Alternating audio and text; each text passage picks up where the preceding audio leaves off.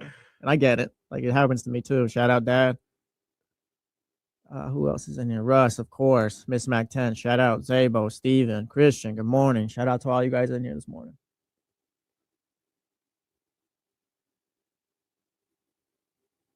Hey, man. What? It happens. What do you mean? Actually, it doesn't happen often, but there's a possibility of it happening. Nothing was signed. Nothing was signed.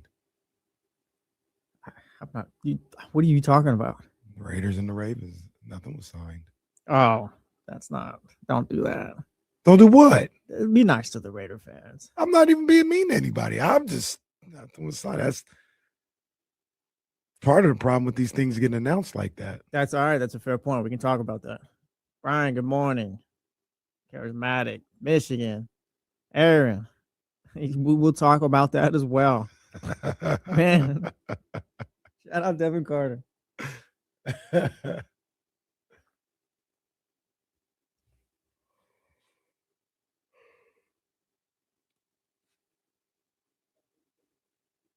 you, Joe.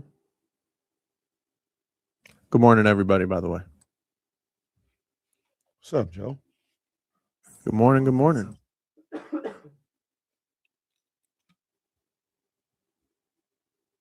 What's up, Karen? Good morning.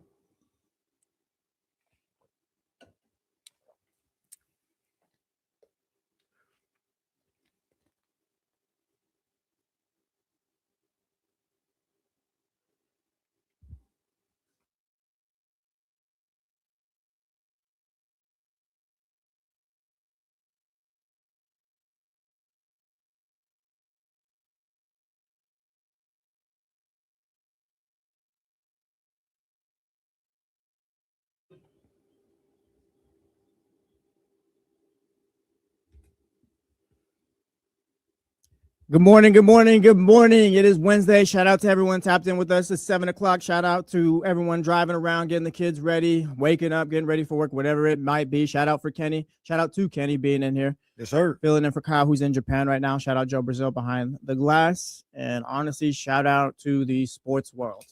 Oh, man. It was a wild day on Twitter, social media, whatever you want to call it. I don't know if you're on Threads, whatever your choice is, but we'll get to that. Make sure you can listen to us on the ESPN 1320. You can listen to us on Twitch, watch us on Twitch, watch us on YouTube, tune in, 98.5 HD2 if you got that, and the Odyssey app, of course, 916-909-1320 if you want to call us, and that's the Mojo's local Tap and Kitchen text line. We will have your opportunity to win Aftershock tickets later on at the beginning of the 8 o'clock hour, so make sure you're tapped in there. Like I said, plenty to talk about.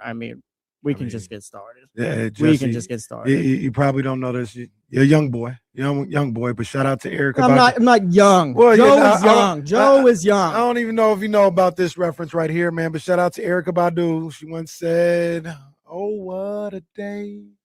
What a day! What a day!" Maybe I'm a little young. That was crazy. It kept snowballing. No, it did. I thought it was getting crazier. I thought it was gonna be it with the Raiders, and no, it just, like you said, it just kept snowballing. Go ahead. I was just gonna say, we got to start with the biggest news of the day, the biggest news of the night. It took place right here in Sacramento, California. It did. The biggest news in the sports world took place last night at the Golden One Center. What the hell was that? I have no clue. I have no answer. We're going to talk about it. Devin Carter, Michael Jordan. Hey, one and the same, I guess. Sometimes I dream that he is me. I'm not going to lie. Like, I had the rundown, the first segment written down. Oh, yeah, Kings lost to the Pacers.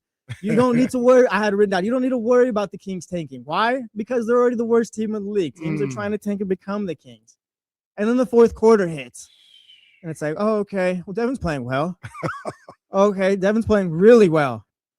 How did he hit that three? Hey, man, the pullback three to give him the lead. I said, hold on, we got in the group man. chat like, what is happening right now? WTF? Yeah. What in the world? Hey, first and foremost, he was hooping last night. No, he was. He was. He was. Devin Carter was the best player in the fourth quarter yesterday. He was killing.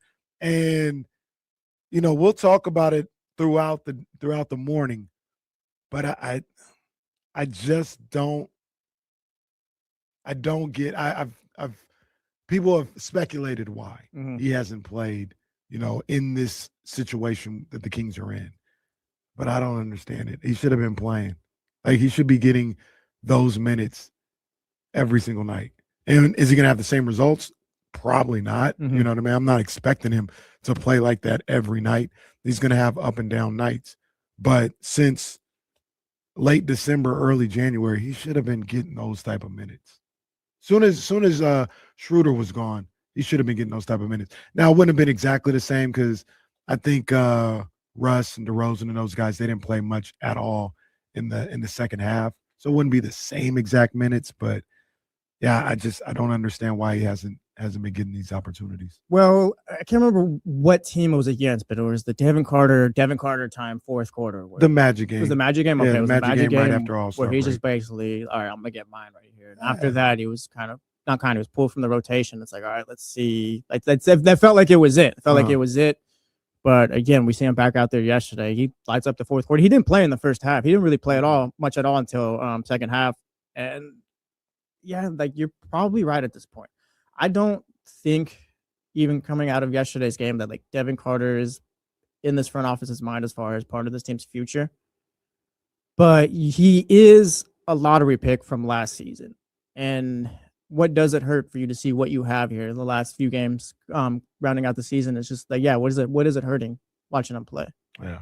And I because like I'm gonna be real, like I'm not bought in on the Killian Hayes minutes right now. No, did you see that stat? This was from StatMuse. I'm pretty sure I didn't get Chatty House. I think we can move that up to 8 games or 8 days. Here we go. But they said he's got 1 turnover in his time with the Kings. Killian Hayes? Well, going into last night's game. I don't know what it's looking like after last night's game, but said he had 1 turnover in his time with the Kings. We can look that up and see if you were Chatty House. Yeah, if that is true. I'm not saying it is. No, you brought it here. I'm not saying it is. I'm saying if that is true. Okay.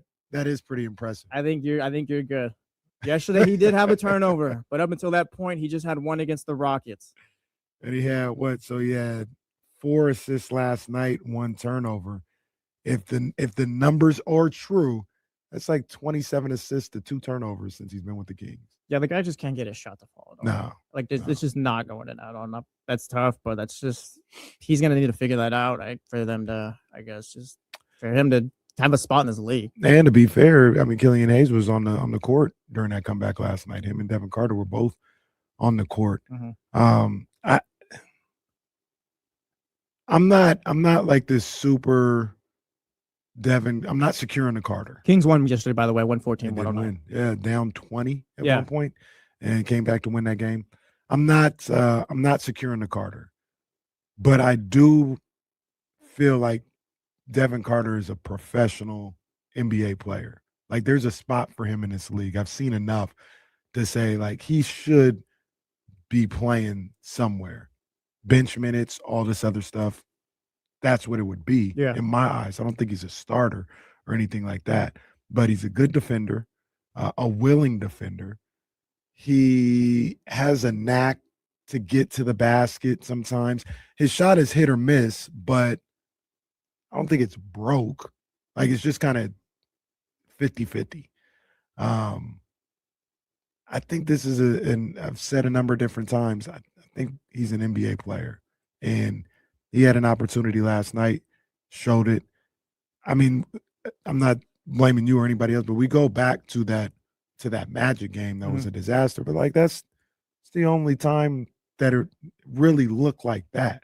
Any other time this year, it's either been really good or it's just been kind of nondescript. That's the only time it looked like, oh, this was bad. And that's not enough for me to just not play the guy no more because he had 1 terrible game where maybe his mentality was off or whatever. He should, I sound like a broken record, but he should be playing. Why do we think he's been so in and out, though? Last year was last year. That was just a no-win situation. But this year, it's like, yeah, you figure, all right, Devin Carter, young player, you see what you want to see what you have in him.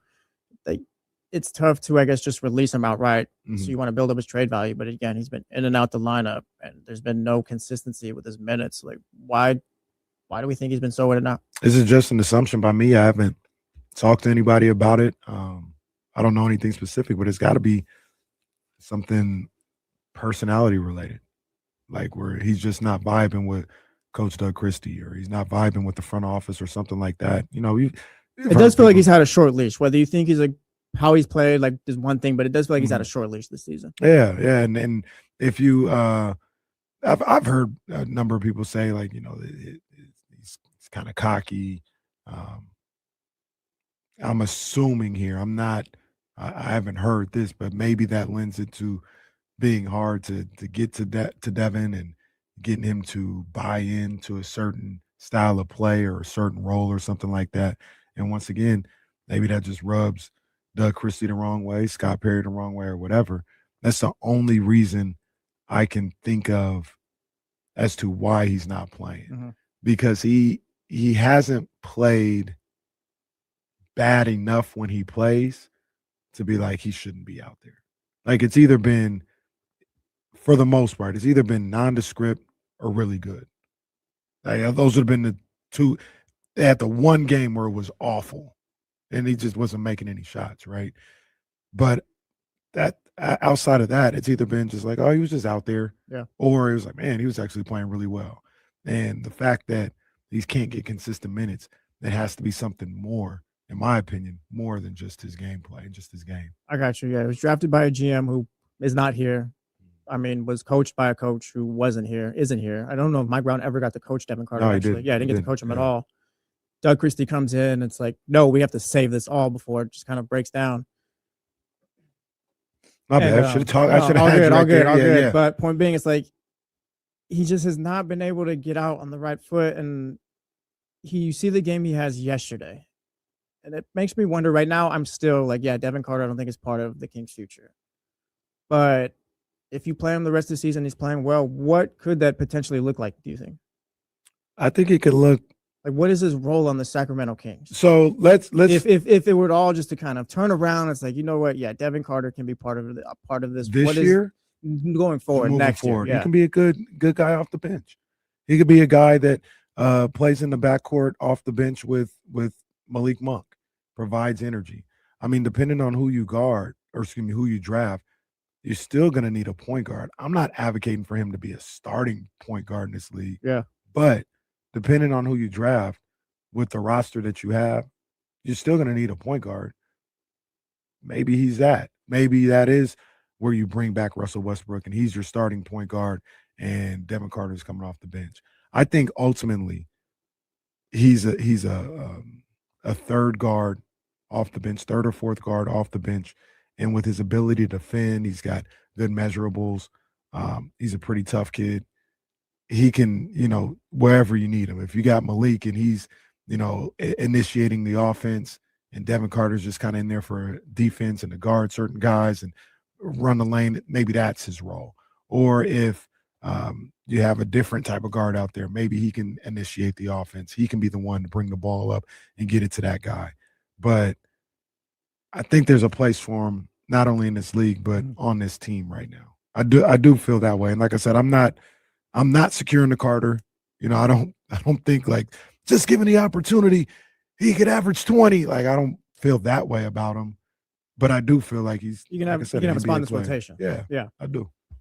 He's I don't know what to call him on this team. He's kind of, I don't know if he's an X factor or what, but he's just kind of, I don't know what the right term, what I'm looking for.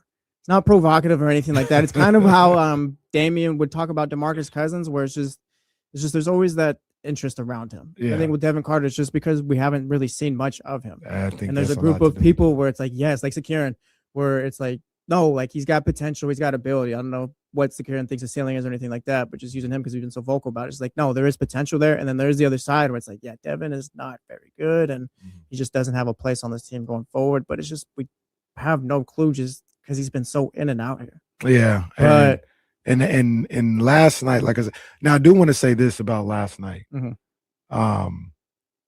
No disrespect to Devin Carter, not trying to diminish his achievement and what he was able to do last night, because he was hooping. Yeah. But that game was played at the Golden One Center last night, and it was the Sacramento Kings versus the Indiana Pacers. But that was not the Sacramento Kings versus the Indiana Pacers. I might have thrown it in our group chat. It was the South Bend Pacers. Yeah, that was Stockton versus, I think it's Fort Wayne. I think is the Pacers team. That was a little. Yeah. Aaron Nesmith was there. Well, Huff was there. So they had some NBA guys there. I think what's the other guard? Oh man, Shepherd. Is it Shepherd for the Pacers? I'll look it up. Man, I'm drawing a blank. But he was there. There was some NBA guys there. But that was Ben Shepherd. Ben Shepherd.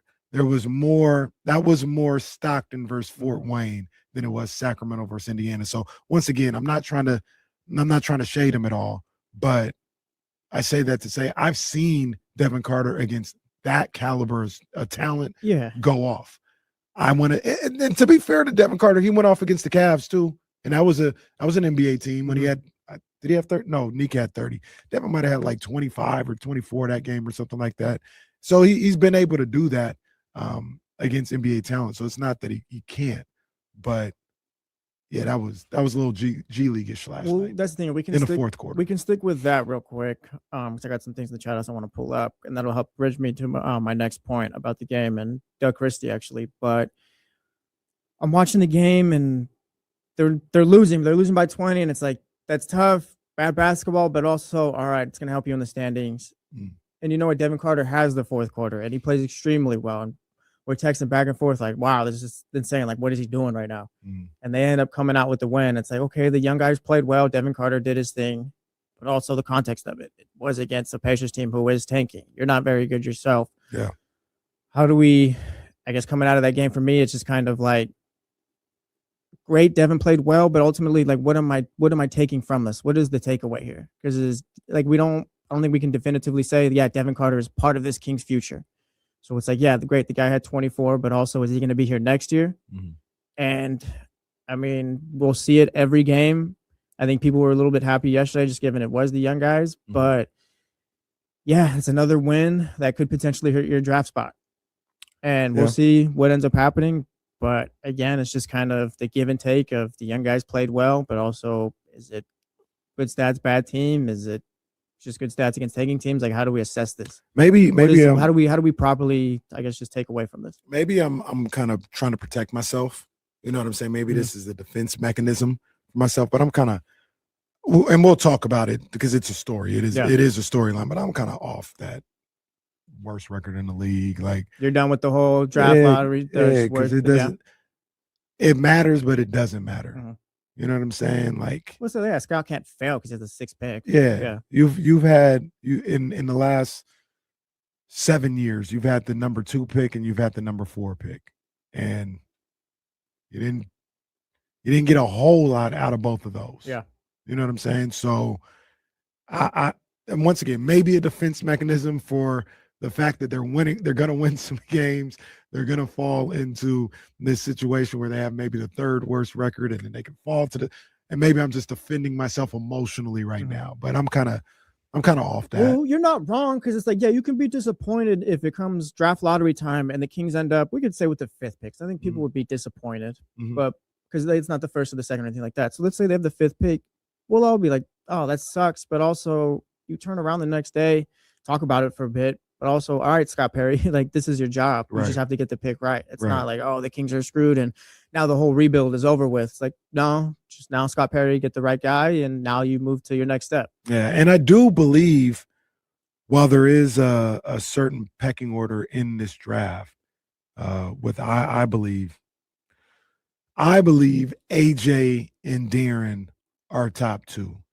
As you guys know, listening to D-Lo and Casey and hear me speak about it, Darius Acuff may make this like a big 3 situation.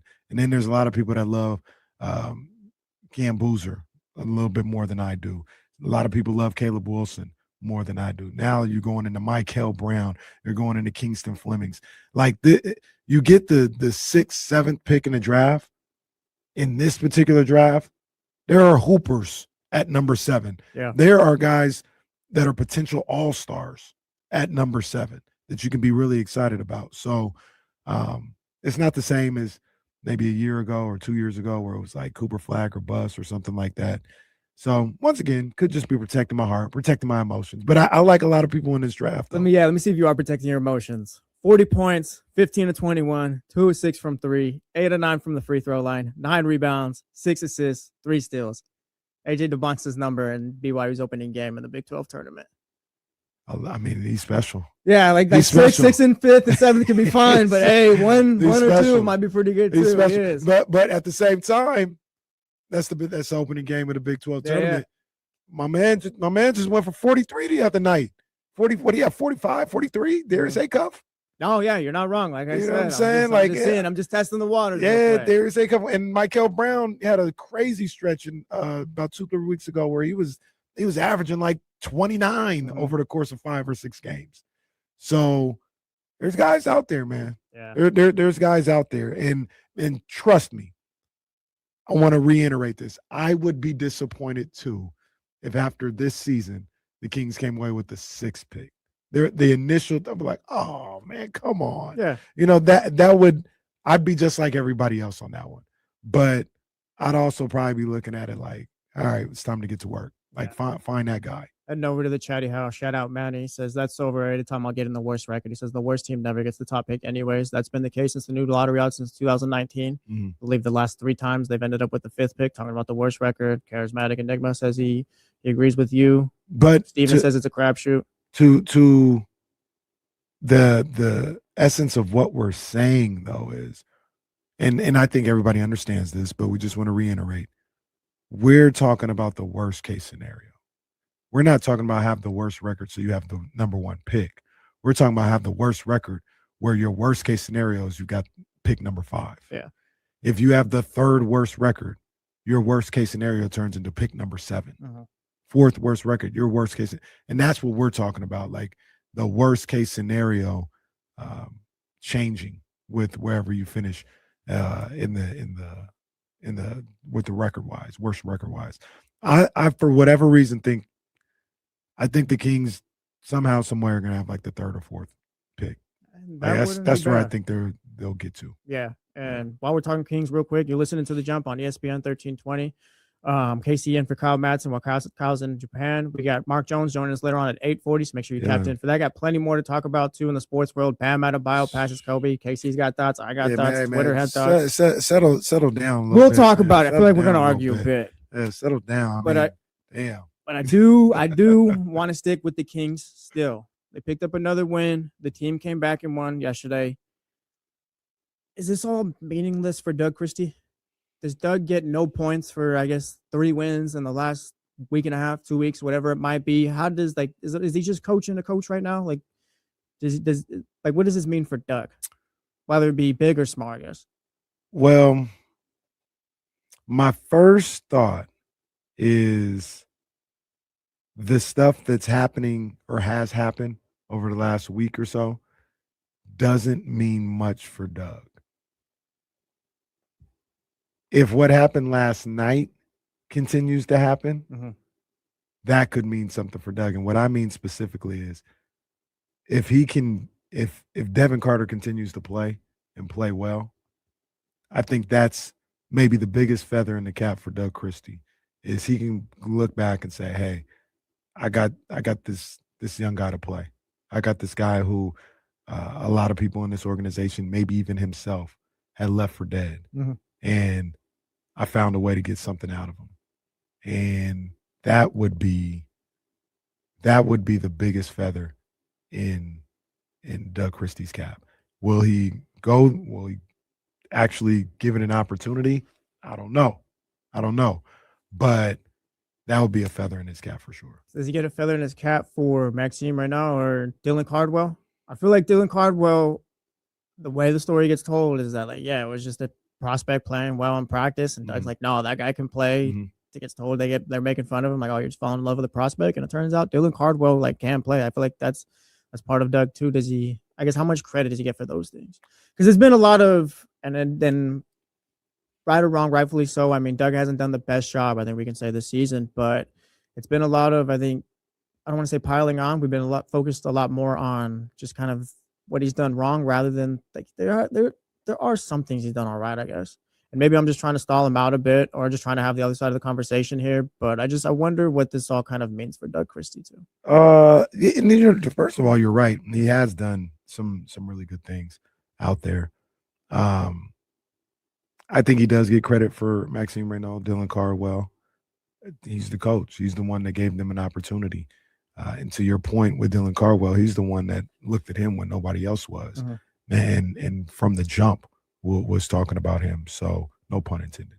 But he's the one that gave them the opportunity. So he gets credit for that. But it feels like if he were to get something out of Devin Carter, that feels different. That feels like, hey, this guy, because it didn't feel like Maxime Reynaud or Dylan Cardwell were left for dead. They also almost had to play out of necessity, due to injuries and things that were going on throughout the season, even at the very start of the season. Sabonis missed the first game of the season. Dylan Cardwell had to play. So they got to play in part due to necessity. Yeah. Devin Carter, if you were to get something out of him, once again, left for dead, distant, forgotten, as Nas once said. And you bring him back, and you bring him into the fold, and you get this guy to be somebody that you look at as possibly like, hey, we could have something here in the future. I think that's a major feather in the cap for Doug Christie. To that point, we have someone on the Mojo's local Tap and Kitchen text line. They said, 530 said, the Kings are treating Devin Carter the same way they treated Keon Ellis. It makes zero sense to treat him this way. So that's, I guess, kind of how they're feeling about that. I don't. It's not I don't off. disagree. Yeah. He's not the only. Yeah. The Keon Ellis thing was kind of weird to me as well. Just, and maybe it wasn't weird. Maybe it was just the Kings telling us, they just don't value him, but he's just not part of their future. And showed us that by the way you played him in and out and things like that. And that's the same thing they doing to Devin Carter. Yeah.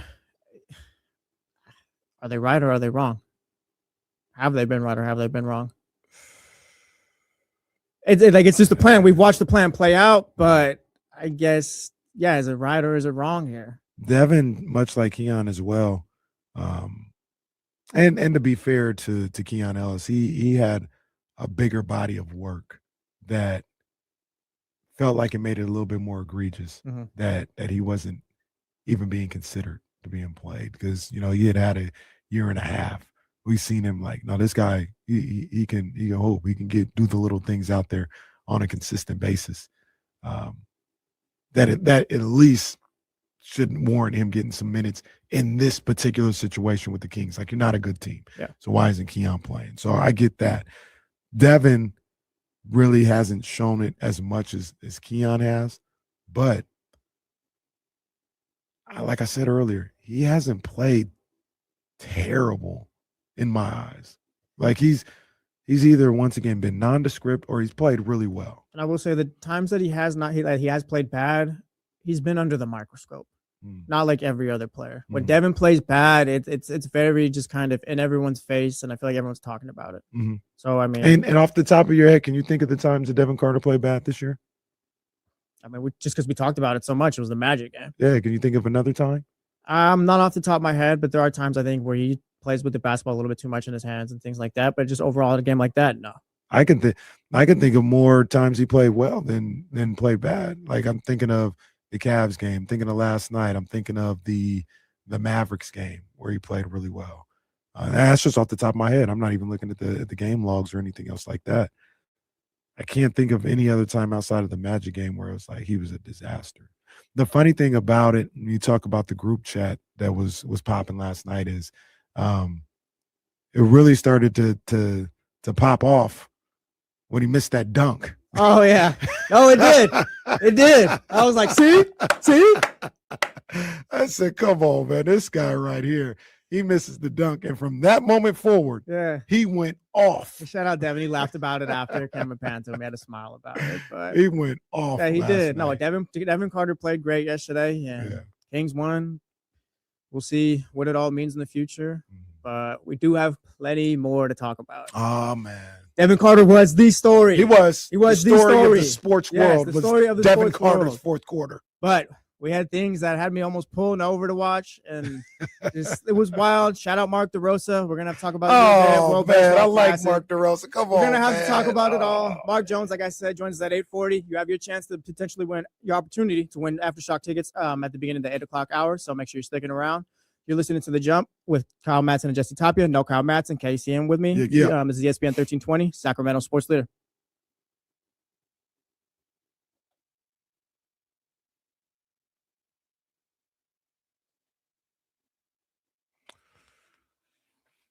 Morning, everyone who filed in here late. Shout out to you guys. Hit the thumbs up if you haven't yet, and good morning.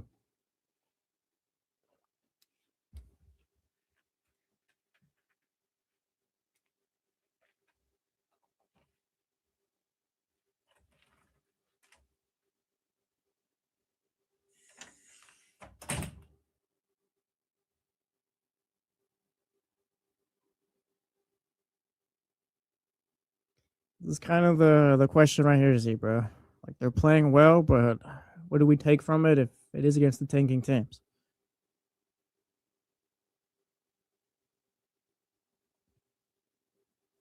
Yeah, that was tough.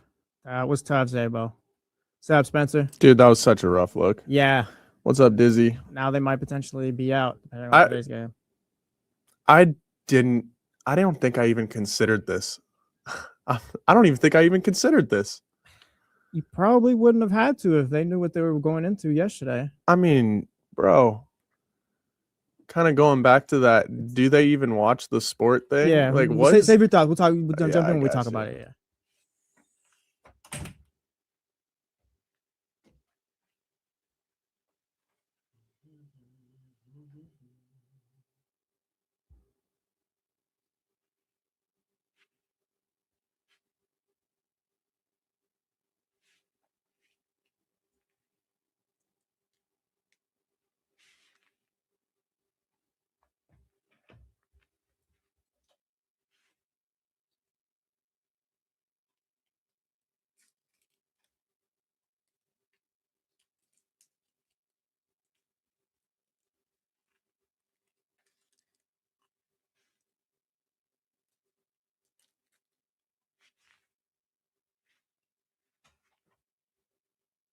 Good morning, Jason. Good morning, everybody. Steven, Zabo, Chris.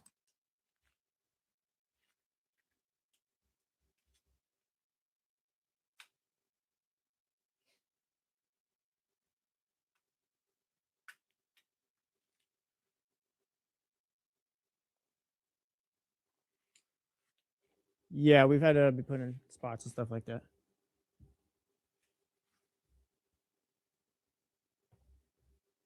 What's up, Jeremy? Good morning.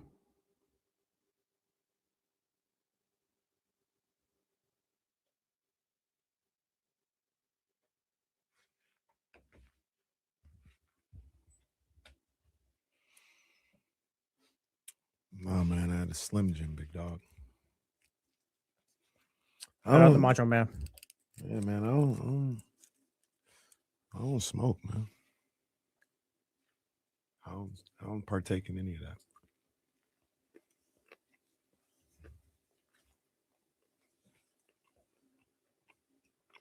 Nothing wrong with it. I just don't.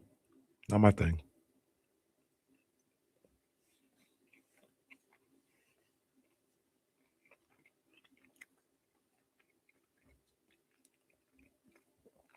Bro, what are you talking about, Christian? I wasn't even. Oh, you were with 50? No, I wasn't even at the game last night. And who was was it an excuse me for not knowing. It was an NSYNC member or was it Joey Fatone? Joey Fatone? Yeah, what you talking about? You don't know what you. Yeah, young boy out here. NSYNC, they all kind of just mix up. How old were you in 2000? 4. December 31st, I turned 4 in 2000. Before then, I was 3 for most of the year. Man, I got that right? He's in sync. Yeah. Okay. Good knowledge. Yeah. Good knowledge. Shout out. That was actually a hit last night. A lot of people were there. A lot of people were excited about that. They gave away digital cameras, I think. That's fire. Yeah.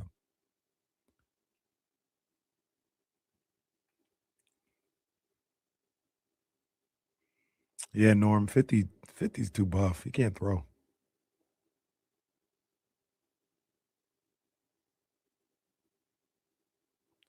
What are you talking about? Plenty of. What are you talking about, Sean? Do you see the blue in here? Do you see the blue and orange? What are you talking about?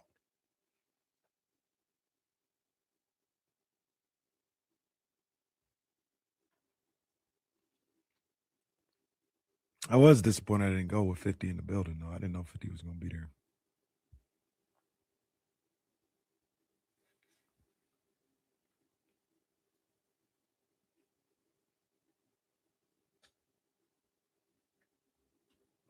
Yeah, and I was 5 in 2001. Imagine that. Shout out, Co.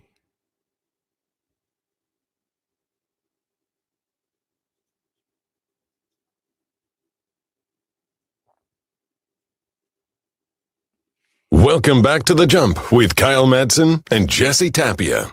Yes, it is. Yes, it is. Casey in for Kyle Madsen. We talked about the game around the world yesterday. That's right. That's Shout out right. Devin Right Carter. here in Sacramento, California. Yeah, big fourth quarter for Devin Carter. He finished with 24 points, and then he had 22 of those in the fourth. Yeah, but that man was cooking. yeah, it was a little, I was a little speechless after some of those threes. He was just throwing it up. Oh, and yeah, and it was wasn't going in. touching anything but the bottom of the net. Yeah, so shout out Devin.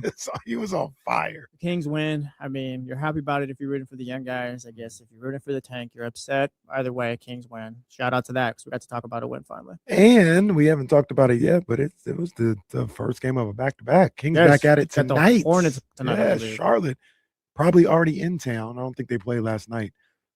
So we're probably already in town to watch. They were scouting Devin Carter. They'll be ready for Devin Carter tonight. Oh, they will. Hey, guys, watch him. He's their guy. Shooter, cover the shooter. But we're gonna see him in the third or the first quarter today, though. We should see him in the first. We'll see. It remains to be seen. Now, also, like we talked about earlier, part of that was, I believe. Let me double check here. I do not believe they played some, but DeRozan and Westbrook. Yeah, Westbrook played 7 minutes in the second half. DeMar DeRozan played 7 minutes, so they didn't play much at all in that second half, and that allowed Killian Hayes, Nick Clifford, Devin Carter to get the minutes that they got in that second half. We'll see if that same game plan applies tonight against Charlotte. Yeah, we will be talking more Kings later on. Got Mark Jones join us at 8:40. Shout out if you're listening in your car right now, 1320 AM, 98.5 HD2. Shout out if you're on the TuneIn app, Odyssey app, watching on YouTube or Twitch. Shout out if you're with us right now. Hit the thumbs up if you are on YouTube. And we leave that real quick to move on to the rest of everything else that happened in the sports world yesterday. Yeah, we will get to Max Crosby, by the way, and Raider fans, we will empathize with you later on around 8 o'clock. That's tough. And it reminds me, around 8 o'clock, we will be giving you your opportunity to win Aftershock tickets, 916-909-1320 later on around 8 o'clock. Like I said, for your opportunity to win Aftershock tickets with the Mojo's Local Tap and Kitchen text line.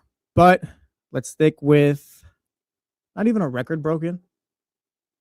No, not a record broken. Well, it depends. I mean, I think it's the most points. We'll talk about it. We'll talk about it. It's the most points in Heat history. Yes, most points in Heat history. There's a record there. But Bam Adebayo goes for 83 yesterday. I'm driving home from work, and I'm like, okay, I gotta either pull over or figure out the situation because it got to a moment where it's like, okay, you need to figure out a way to watch this. Yeah.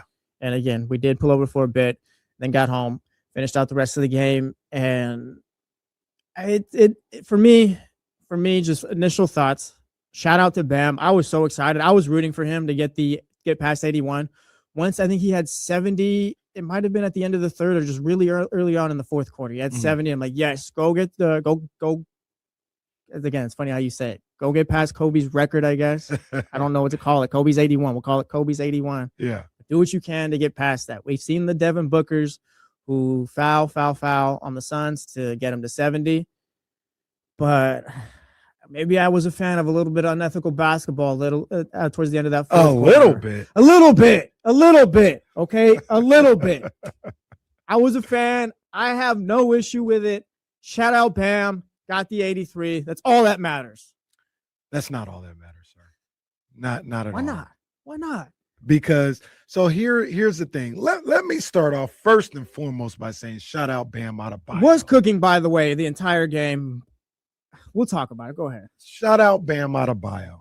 I like Bam. Big fan of his game. I like him. So I'm cool with him, having a game like that in his the career. Game. Yes, no, the game. No, let's relax here. Stop! Don't do that. The game, like the game. If we're in Miami, if we're on, I think it's 790 or whatever, and we just got done talking about the Dolphins signing Malik Willis, and we're focused on what the Marlins are doing, and we're talking about the U. Then yeah, maybe it's the game because in that city, I've been to that sports town. The game in America, and the rest of that is not the game. Okay, it's not. It was. I can tell some of the reactions from the game. Go ahead. It was a game. I like Bam. So that's my dog. So I'm happy for him. Here we go. My initial reaction after watching what was going on, because I was at my son's basketball practice. I didn't watch the game at all. I didn't even know what was going on till I think the game was over, and you guys got in the group chat. And I said, oh, Bam, what? You did? Huh? And then I looked. 83. Bam Adebayo. There would have been probably 75 players I would have named if you were like, yo, somebody scored 83 tonight. Probably 75 NBA players I would have named before I got to Bam Adebayo. It's no shade on him, but I just didn't think he'd have enough of an offensive repertoire to get to 83 points in a game. Like, that's crazy. And then I saw how it went down. Don't do that.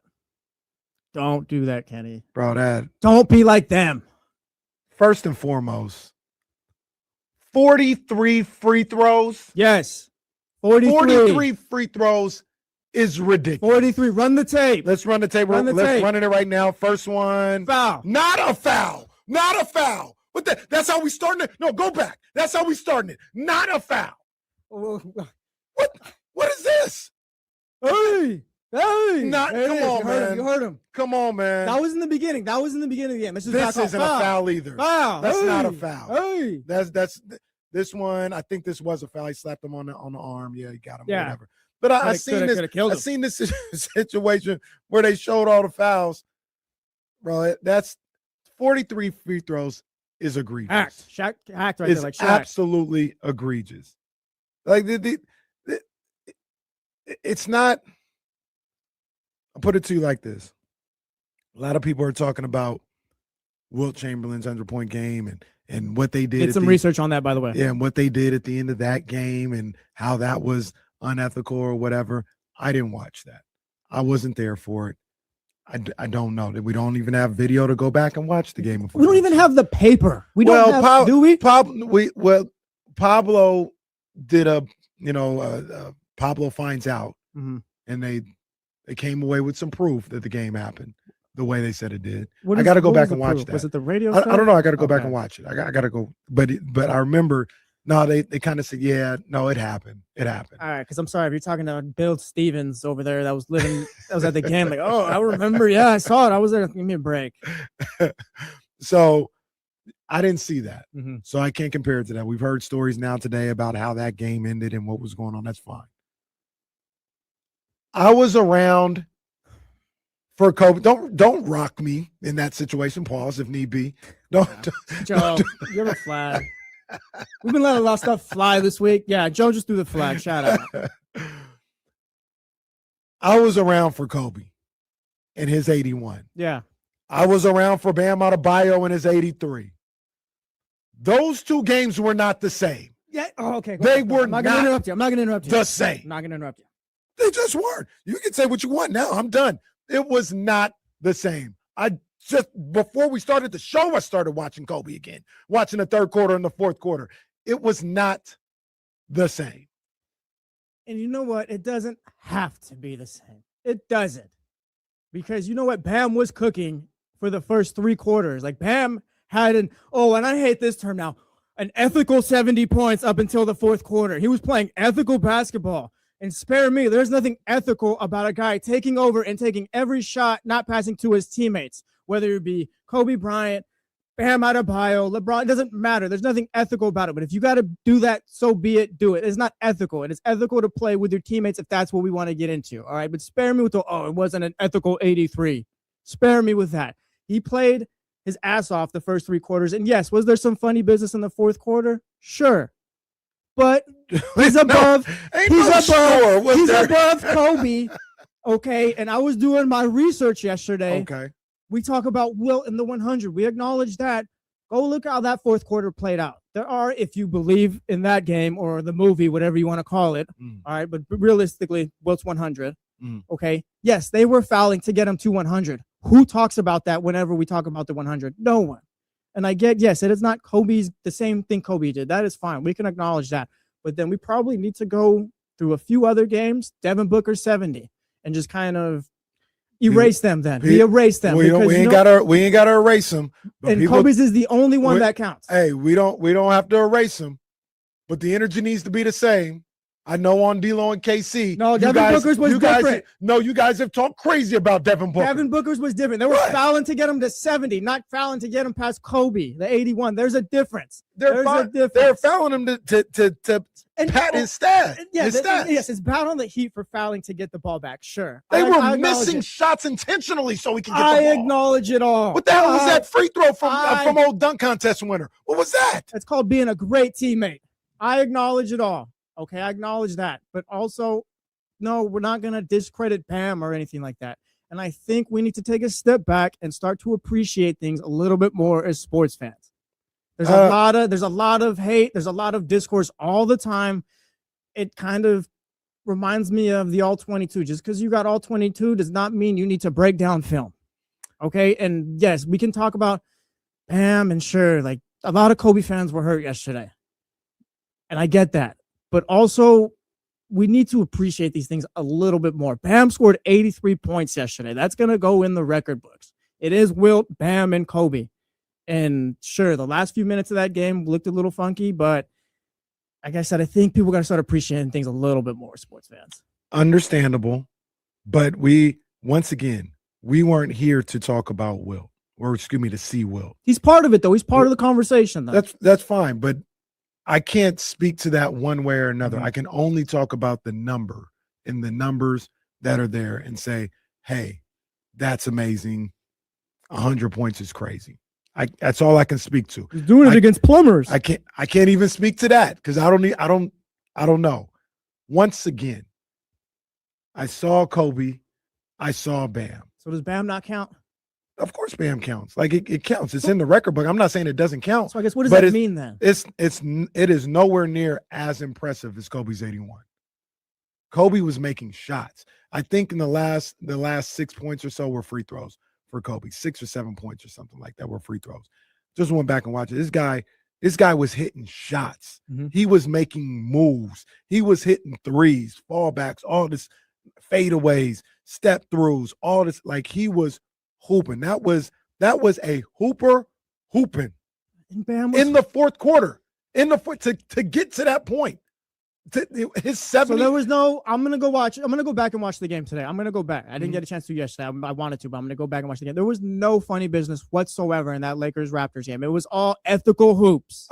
It wasn't as funny as the Heat situation. So there was some funny business. Well, like I said, I'll really dive back into the fourth quarter and see what it was. But he was hunting. He was hunting, taking shots for sure. He was definitely doing that. I don't think he was hunting for fouls. Like, I don't think that happened.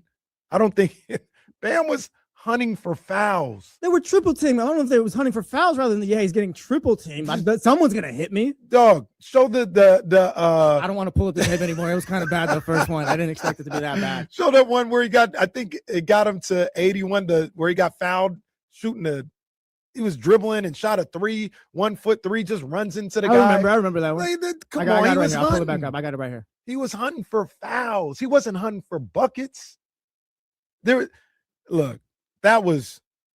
I like Bam. No, you don't. No, I do like you Bam. Hate him. You don't like Kobe. No, don't do that. Don't do that. You don't like Kobe. You don't like the Lakers. Reminds me. I came up with my top 10 all-time list yesterday. By the way, it was a legal screen. By the way. Oh, here we go. We got Bam. A legal screen. This is the one you're talking about. Yeah, bro. It's not a foul. That's not Hey, a foul. This isn't even a foul. that's a foul. He runs into 16 No, on the that's a spin foul. move. He's out of control on the spin move. Come on, man. He was hunting for fouls, and that is – look at this one right here. Hey, he out here pushing old boy back, and how is this a foul? How's that a foul? Come Yo, on, man. Hands on the ribs. Hands Come on the on, ribs. man. Pass interference. Pass interference. It counts as 83. You can't take him out of the record books, but it's not the same. I was thinking about it last night about why we hold Kobe's 81 in such high esteem, as opposed to, like, there's been guys who's hit. I know we talked about Devin Booker, but didn't Dame have 70? Donovan had 70 something like lately. David Robinson has 71 last game of the season. But it's always Kobe's 81 that, like, is just the anniversary of that game is always brought up and everything else like that.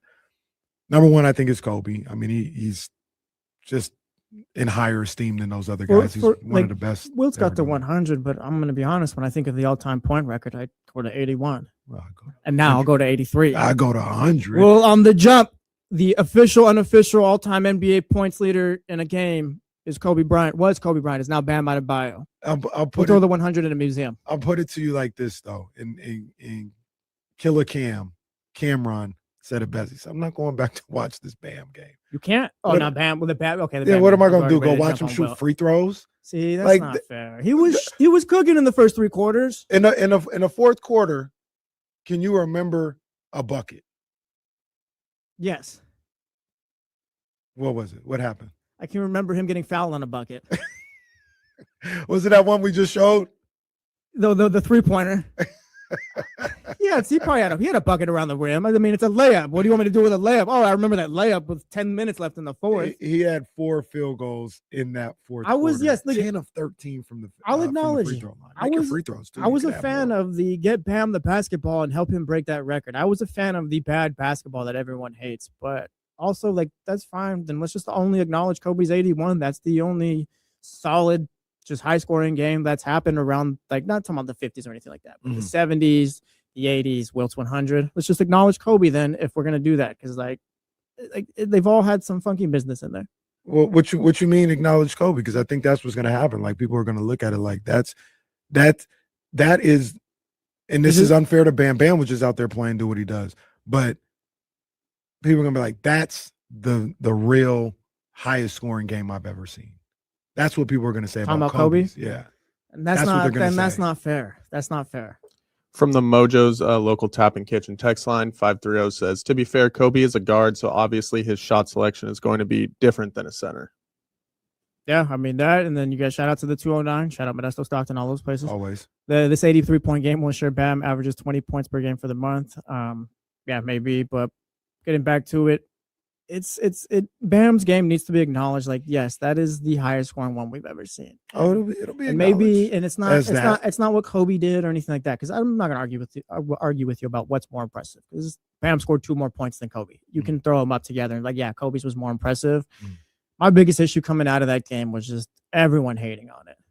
And I think we've kind of gotten away because it did from become a appreciating it. circus, though. It became They're all a it circus, became, though. They're all a circus. Once again, we'll watch. You watch Kobe's tonight. Mhm. It wasn't a circus like that. The thing that Kobe did was he was the one that kept getting the ball and trying to shoot. Yeah. Like that. That's the only. I'll watch it again, like, in depth, to make sure that's the case. But that's what was happening. Every time down, they would give it to Kobe from like 7 minutes on, and he would be the one to shoot. That was the circus of it. It wasn't like you talk about with Wilt, where the Knicks were fouling other players so Wilt couldn't shoot, or like what happened last night in Miami, where guys are missing free throws. Other guys are missing free throws so Bam can get the rebound or get fouled. That was a circus. That was a circus. And I'm not trying to hate on Bam because I like him. That was ridiculous. Had O'Shea at the end of Jackson that Jr. game. crashing out on Twitter. I didn't yesterday. see that. Oh, it's bad. It's bad. It's really bad. It's so bad where he's now calling the LeBron 2016 finals, I believe it was 2016, when they came back from 3-1. Yeah. Yeah. How can, if the NBA is helping Bam break the record, how can we believe that? And maybe he's just being sarcastic on Twitter and I can't read that font, but it's like, all right, let's all just take a step back and relax a bit. Nah, man, it was like I said. I think I'm coming at it from the not that you aren't, but Yeah. I like Bam. I don't have a problem. It's 83. I'm gonna acknowledge that I saw 83, but that was at the end of the game. That was a circus. Yeah, That was ridiculous. And you know what? I was enjoying the circus. I had a ticket front and center at the circus. I was front row. So shout out Bam. Shout out Bam. No, man. you like don't get Bam. to do that. No, you don't get to do that. Bam's my guy. No, stop. You He's don't with get my to do girl that. Asia Wilson. Come on, man. The power couple. I don't think Those are my Asia would be people. very happy about what you said today. What'd I say? That Bam stinks and that Kobe Bryant's 81 is the greatest and everyone else is bad. Not at all. Not at all. I do agree that people need to appreciate things more often, but I think this falls in the category of call like if there was some circus activity going on, yeah, that was the three, and I didn't watch these games, so I don't know for sure. But the three that were just like basketball hoopers hooping was Kobe, Dame, and Donovan. Those dudes was just hooping, and they start cooking. Yeah, no, some people wonder if you can win a championship with that third guy, but That's how you feel? I said some people. I didn't say I feel. That's how what? Some people. Guy averaging 28.5 points per game. Shout out. And having one of the best. He's elite. And now we ain't even talking about him. While the other guy gets thrown out of the biggest game of the year. Yeah, stop. The other guy gets thrown out. Picking on Jaylen Brown, and also Jaylen Brown. Relax a little bit, buddy. I don't know why you're so angry all the time. Crashing out. Yeah, every time. Yeah. But I mean, shout out Kobe for the 81. Like I said, that's always the one that kind of just. And shout out Bam. It's always man. top of my mind. Yeah. No, shout out Bam. Shout out yeah. 83 there. It's there. Yeah, it was. It's there. Yeah. Like it's in the books. So shout out Bam. And I like Bam. If this was somebody I didn't like Draymond, that would never happen. Maybe I would dismiss it, but Take 3 weeks to get to 83 for Draymond. This guy fouling people at the end of games. Yeah. All right, man. All right. Real quick, while I wait for Joe to get back to the board. Joe is back to the board. We got 916-909-1320. That's the Mojo's local tap and kitchen text line, studio kitchen text line. Hit us up there. Your chance to win Aftershock tickets at the beginning of the 8 o'clock hour. But let's go to the phones. We got TC. TC, good morning. Hey. What do you got for us today? Hey, man.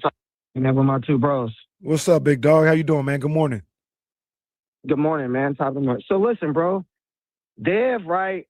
What I can say about Dev is, Dev, we need that on the team. That's what I was talking about as far as with his rebounding, his tenacity, and he has a changed attitude. And if that's what it took for fans like me, you, media, to talk about Devin, right? And him turning, and listen, I'm serious, and him turn around his season like he did, bro, I'm all for it. We need that dude on the team moving forward. Am I saying he's not tradable? No. But am I saying that he can bring something to the table that we need? Bro, we need that on this team. I'm ready to keep every guy around that we need on this team, bro, that's doing something, right? Because you need a roster. It's more than just AJ, Peterson, Boozer. Like, them dudes is cool, but they not finna just come super save us. We have to fill out this roster with guys like Precious on the back end, guys like Plowden. That's how you build a sustainable roster. I'm not schooling anybody. Y'all all know this, bro. But I called about Devin, dog, because I was one of the ones like, you know what, Dev, man, get up out of here. Because I didn't like his attitude. I didn't like his approach when he first came, bro. I wasn't really feeling that. And you can see it on the court. He was acting like he was entitled. Now, bro, then calm down, and he's acting like a real NBA player, bro. And how he lit up last night, whether the way this season is going or not, bro. I like that. And if that's what it takes, I don't care about the pick. If we got a drop and I see the guys developing how they are right now, bro, I take that any day over, bro, just tanking the rest of the games, hoping that we're going to get the number one. Because we might not even get that because we the Sacramento Kings. They might say, y'all got the worst record? Y'all got number 5 because y'all the Kings. That's what we got to look at, bro. Hey, well, Shea Jackson Jr. thinks the league's rigged, so maybe. Shout out TC, man. Look, I will say this. We don't know if Devin Carter's mentality changed. Yeah, He just had a TC good does game. tend to have We the have no idea. tendency to come on the show and be like, yeah, Russell Westbrook looked at Nick Clifford and told him, hey, I got it. Watch this. It's like, we don't know if that He happened. could be the same exact person. He just Yeah. had a good game last night. But it is interesting to think about, and maybe we'll get to this today, maybe tomorrow. I don't know. But what does Devin Carter showing a pulse mean for the future of the Kings? It's an interesting thought. We can talk about that. Yeah. About that. But we got other things to talk about as well. Raider fans, we're sorry. We're going to talk about the whole Max Crosby fiasco. Coming up next, we got Mark Jones at 8:40. We will be talking plenty more Kings. Make sure you're sticking around for your opportunity to win a 4-pack of Aftershock tickets with the Mojo's local tap and kitchen studio text line, 916-909-1320. We will be doing that when we come back, so make sure you're tapped in with us. You're listening to The Jump with Kyle Matson and Jesse Tapia. No Kyle Matson, KCN. This is ESPN 1320, Sacramento Sports Leader.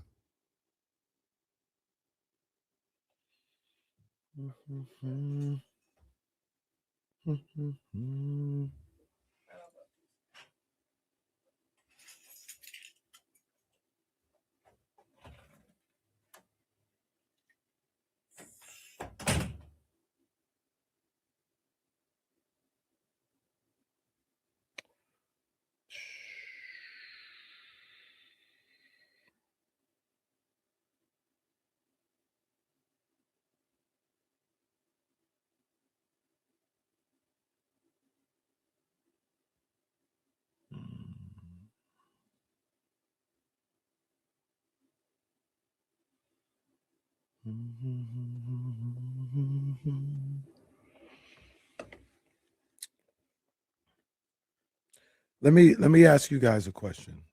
How do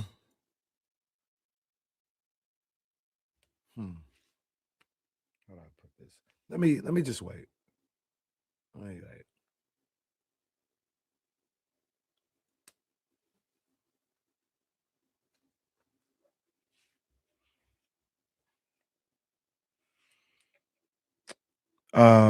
Michigan, I think this guy is better than the name I'm about to say.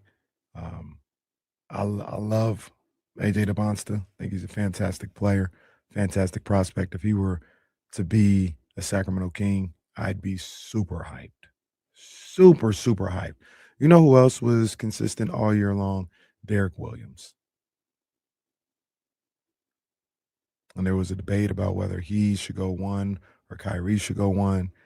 And Derek Williams was consistent all year long. So you just never know. I think AJ is way better than Derek Williams. He's got a way better skill set than Derek Williams, in my opinion.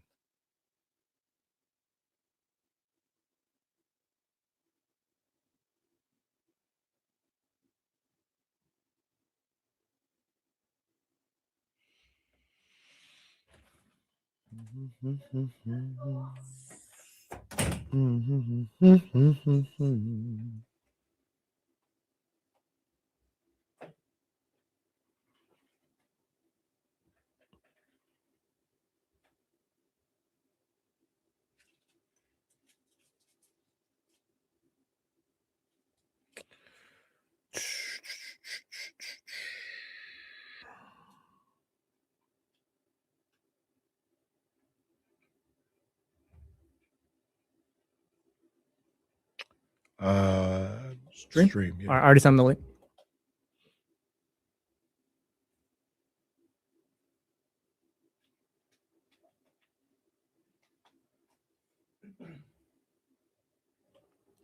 What's up to everybody in here? Shout out to you guys if you get in here late. Hit the thumbs up, please.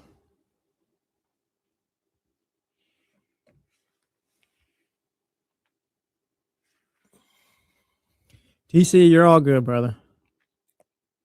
And look, maybe yes. I'm not saying you're wrong. Yeah. Maybe that is the case. You can always call in and speak your mind, though. I love when we hear from TC, man.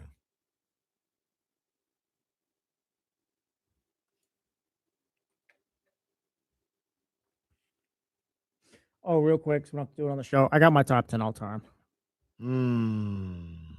Where's it at? I think it's the right one, too. We're doing this on the show? I don't know. Do you think we need to do this on the show? We can talk about it real quick. We can talk about it real quick. Okay. We'll finish up with the Kobe stuff because I guess he's part of this. Interesting.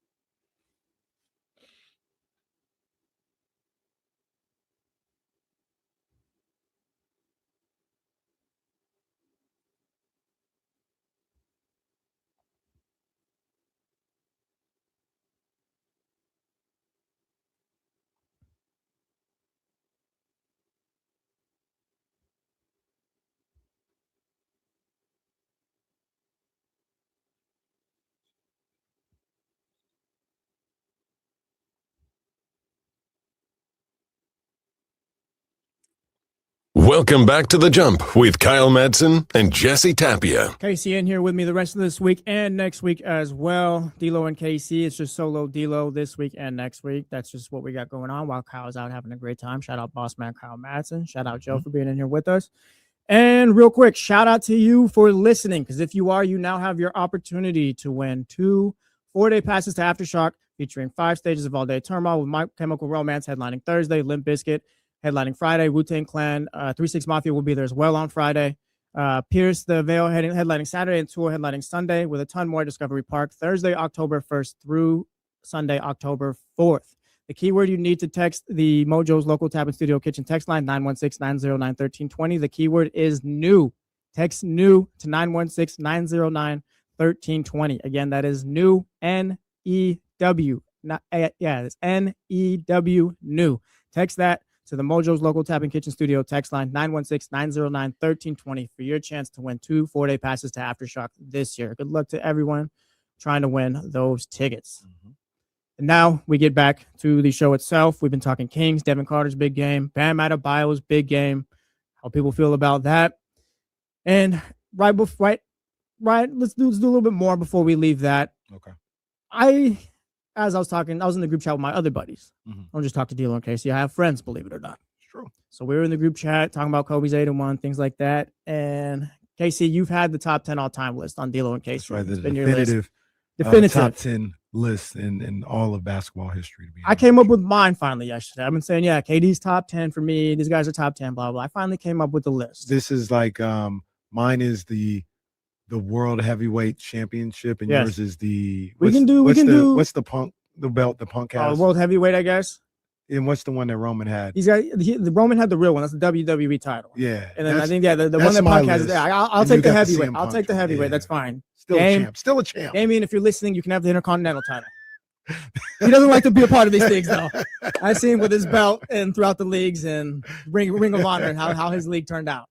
Ring of Honor. Sorry, but it did.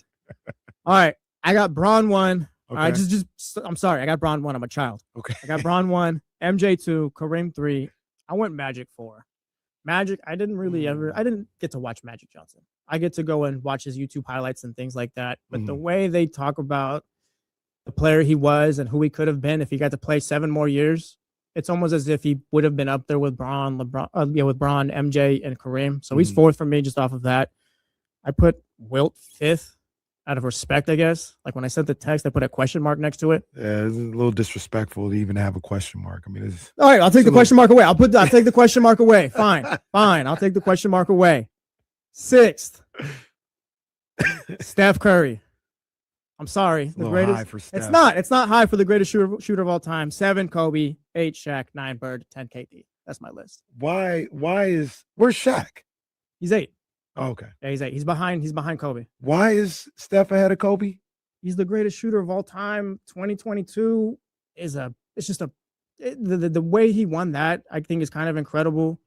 And I love Kobe and all that, but it's just Steph, to me, greatest shooter of all time, unanimous MVPs. It's you can argue. You can take Kobe ahead of him. I think I can argue taking Steph ahead of him, but I just take Steph. He changed the game, things like that. It's just, I give Steph his props. So Steph is a better shooter than Kobe, 3-point shooter than Kobe. Yeah. But Kobe's better at everything else. He is. Kobe is an all-around. Like, I know Steph doesn't have the defense or anything like that, but I really do put a lot of weight on that greatest shooter of all time in this game. I mean, that's kind of your list. If he wasn't the greatest shooter of all time and that just wasn't definitive, then maybe he's not. But it's that, the titles, the MVPs, everything else that comes with it. And again, being the greatest person at the most important thing in the league ever. It is about scoring. And Steph, he doesn't have hold on. It's shooting. Shooting, excuse me. Yes, he doesn't have Kobe's the all-time. a better scorer. Yeah, he doesn't have all-time points, but shooting, I just put more weight on that. That's what it comes down to. Kobe's a better scorer, though. That's what it's about. It's about scoring. And Kobe's better at that. He's a better defender. Steph is more ethical. Says who? Steph is more ethical. He just shoots threes. Hey. He doesn't even. He does what works. Eliminated the mid-range game, all this other stuff. Mark Jackson, he ruined the game about. No, I love Steph Curry. Yeah. I do love. But Kobe's better at. He's a good shooter. I can be wrong, but I'm just taking Steph. He's a good shooter. He's better at everything else, and he has one more title. And that adds up to Steph being better. Steph adds up to Steph being better. Okay. Like I said, we don't have to fight. It's just mine. This is my list. It's the world heavyweight title. And I have I got Magic and Wilt switched on mine. And Shaq is 6. You can convince me that Shaq goes or Kobe goes ahead of Shaq. That's what I got.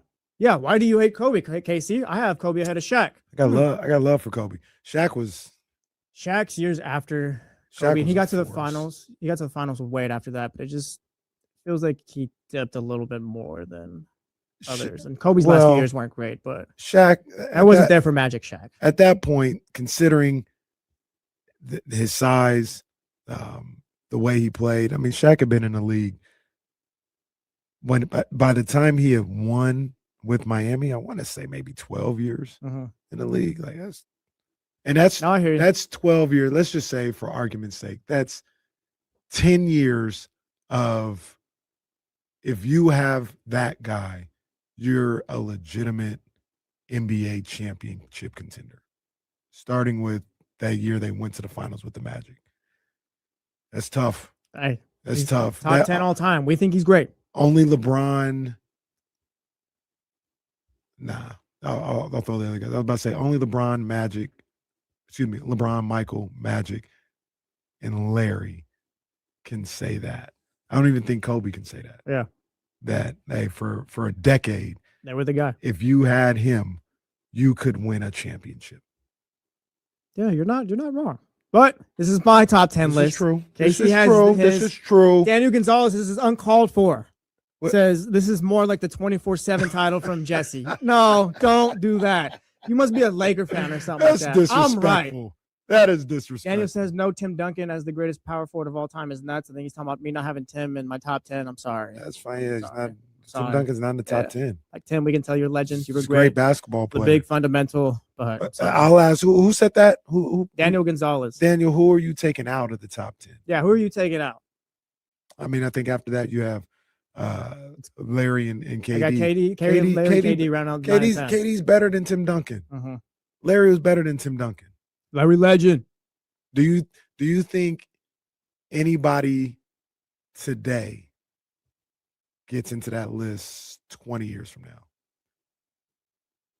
Victor Wembanyama. He needs the titles, and I'm kind of getting ahead of myself with it, but Luka's not going to get there, I don't think. Jokic is not going to have the titles for that. Neither will Giannis. Maybe if Giannis makes a move to New York and they win titles, like that's it. But there's just no one right now off the top of my. Yeah, Jason Tatum and Jaylen Brown, they have accolades, but you need more titles. And even then, that all-time status, I don't know if they're there. Yeah, they're not there for me. Those two guys. Like, they can be maybe top 50, top 40, but I don't think they'll get to there all-time. They could have the titles, but like I said, just the ability I don't think is there to reach that status. And I look at Wemby, and I look at how the Celtics were guarding him yesterday. It's like, yeah, cover the paint. Don't let him in here. Let him shoot threes. Cash. And I'm just thinking there's going to be a point when that dude is in the finals and you're trying to game plan against him and you just can't. Wemby's going to go out for 30. And I think he has the ability. He's going to have the accolades. I think it's just a matter of if he can get the titles, then yeah, he'll be there. He's incredible. He really is. I think a lot of people, as I read the chat, they really like Tim Duncan. That's why they're advocating for him to be top 10. He's not a top 10 player. He's a top 15 player, which there's nothing wrong with that. 5 more slots down, like it's fine. He's not a top 10 player. I was a child and a teenager, but I was outside. I don't think anyone was calling like Tim Duncan the best player in the league in his heyday or anything like that. He was up there, but like these other guys that we've all talked about, like at one point they were like the best player. I'm not sure. Oh, now this feels like I'm disrespecting Tim Duncan. I think he has 2 MVPs. Maybe, yeah. 2 MVPs, but just point being like, it's always like, I don't know. I feel like people never talked about Tim Duncan like that, where it's like, yes, Tim is the one. Tim is the best player. And again, I was a child, but I was outside. But it's just, I wonder, like, and you can answer it, I guess, where people are like, oh yeah, Tim Duncan is the one. He is the best player in the league right now. That's the guy compared to what Kobe was doing at those times and things like that. 2-time MVP for Tim Duncan. Great player. Yeah, fantastic player. But I mean, if we're I'm going, talking about the discussion, not the player he was, but just the discussion. Like, oh yeah, Tim is just the guy. He's the best player in the league. I wonder if that was the case. if we're going by that, then you would say, not you, but just in general, you'd be like, he's better than Kobe because Kobe only got one MVP. No, I lived it. That's what I'm saying. At that time when you were living it. Yeah, Kobe is one of the great players to ever play. Top 5, top 7 player to ever play the game. Like it's just what it is. Tim Duncan is fantastic, but he's not better than KD. He's not better than Larry Bird. See, this is why I didn't want to do the list, because now I'm the guy who's disrespecting Tim Duncan. That's what it's turned into. Him, I have no issue with you. Charismatic says, imagine Tim Duncan scoring 83. I would have. It would have been a lot more ethical. Don't do that. It would have. Don't do that. It would have. You know what's not ethical? Thinking that you've already advanced in the World Baseball Classic, so you can kind of chill against Italy. Have a couple of brewskis. Maybe go hit up Mojo's after the win against Mexico and go have a good time. Maybe go hit up Mojo. Shout out. I mean, we got to talk. We already advanced. What I mean, Mark DeRosa, nobody. You didn't. And we're talking World Baseball Classic. USA lost to Italy yesterday, 8-6. I believe the final score was. And now USA. I thought about you too as I watched that game late last night because I wasn't watching it live. I stayed away from it. They had a chance to tie it up at the end of the game. Oh, did you see my tweet? I didn't. I stayed away from Twitter. I don't know if I need to see it, man. I'll read it. It's just a highlight. Says Greg Weiser just slammed the door on Aaron Judge and Team USA. Well, okay, there was somebody else who had a chance to tie the game up and he didn't. I'm not worried about that. I'm worried about the final out. Why? Because there was a guy with one out with a runner on second as the tying run at the plate. He struck out too. That's fine. Why are you focusing on that one guy? Because I'm a hater, Kenny. That's what I do as a sports fan. So I quote tweeted that and I put, damn, October got here fast. No, but yeah, I mean, shout out Aaron Judge. It's all fun and games. About my boy. I said, oh man, yeah. I don't have no ammo for Jesse on this one, man. My boy struck out with it. No, we've been eating with America, with the world on the line. The world on the line. No, we've been eating good since 2004. Trust me. I'm not even lying to you. I've been running back that Netflix Red Sox ALCS documentary. I've been running that back this week. So I haven't finished the last episode because it's just too good. It's just too good. But yeah, the USA lost. Mark DeRosa clearly did not think that my boy too. Damn, they had an opportunity of still being eliminated. He was talking before the game, the day before, after the Mexico game, just about how they felt like they were advancing. He literally said, I saw the clip. He was like, yeah, it's kind of weird. We still want to win this game, even though we've advanced to the quarterfinals. Mark, you hadn't advanced yet, Mark. Nope. And Mark DeRosa, I like Mark DeRosa. I do. So I'm tiptoeing a little bit. I'm tiptoeing because I like it's an honest mistake. Mark's got to take a lap for this. Yeah, he's got to take a lap. He's got to take a lap.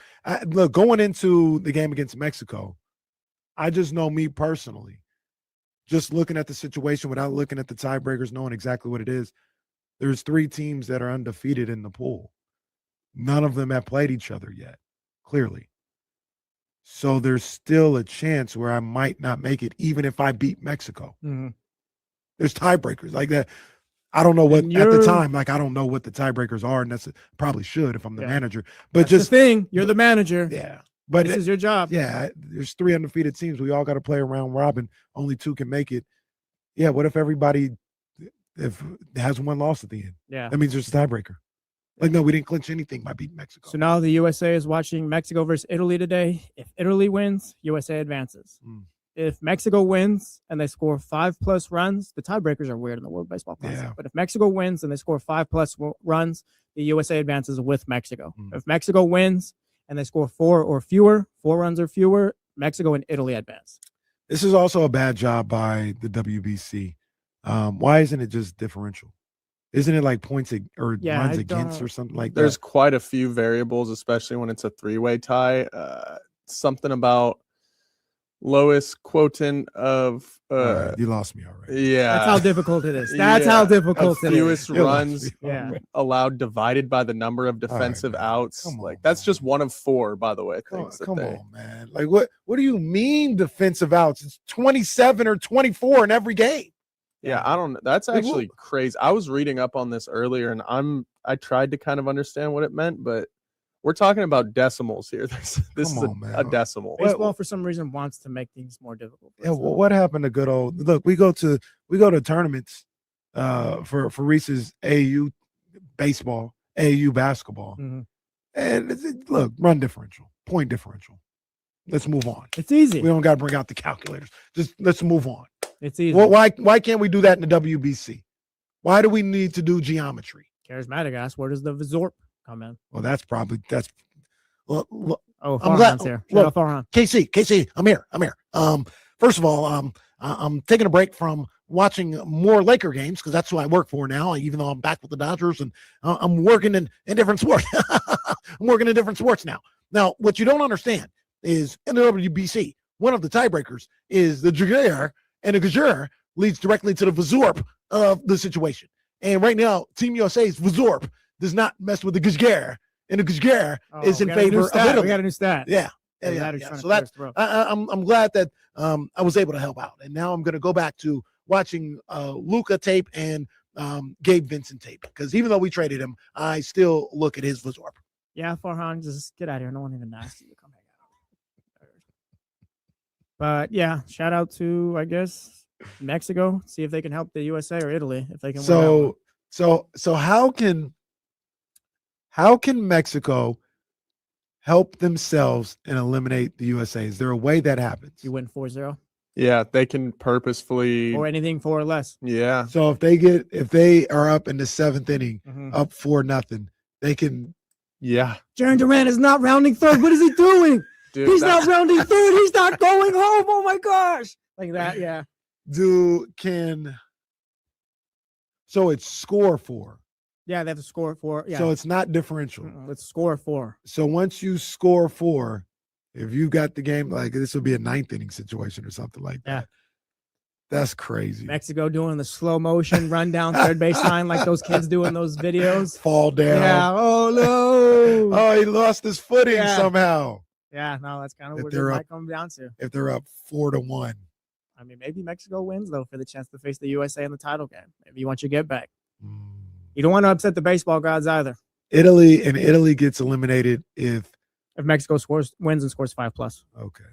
If Italy wins, USA is cool. Right. But we'll see what ends up happening. Italy was putting out work on USA early. Dude. It was 8-0. Like I don't even think I considered this option. It's terrifying to see all the reports coming out about how the team was going out 2 nights ago. Not taking it serious. USA has had bad PR all tournament long. Yeah, dude, the entire tournament. I noticed like at the beginning of the tournament, the Astros stadium was empty.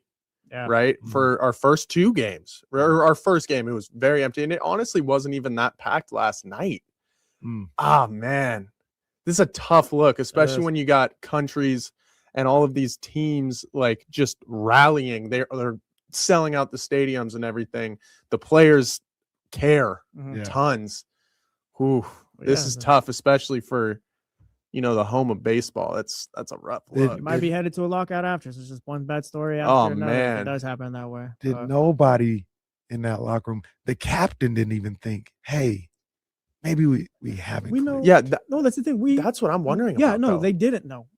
They didn't know that. I don't think so. Insane, bro. Is it though? Because we heard Tariq Screwball. Oh yeah, I thought this was doesn't kind even of watch. all-star game vibes. Like Yeah. yes, they were not tapped in or just really locked in on anything going on here. Bryce Nobody. Harper before the game or before WBC. Yeah, like World Baseball Classic's fine, but everyone knows it's about the Olympics. Yeah, it's not the And- Olympics. Fine, you can believe that, but also like you need to be locked in here as well. Yeah. But Well, it's you go just- look across bad the league. It is bigger than the Mhm. Olympics, and at all of these other stadiums where all these other teams are playing, it's just not like that here. Yeah. So We'll see what ends up happening to the U.S. They'll be locked into USA, Italy.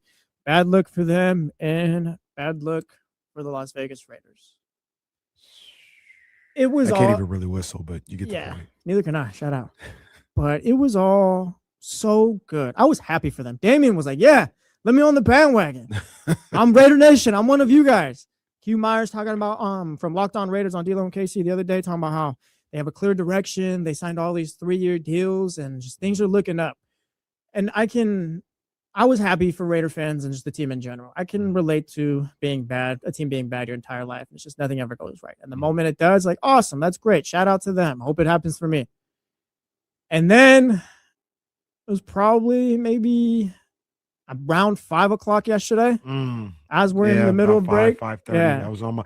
I was taking Reese to practice. And I was like, wait, what? Raiders released a statement. Let me pull up that statement just because I think that's important as well in all of this. You can tell how pissed off Tom Brady was in that statement. The Raiders tweet out at 5:02 p.m. The Baltimore Ravens have backed out of our trade agreement for Max Crosby. We will have no further comment at this time. And if you've been following that story since, Trey Hendrickson is now defensive lineman, is now a Baltimore Raven as of this morning.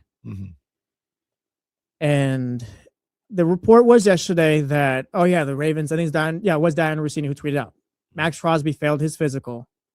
The Ravens aren't going through with the deal. And that's fine. He can fail his physical.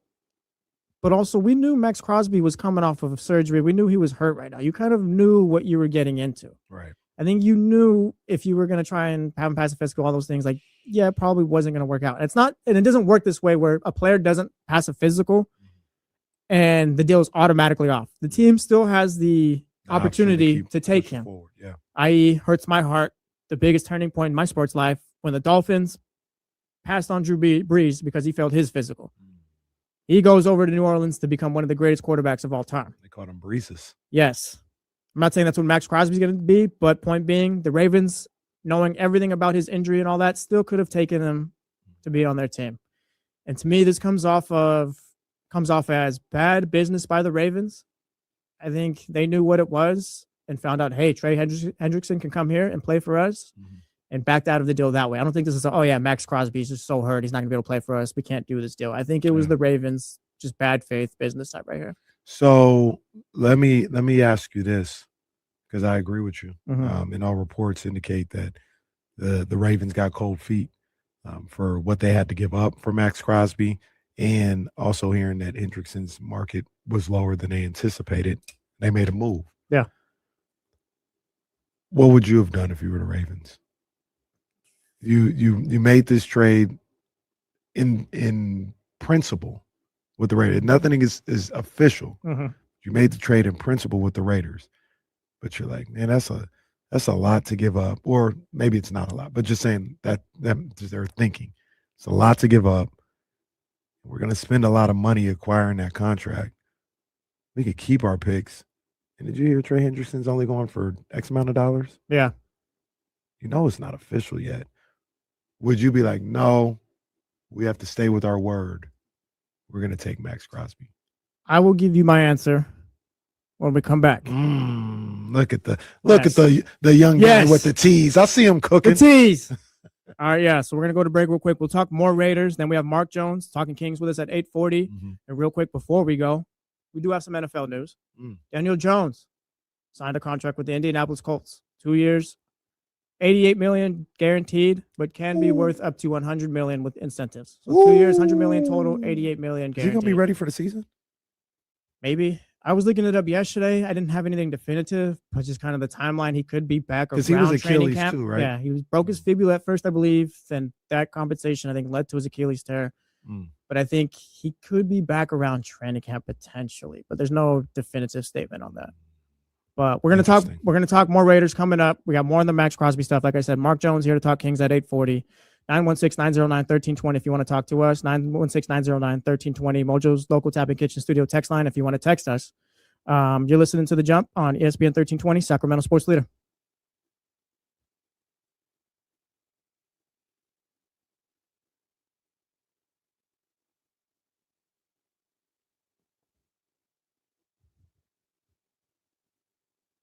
We didn't get to the text line earlier when we were talking basketball and stuff, but shout out to the 510. The same points per game at a lower field goal percentage makes a better score. How? In what way? You clearly don't understand the basics of basketball, much the nuances. Shout out to the 5-3-0. Tim Duncan didn't have a Dude. flashy game. That's why he didn't get hyped. KC should know better. Oh, sorry, maybe not shout out. Jesse gets a pass for being a kid. All right, maybe it's a shot.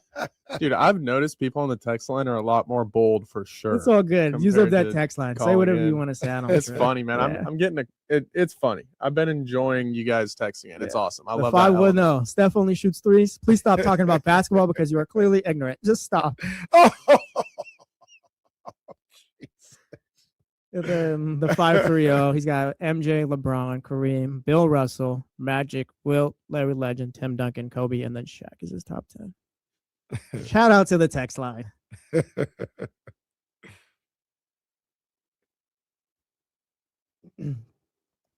Yeah, charismatic. We'll try to get that. Talk about that too before Mark gets here.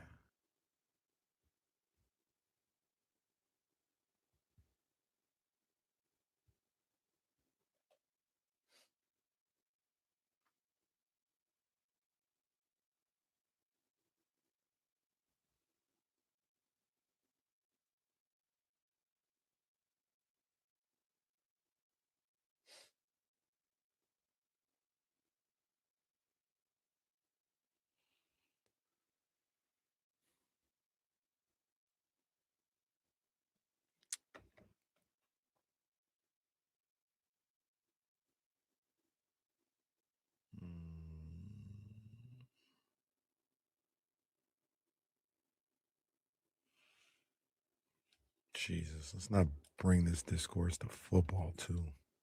I think scouts being Yeah. facetious, but I'm just saying, please don't. What's up, Andrew? Appreciate you listening on 1320 AM. Andrew, what's up, Definitely, man? yeah. Shout out Andrew. You know what? Shout out to Bret Hart.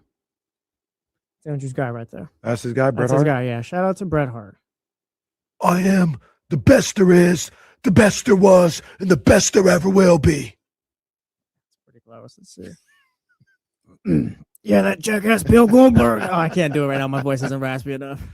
You know, one of the guys that I hate is Bill Goldberg. That's pretty. This guy ruined the business. No, that's pretty good. He was a joke. Talk about Triple H actually. You know, this one guy I really can't stand is Triple H. This guy was a joke. He ruined the business. You know, there was some integrity in the game before he came. And he's doing the same crooked shit. Can I curse? All good, Brett. We're on the street. Crooked shit that Vince used to do. By the way, go 49ers. He's a 49er fan. Shout out Brett. 4 years, 112 million. Worth up to 30 million per year. Less than Max Crosby. Max was 35 per. Oh man.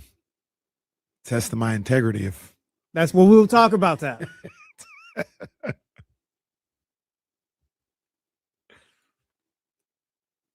maybe we'll get his thoughts tomorrow. Maybe. It's a damn shame what they did to the WWE network. Mm. I used to go back there and watch all that stuff, but I don't even know if it exists anymore or where it exists.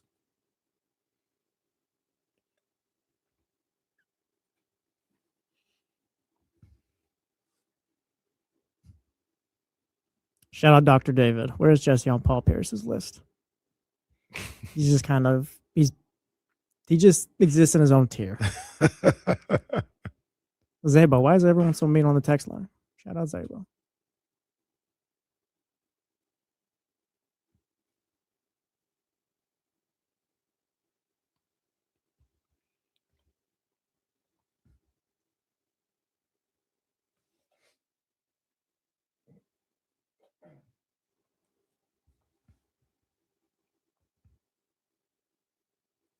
Frank, you just missed it. Bret Hart was here. He just left. You just missed him. Just missed him.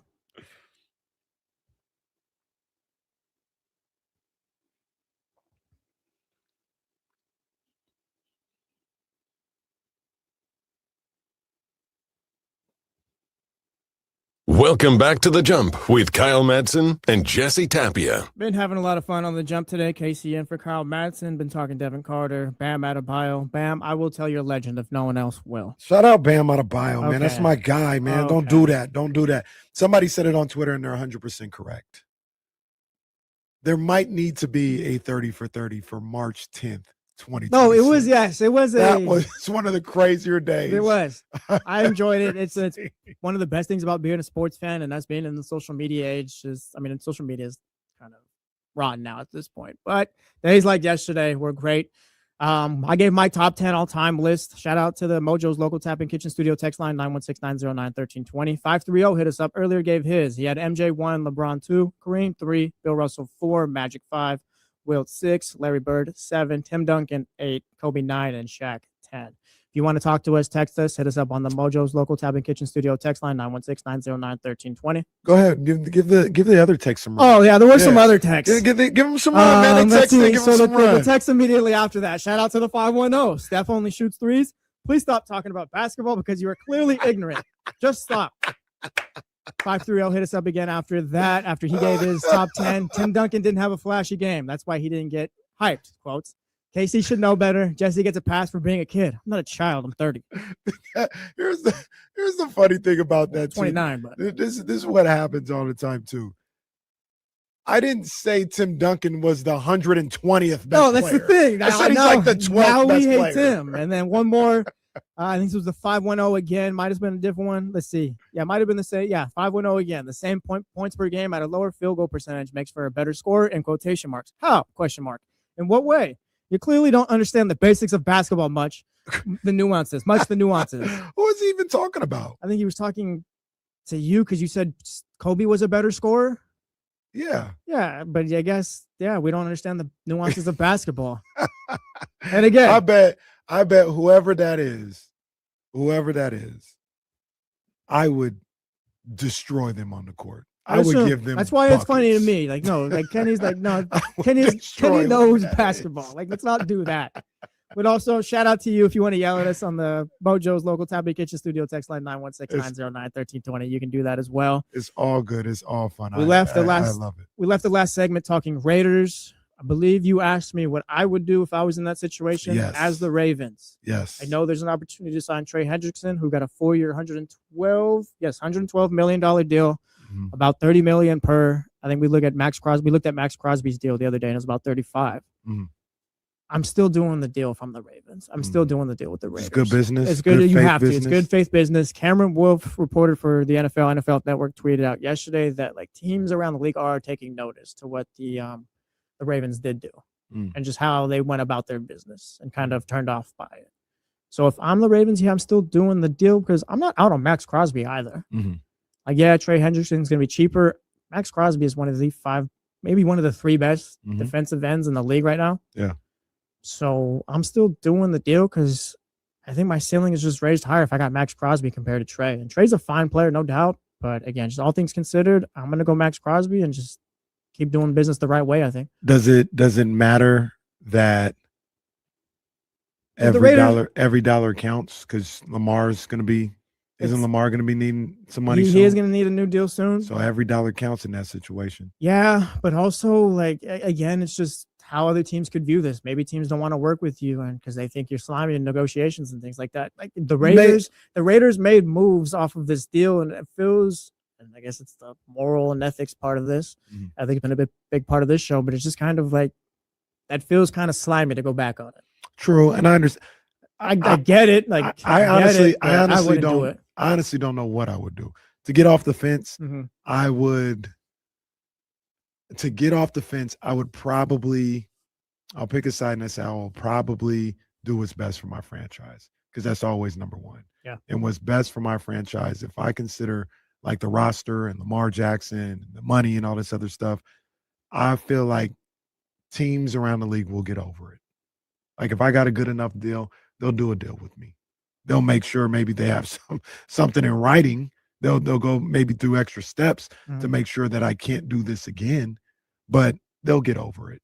I got to do what's best for my franchise. And when I talk about my franchise, I'm kind of speaking a little bit specifically to Lamar Jackson. Now I hear you. And I've got to make sure that if I've got a 3-year outlook on what the money's looking like, if I can save some money somewhere to make sure that I can keep him around, that's what I'm going to have to do. So, like I said, it's a bad look. People will talk about it. They'll be upset about it, but they'll get over it. I'm not going to knock.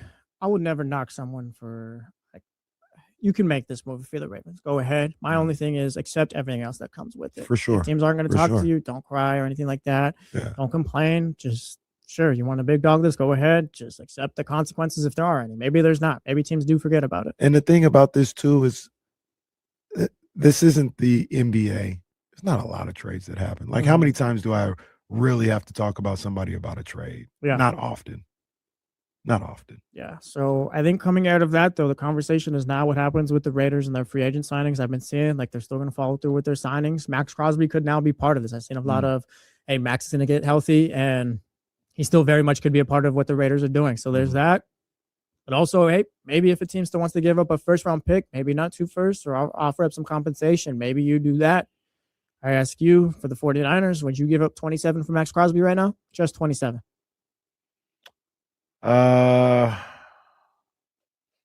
27 as in the Their first-round pick. Yeah. That's what I thought. Yeah, I probably would. If that's what it cost, if it was just a future first, especially since I signed to Mike Evans and I didn't have to, like earlier, you thought maybe you'd have to go get an A.J. Brown or a Justin Jefferson if that was ever realistic, or somebody, a Garrett Wilson, and you'd have to move on from your pick this year. Yeah. Now that you don't have to move on from your pick this year, yeah, I might even get a Max Crosby with this year's first rounder, since I already got the wide receiver. Yeah. So yeah, the more I think about it, the more it feels like a no-brainer. Like, absolutely. Yeah, I definitely do it too. But let's move on to the Kings. We got the biggest story in sports last night. Yes, Wasn't Devin Sacramento. Carter. It wasn't The fourth in quarter, Baltimore. heard round the world. Yeah, it wasn't in Baltimore. It wasn't in Miami. Shout out to 305. The biggest story in sports was in Sacramento, California, at the Golden One Center. And the man there calling it was Kings and ESPN play-by-play commentator Mark Jones. Mark Jones, what's up, man? How you doing? Man, I'm trying to get to the gym, man. I was inspired by the play of the Kings last night. In particular, young Carter was on his grind last night, man. It was inspiring. It's inspiring basketball. We can just get right into it. Devin Carter's been in and out of the lineup, honestly, since he was drafted as a Sacramento King. He's had instances like yesterday where he played well. You're around the team a bunch. Can you just tell us a bit who Devin Carter is? Talk to us about him. I think what people don't realize about Devin is that he's still making the transition to a point guard, and he missed all the last year. Of course, the shoulder injury really kind of made his last rookie season very discontinuous. So he's finally healthy, came in this past summer. I got to give you the journey a little bit.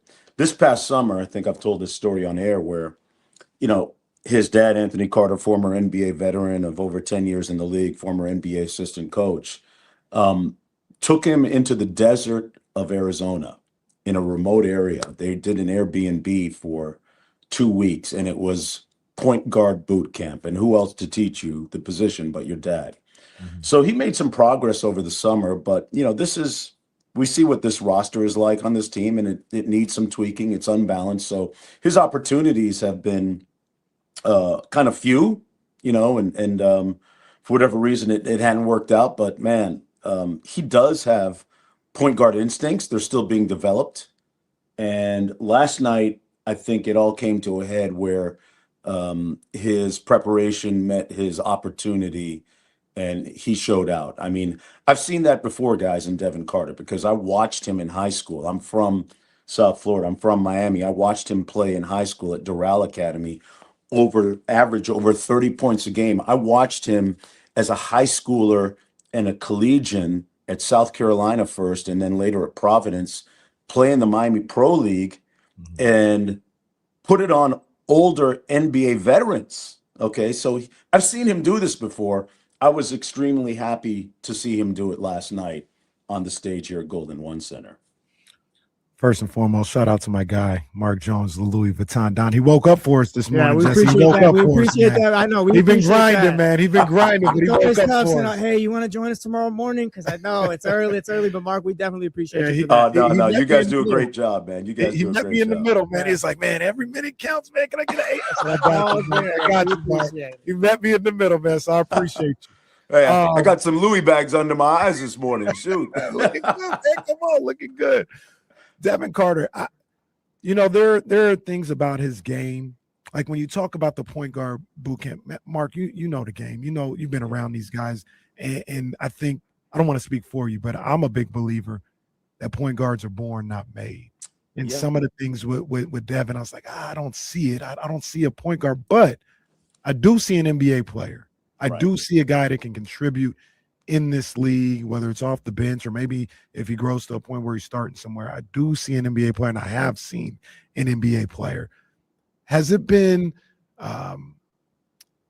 perplexing to see him not get an opportunity to at least get a feel, like since the youth movement has taken place here in Sacramento? Because it has been for me. It's like, man, at least get him out there and get him some minutes, get him some opportunities. Yeah, maybe, now with the last, whatever we have, 17, 16 games remaining, he gets a little bit more run, right? But it's this year has been very strange. I mean, it's like the Twilight Zone at times, man, with all the injuries that we've had and different starting lineups. We're over 30 odd different starting lineups.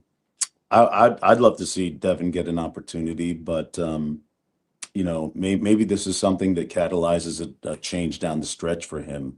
I know it's been a very difficult task for Doug to work with so many different fluid lineups, and the rotation minutes are really different because the coaching staff, they go into every game figuring out who's available, and then it's like, okay, then they got to make out the rotations, and it's changing constantly. And I think he's been on the short end of that. If you're going to make it, make a long story short, he's ended up on the short end of it, for whatever reason.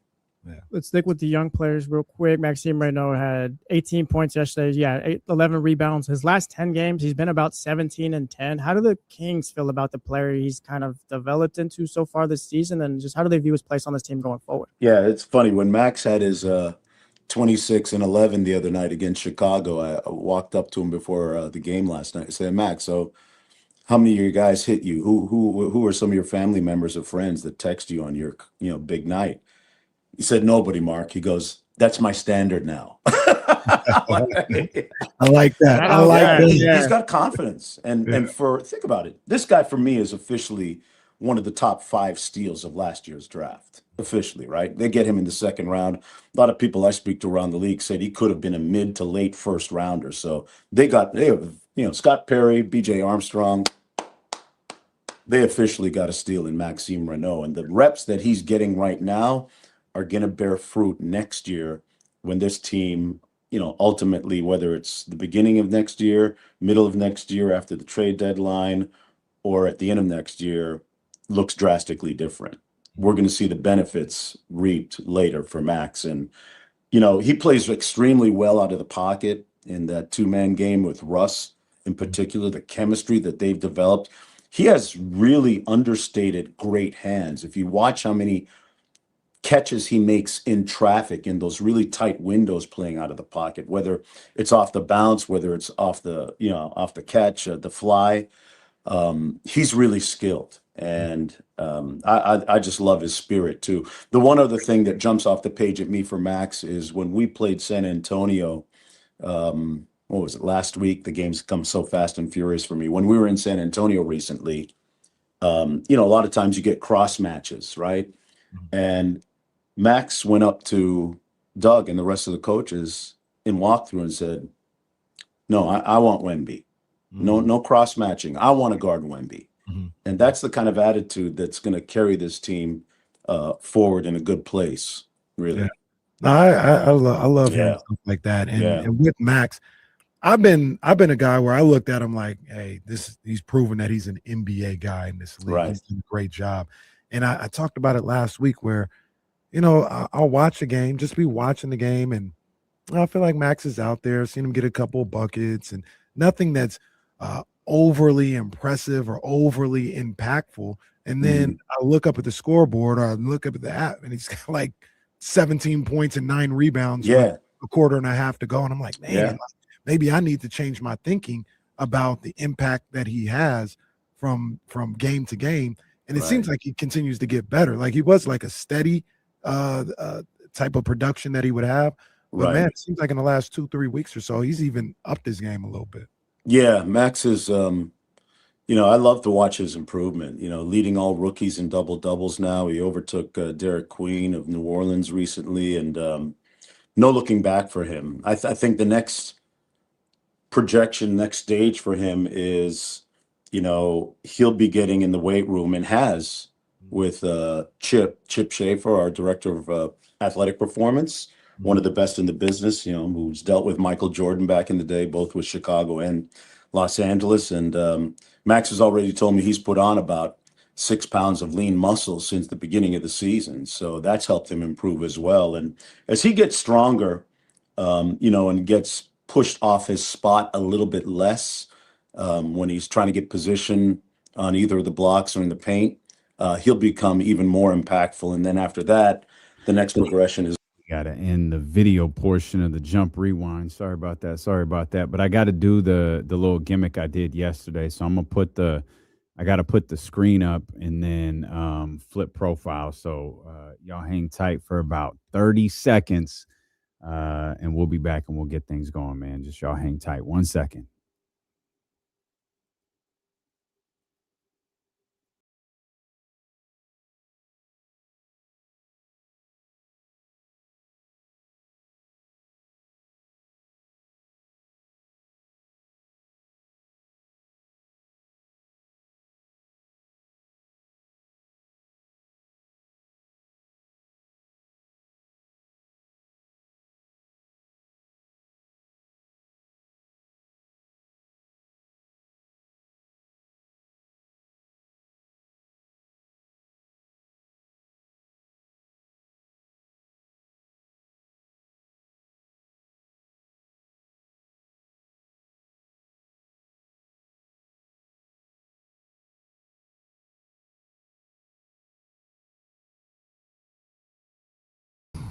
All right, y'all. Sorry about that.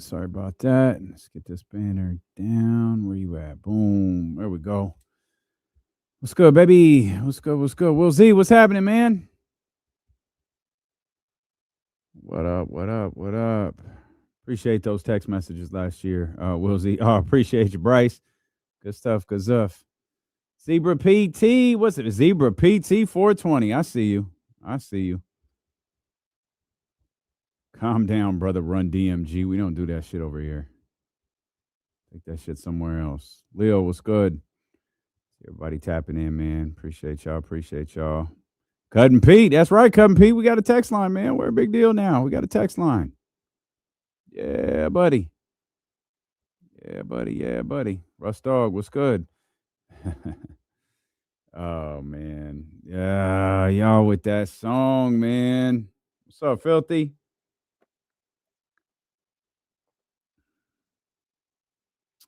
Oh, man. Y'all in that song. I mean, they won, right? Do what we got to do. Those are the rules.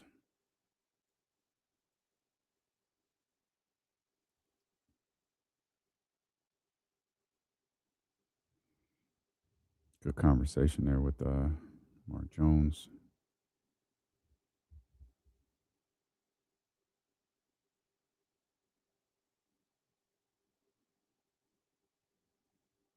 Warren, what's good, baby? Mr. Day One himself. Marcus, what's happening? I think we're going to start the radio show a little bit early. Yeah, a little bit.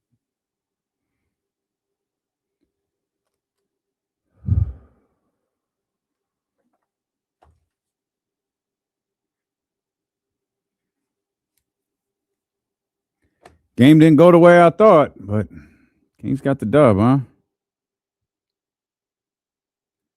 No, not everybody is thrilled about that, and I understand. We'll talk about it.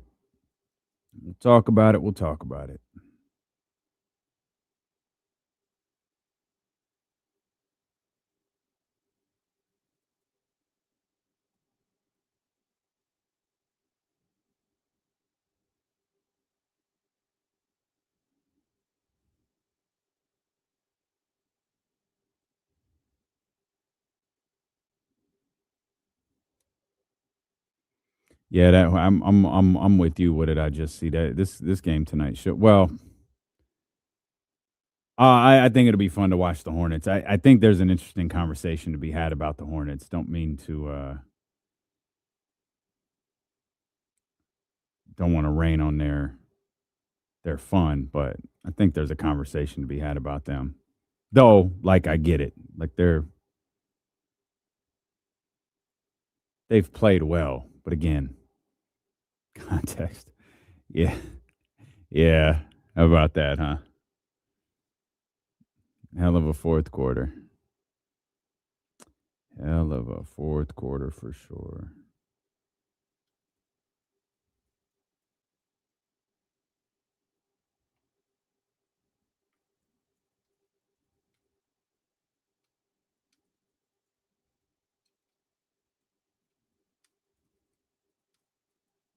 That's good.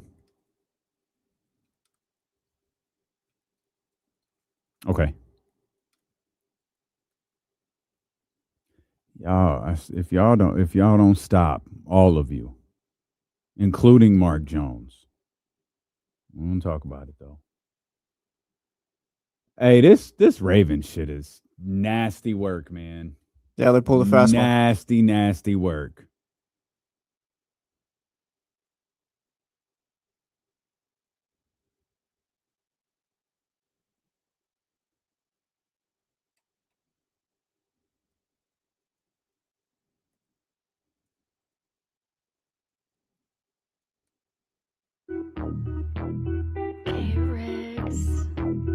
Yeah.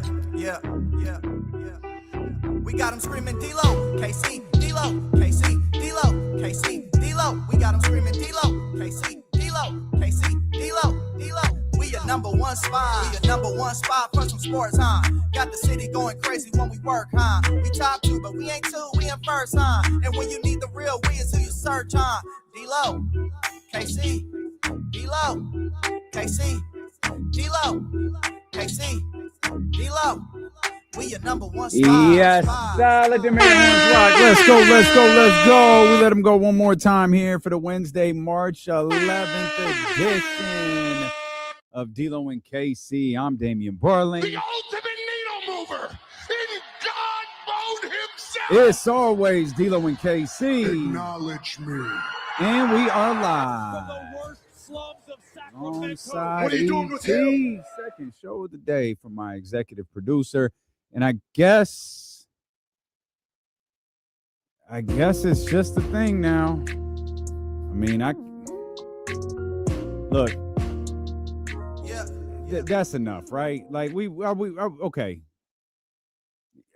We're not really gonna do that a second time, right? Like, that's good. Like, hey, why not? In fact, some of y'all mad because some people mad. All right, it's y'all song. This ain't my song. This Young Zell. The song belonged to the people. 16th win of the season. We'll let it rock. They do not know what Sacktown brings. When on the low, that's a Sacktown thing. Talking about us, it's a bounce out thing. Must they forgot we some Sacramento Kings. Whole squad going crazy, yeah, we back with it. Northern Cali going crazy, one sack winning. If you doubted us then, ain't no back spinning. This is real right here, ain't no catfishing. So tell me what you see now. Coming down the lane off the rebound. It's 9-16 now. Look toward the sky like the beam now. All right, Young Zell. That's enough. So there you have it. Game admittedly did not go the way that I thought it was going to go. I was prepared. Not only was I prepared, I had fully planned on laughing at myself to start this show tomorrow when the Kings were down 20. Even when the Kings went into the fourth, I think they were down 10 to start the fourth. I thought, okay, I'm kind of surveying the landscape and took quick notice of who was on the floor and thought, okay, I think there's a couple of guys that probably aren't coming back. Those guys, of course, being DeMar DeRozan and Russell Westbrook. Looking at that lineup that was out there, I actually didn't think Precious Achiuwa was coming back out either. And I thought, all right, they're going to just let these guys rock. And that's perfectly fine. But let this be note real quick here. Second night of a back-to-back tonight at the Golden One Center. It's the Sacramento Kings versus the Charlotte Hornets. Russell Westbrook will not play tonight. He is out. Malik Monk will not play in tonight's game. He is out. And Devin Carter, Mr. Fourth Quarter. Devin Carter will not play in tonight's game. He's out. Of course, we saw him. We saw his ankle get rolled up on yesterday, and then we saw or we didn't see. He talked about in the postgame, like it really started to bother him. I think he said with a couple of seconds left in the game, he was actually limping pretty bad once the final buzzer went off. So hopefully everything is all right with Devin Carter. I do want to say this about Devin. Obviously, that's a spectacular performance last night. An incredible third quarter from him. Just fantastic.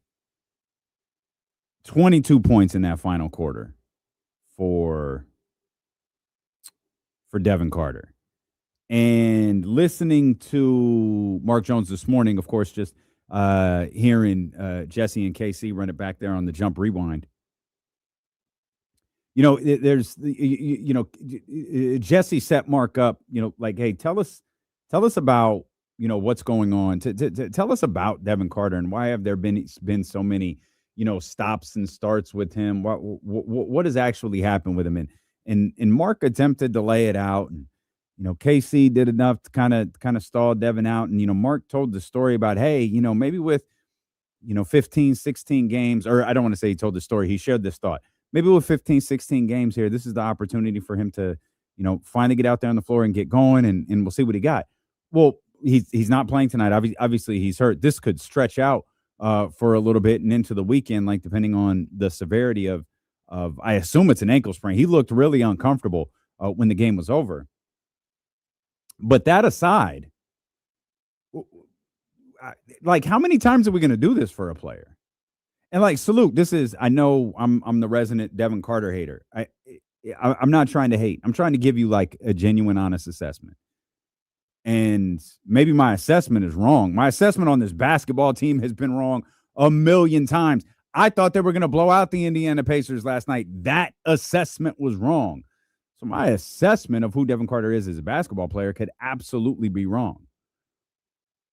But at this point in his career, I don't believe he's a good basketball player. And I think there's something to be told for the amount of times that Doug Christie has given him an opportunity to get in the game, give him an opportunity to have some rotational minutes, giving him an opportunity over the stretch of games to where ultimately it just winds up with the same thing, where he's back on the bench and he's not playing. And you go back and you look at last night. Oh man, maybe this is the moment for Devin Carter. Devin Carter didn't play in the first half. Like a minute, he played nothing. He was a DNP in the first half. He had he had a spectacular fourth quarter. He stepped on the floor in the third. He played every single second of the fourth quarter, and he deserves a lot of credit for the way that they played. They probably won the game because of Devin Carter last night.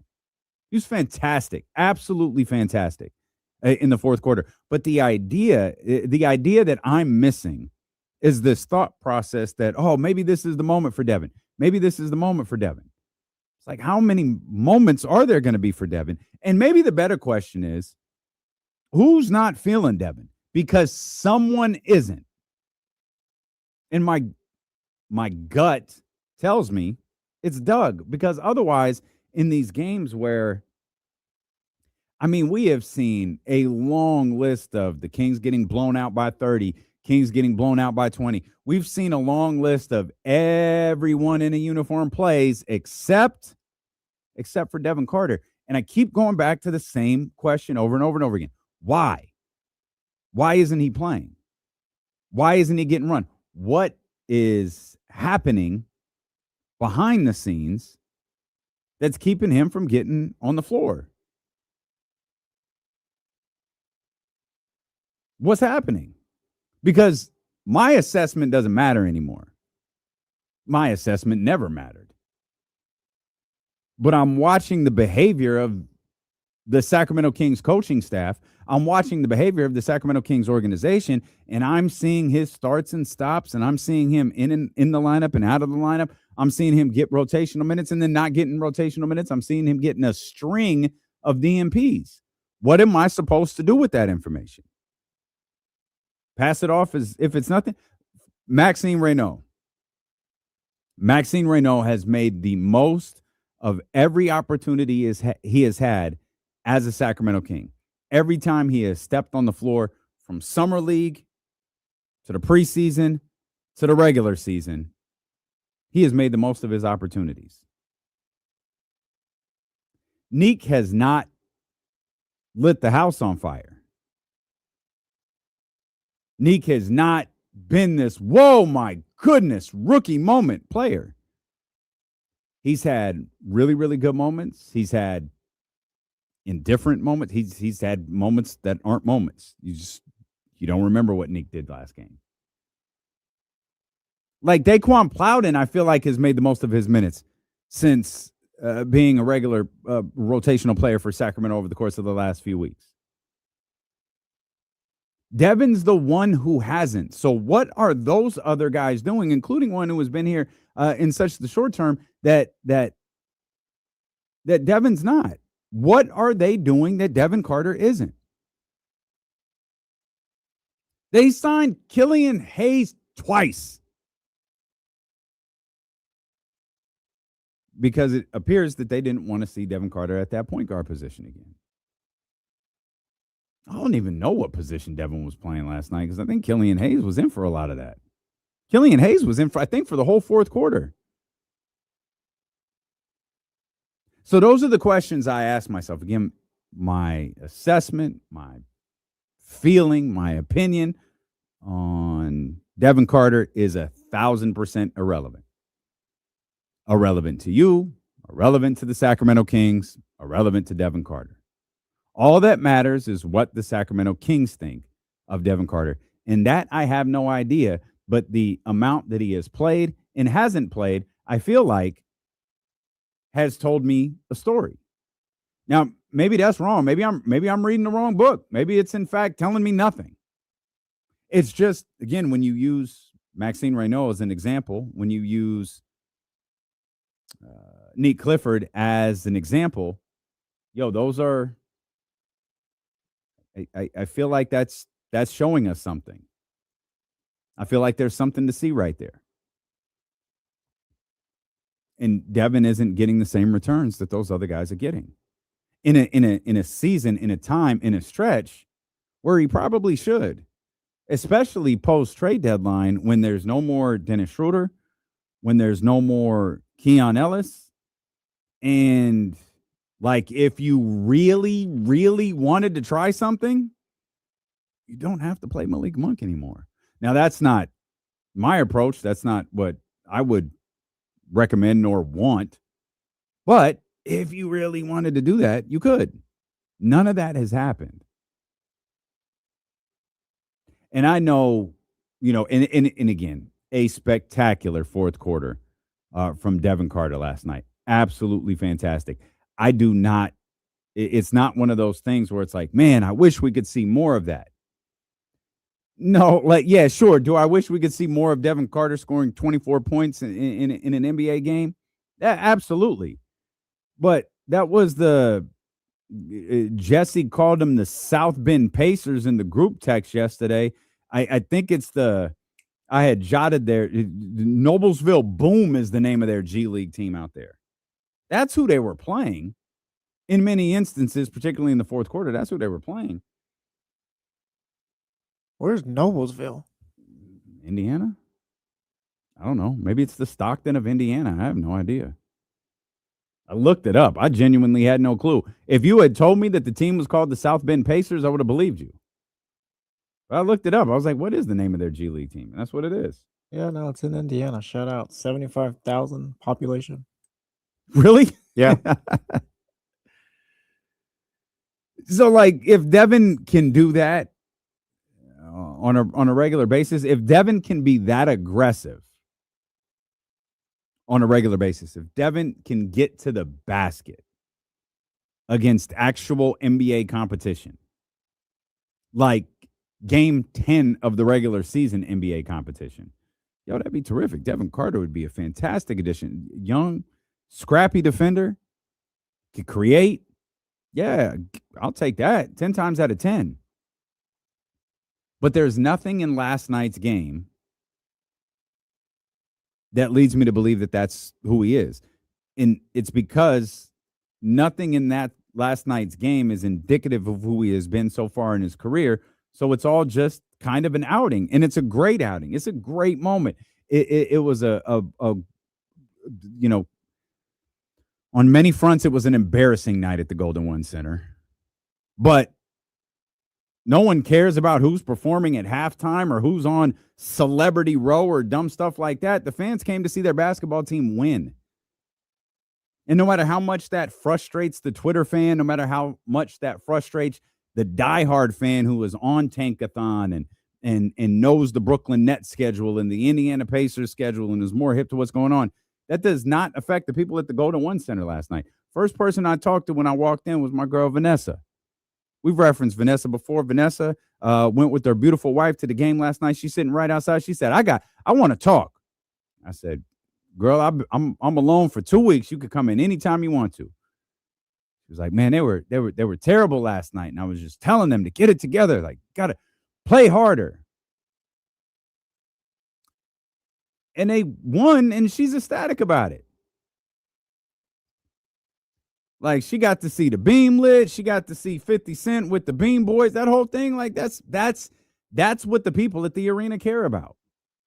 There was a moment where I chuckled. Like, I legitimate talk, and I'm sorry, I should have timestamped this. I should have timestamped it, where it was the fourth quarter. The deficit was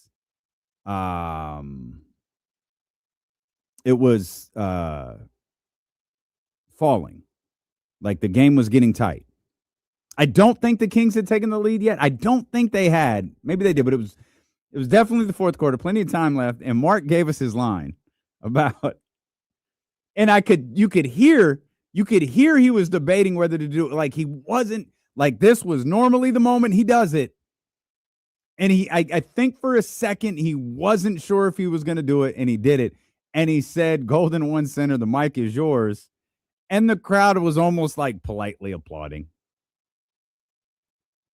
I think there was a moment where the crowd was like, okay, we don't actually think you're going to win this game. And then when Devin got hotter and hotter and hotter and hotter and hotter, and it was like, yo, the Sacramento Kings are going to win this game. Yeah, that's where the crowd really got into it. And fans who go to the Golden One Center want to see their basketball team win. They want to see the Beam Boys. They want to see the beam lit. They want to see all of the silly stuff that comes along with 90s night and all of that stuff at the Golden One Center. But this is the reality of the final 16 games. You're going to have moments like this from Devin. Maybe you're going to have moments like this from Neek or Daquan or Max or whoever. And we're going to be left to, with guys like Max, you're adding to a resume. With guys like Neek, maybe you're getting a little bit more excited about what next year may hold and what an offseason might look like for Neek and what type of basketball player he could be going into his second season. You wonder what the future is for the likes of Daquan Plowden and guys like that. Devin Carter, too. I'll put Devin Carter in there. Like, you wonder that. But in the end, you're not really going to be able to take anything away from it. Or I'll take that back. You can. It's going to be really tough to take something away from that. And you're going to have a contingent of fans who are really frustrated that the team is winning because we have, understandably put ourselves in the worst case scenario situation. We talk about this all of the time. Wherever you finish, +4, that's worst case scenario. 1, that's 5. 4, that's 8. And the Sacramento Kings will almost certainly, if we win hypothetical, so they beat Indiana yesterday. And it's kind of a point where we collectively, myself, you, Kings fans everywhere who may or may not be listening. We have to make the decision. Do we want to continue to worry about things we can't control? Because we can't control how many games the Sacramento Kings win, nor can we control where they finish in the lottery.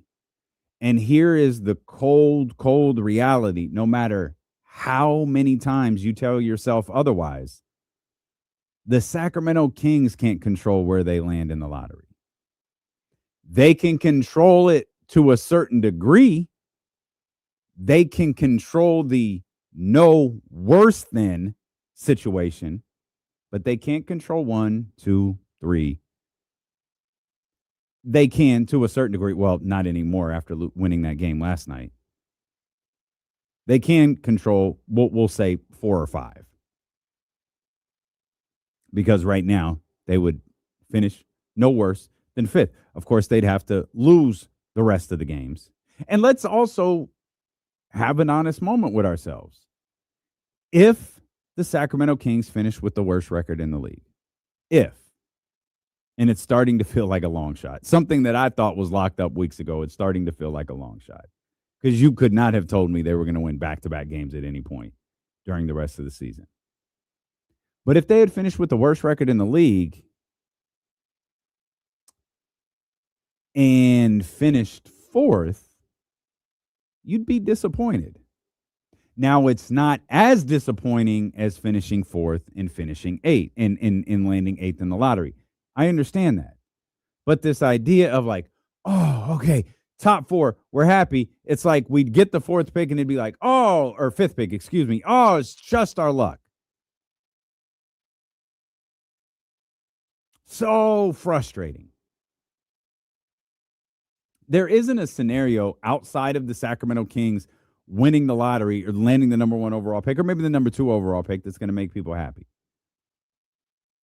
But there's only so much of this that can even be controlled. And the Kings beat the Pacers yesterday. They still have 2 games against Brooklyn. And we can even throw in the game versus Utah. If the Sacramento Kings win all 3 of those games, they still finish with one of the bottom 4 records. Now, of course, the bottom 4 records allow you an equal opportunity to land the number 1 overall pick in the draft. Of course, it could land you in a much different spot at 7, 8, 6. It could do that as well. But finishing with the worst record or the 4th worst record in terms of 1, it's not different. It's exactly the same. Everyone, again, understandably, everyone is worried about the worst case scenario and nothing else because we are conditioned as Sacramento Kings fans to believe that the worst possible thing is going to happen to us. And I don't know. I mean, look at tonight as an example. We'll talk a lot about Charlotte as the day progresses. Of course, we're going into that, second night of a back-to-back for the Sacramento Kings at the Golden One Center hosting the Charlotte Hornets. Like, I understand Charlotte was kind of the hotness and they had gotten everybody's attention. And, when you dig a little bit deeper into what was actually going on with Charlotte, it might warrant a discussion, which might lead us to a little bit of understanding as to why Russ, Malik, and Devin are out. Now, Devin, clearly, based on the end of that game, is hurt. Malik and Russ, I'm not really sure about. I took it, as I told you earlier, when I saw who stepped on the floor to start the 4th quarter, I just assumed that was probably in the end for those guys. Maybe Russ actually just couldn't go back in. Maybe Russ, I think he's listed like a thigh contusion or something like that. And Malik is out. And I think they looked at the Charlotte game, and maybe there was a look at the Charlotte game like, maybe we just run the young guys out there and see what happens. Let me just get him a run. Because if the Kings won those 3 games that we're talking about, that the 2 Brooklyn Nets game and the Utah Jazz game, that gets them to 19 victories. Utah, as it stands right now, has 20. So how many games do you think the Kings are going to win in the final 15 here? Now, there's an interesting note that they have Golden State, I think, twice at the end of the season. 2 of the last 3 games, I think, are against Golden State. And you have this weird situation developing where Steph Curry cannot get healthy. They keep ruling Steph Curry out for 10 days at a time, and they just did that again today. And they're now below 500 at 32 and 33. Again, them making the play-in,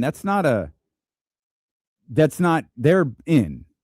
Whether they like it or not, they're in. They're going to make the play-in. You know, what they wind up doing in the play-in, that's another discussion. I've made my opinion on the Golden State Warriors and what they should do crystal clear. Lose, try your hand at the lottery. You're the Warriors, you're probably going to get lucky somehow. Even if it's not number 1, maybe it's number 2. Maybe if it's not number 1 or 2, it's number 4. But you do that, you're the Warriors, you could wind up landing with a fantastic pick and a young player to pair with Steph Curry for however long Steph Curry decides he wants to play. But I'm not sure that the Sacramento Kings are going to finish any better than the bottom 4. Because with that, again, you give you those three, call them tanking wins. I don't think Utah is losing the next 16, 17 games. Are they starting a 17-game losing streak tonight? I don't think that they are. And they're a 20-win basketball team. You know, you've got the New Orleans Pelicans also. Are they starting a 16-game losing streak? No, probably not. You got Dallas right there. Dallas has lost 8 in a row. You telling me Dallas is going to lose 23 games before the season is over? 23 more games? 23 in a row? No, probably not. The question for Kings fans will be, what do the Pacers do? What do the Wizards do? And how many games does Brooklyn win? Can you split those games with Brooklyn to kind of, level out the odds a little bit? Like, what's the schedule? I know people have been on Tankathon and talked about, strength of schedule the rest of the way. Like, taking a quick peek at Brooklyn, their third to last game of the season is against Indiana. They got a game on Sunday, April 5th against Washington. Those, in terms of the teams kind of sitting around the bottom of this discussion, those are the 2 games that they have left. They got a couple of games against Milwaukee. Those will be interesting. They got this one against Charlotte coming up at the end of the month. We'll talk more about that. They got the Warriors on their schedule, and this falls. This is just outside the latest Steph Curry window, so who knows what that looks like. But now all of a sudden, and the Pacers the Pacers were up by 20 last night. That game started the exact opposite of what I expected. The team who I thought was going to get run was the Pacers. They were running the Kings out of their own building. Kings got it within 10 to start the 4th, and then, of course, Devin Carter had that absolutely fantastic fourth quarter. The Sacramento Kings as a whole had that fantastic fourth quarter, but Devin was just absolutely terrific. Absolutely terrific. That group where Devin, Neek, Killian Hayes, Daquan Plowden, they were on the floor for the whole fourth quarter. That was a 40-something point, 42 point fourth quarter. The only other guys that played in the fourth quarter, in addition to those 4 I just named, were Max played and Drew Eubanks played. But those guys stayed on the floor and finished the job. Their job as players is to win. And as frustrating as it might be, as infuriated as a lot of this fan base is, the thing I just kept walked away with last night was we can't control none of this, man. We cannot control whether the Sacramento Kings win or lose games. And, like, really, we can't control where they land in the lottery. Like, I get being a fan, it's rooting for the interest of the basketball team, right? In this case, most people think that the best interest of this basketball team is to lose. That's fine. That's absolutely fine. But we, you, me, and Doug and Scott and Devin and Nick and Max and Daquan Plowden, Russell Westbrook, Devin Carter, nobody has any control over what those ping pong balls are going to wind up doing. And we're married to that worst case scenario, and I promise I understand. But we might just have to settle in. And who knows? Maybe the Pacers have a couple of more games in them, like they did the first 3 quarters or maybe 2.5 quarters of last night's game. That was their 10th straight loss, by the way. That was the Indiana Pacers' 10th straight loss. They're now sitting at 15-50. If my elementary school math is any good, that means they have 17 games left. Are we talking a 27-game losing streak? Not likely. However, they have Phoenix coming up. They have New York coming up. I'm always going to look at Milwaukee interesting. Like Indiana's schedule, we mentioned that Brooklyn game. They got Brooklyn. They got Chicago. They got Charlotte. If there are wins on this schedule for the Indiana Pacers, there's not very many. And mind you, some of their losses in this 10-game losing streak, 2 of them have been to Washington. 1 of them has been to Memphis, and I point Memphis out because we know how bad they are. 1 of them has been against Dallas, who has the same record as Memphis. And guess who their last win was on February 11th? It was the Brooklyn Nets. We'll come back. We'll talk with ESPN 1320 Kings insider and host of the Locked On Kings podcast. Our man James Ham joins us next on Sacramento Sports Leader, ESPN 1320.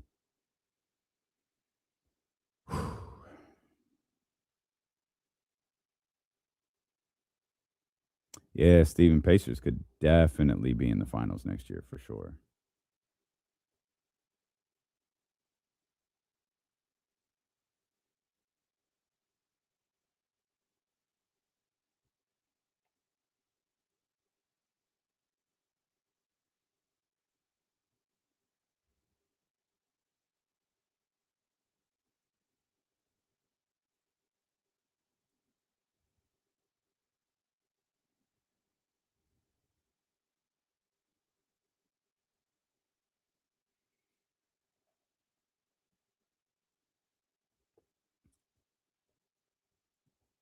Oh, do they lose it if they get 5? I couldn't remember. Was it top 4 protected? Oh, man.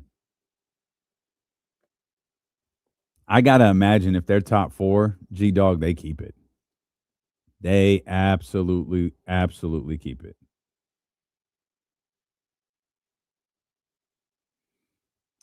Chris J., you got to go look at those games played.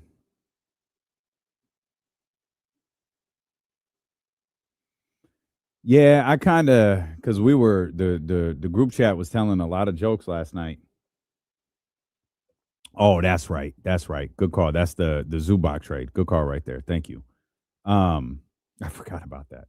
I absolutely forgot about that. Good call right there.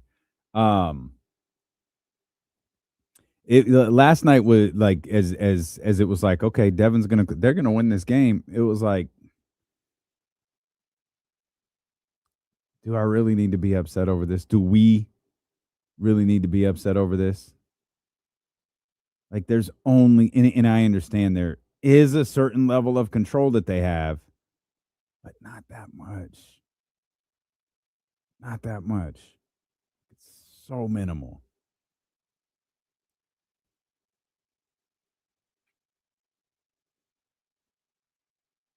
So minimal.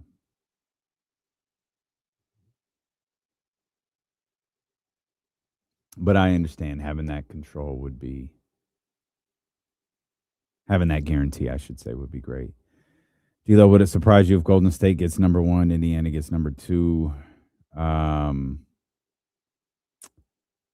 Yeah, Indiana, like if I'm looking for like the league to do something like sketchy, I wouldn't include Indiana or Utah because the sketchy part would be to leave them out and put them in the worst possible position because they were the ones who actually got fined. But Golden State winning after losing, 1 or 2 playing games, yeah, I could absolutely see that. But that's a lot like being the pessimistic Kings fan worried about the worst case scenario. That's the worst case scenario, right? Is the Warriors coming in and winning the lottery.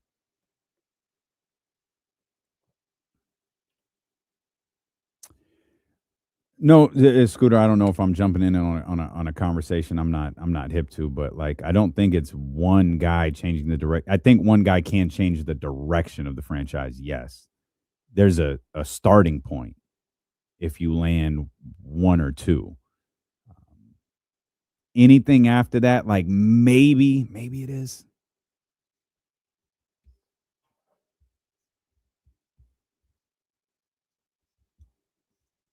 Expecting our 1320 Kings Insider to join us coming up here in just a few minutes. We'll continue the conversation on Kings basketball. I was talking with my man Scooter here during the commercial break over on youtube.com/ESPN1320. Of course, lots of different ways to get a hold of the show. Mojo's local tap-in kitchen text line as well. You could text the show just as you can call it, 916-909-1320. But the chat's having a conversation about can one guy change the direction of the franchise. And I think this upcoming draft, what you're really looking to have is someone to have a starting point, a player to start the change in the franchise, the player to build around, the focal point. The hope is you're landing the guy. You're landing the guy. And that's the Cade, that's the Paolo, that's the player that you feel like you can build everything around. And the game kind of changes a little bit once you have that. I mean, we talked about Devin Booker. Devin Booker is such a fantastic example of, all of these guys are great examples, but Devin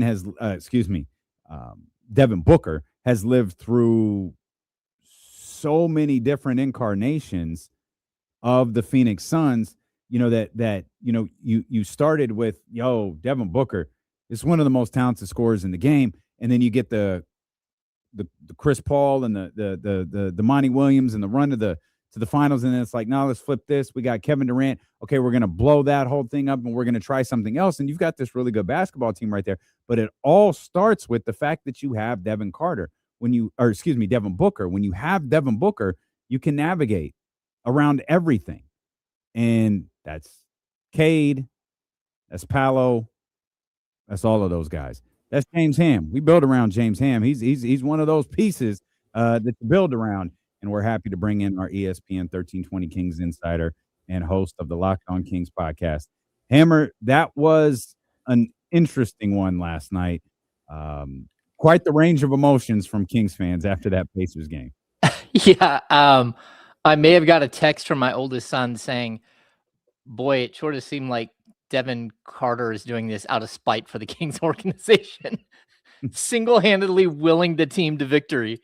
It was, I think the whole night was weird, to be honest with you. Yeah, sure. The NSYNC guy sitting next to 50 Cent and then going to perform Belle Biv DeVoe during the halftime show. Yeah, that's pretty weird. It was all weird. And look, I'm not an NSYNC guy. I grew up in the 80s, not the 90s so much. And even if it was if you were into boy bands when I was growing up, it was Backstreet Boys, I think, before it was NSYNC. Maybe I'm wrong. It was right around the same time. I think the Backstreet Boys were first in NSYNC, but yeah, it was the same time frame. Yeah, so I remember when I was working when I was 15, all the girls that I worked with were huge Backstreet Boy fans, and they each had a favorite guy. I don't think like maybe I'm wrong, but is Joey Fatone like the guy for anybody? I don't know. And then I started getting texts like, could they not afford to bring in all of them? Or is it I'm like, man, I don't know. 50 Cent's here. I was waiting for him to get up and start singing with Joey Fatone. Like it was a weird night. It was weird. And then those guys went over and lit the beam. I'm like, what is you knew it as soon as it was clear the Kings were going to win. It's like, oh, they're going to have this NSYNC guy and 50 Cent go light the beam. This is terrific.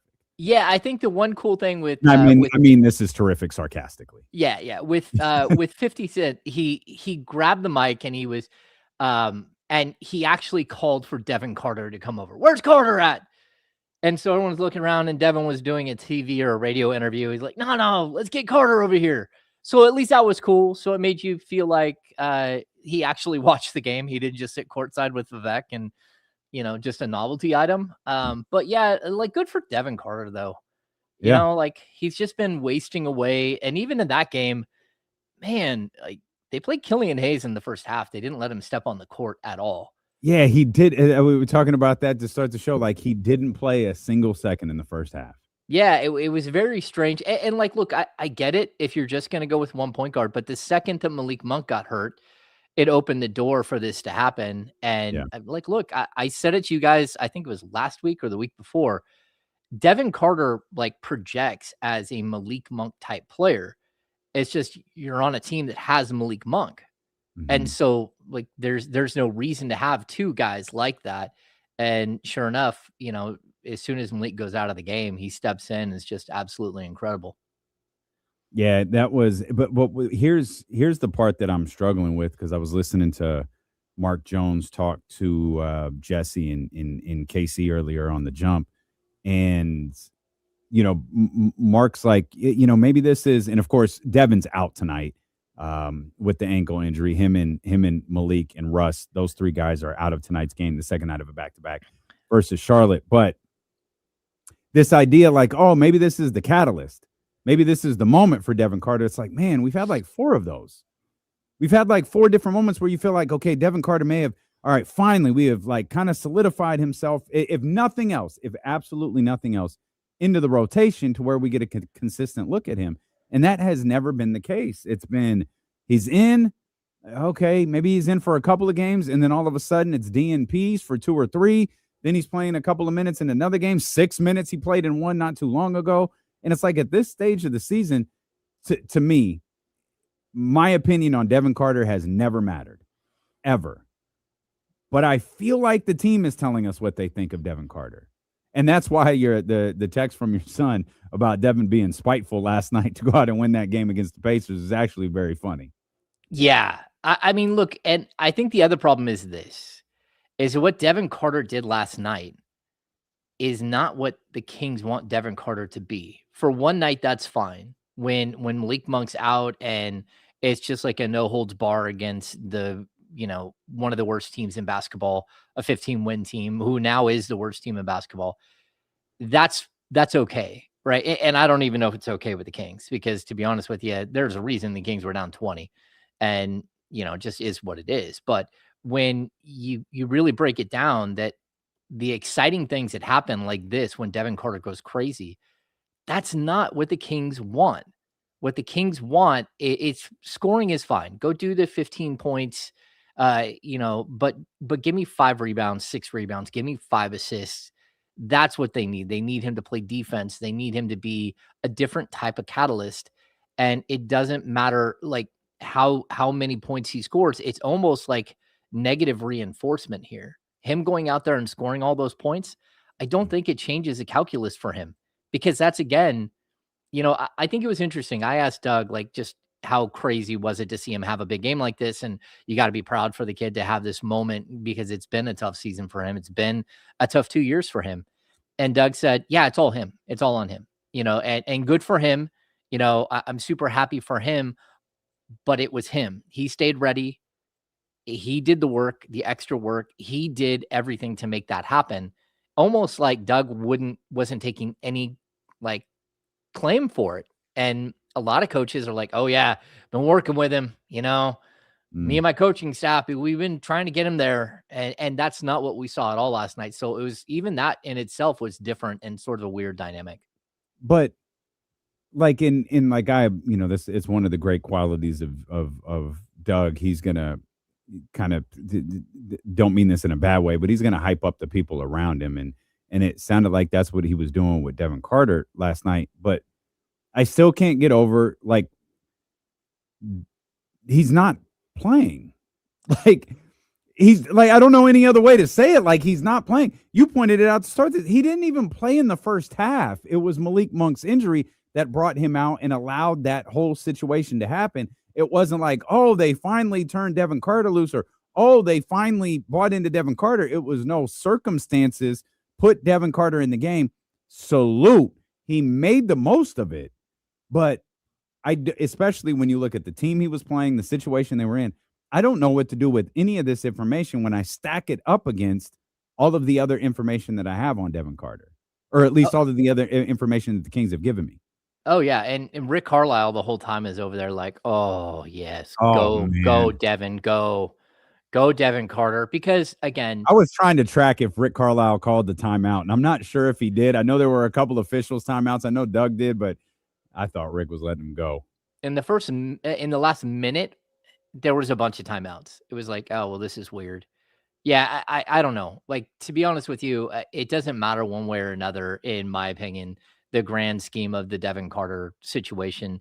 He has a big game. It doesn't change anything. And it's just a good moment for him. Maybe it helps him get noticed in a different way. But that was a game that, like, realistically, the Kings were down 20 for a good portion of the game. Nobody wanted to win that game. And then Devin Carter wanted to win that game. And you can't tell your players not to play hard. That would be the worst thing ever. And I don't think the Kings are literally going out there and saying, hey, you are to miss shots and to not get defensive assignments. But even like, we saw a missed defensive assignment by Drew Eubanks late in the game. It was probably, I don't know, Drew played a couple of minutes in the fourth quarter. And it was so bad that Doug Christie called a timeout and pulled him. It's like, that's not what we're doing. And I thought that was really interesting, because then he puts Maxime Reynaud back in. And it's funny, like, should the Kings have put Russell Westbrook back in to stop the Devin Carter run? Maybe. Because I don't, like, when a guy's on a heater like that, like, if you've ever played basketball and you've ever got on a heater like that, where it doesn't matter what you throw up, it's going in the basket. Like, it's happened one time in my entire life where that's happened. It's like, okay. So you let him go out there and just go ahead and play. So, yeah, interesting night overall. It really was. And I mean, I guess that's what you're hoping for, just interesting nights. And you're hoping that it's just not some of this, these games where they don't show up and they just get punked. Yeah. And I mean, there's going to be those games ahead for sure. I think but a frustrating thing about last night's game, Ham, is Devin Carter's performance in the fourth quarter, and the fact that the Kings won really kind of buried that they were terrible that entire game, and no one stood out. Like, Max had another 18 and 11. Yeah, another 18 and 11, a double-double. I think the Kings noted that was his 15th double-double of the season. That's just incredible for the rookie. It wasn't like an eye-popping performance, of course, because of the way that the team was playing, but there isn't a single other thing to take away from this basketball game. It's literally, you have a discussion about Devin Carter and then end it. There's nothing else to talk about. No, I'm with you. I mean, I think there are little things you can start to look at. I don't know how much longer Killian Hayes is going to be a Sacramento King, but man, that dude's court vision is so incredible. Like, he had another like half court pass to Malik Monk at the rim for an alley-oop in transition. And he just has incredible court vision. And he hit a 3-point shot. He hit a couple of free throws. He hit a layup at got to the basket. But again, he finishes like 2 of 7. He's going to end up shooting like 25% from the field. And it's just a bummer if there's that one element that if he could just fix. I mean, I think even last night he had 3 steals. And, again, when I do 6 quick thoughts, sort of my job is to find little things that stand out. And Maxime Reynaud talked about like in post game that he had 2 blocks in that game, and they were good blocks, and not only that, but he said, "Oh, and I had 3 the game before. I'm really working on trying to be better at protecting the rim." And it's cool to see him adding little elements to his game while just getting fully comfortable. And then the other thing was we had a really interesting discussion with him. I asked him about like the player perspective, especially a young player perspective on the idea of tanking. And, I had it as part of Locked On Kings last night. I just played the entire clip because I thought it was a really interesting, like 2 minutes where, again, people talk about it so much. I even saw it in the chat here. Polo said something about Kings fans and Kings media are just bitter. They get mad when they lose and mad when the young players play and the G League players develop. And it was just like you pull back a little bit. And the players on the court, they're just trying to get better. They're just trying to go out there and take advantage of every opportunity. And they're just trying to get, like they're hyper focused on what's in front of them.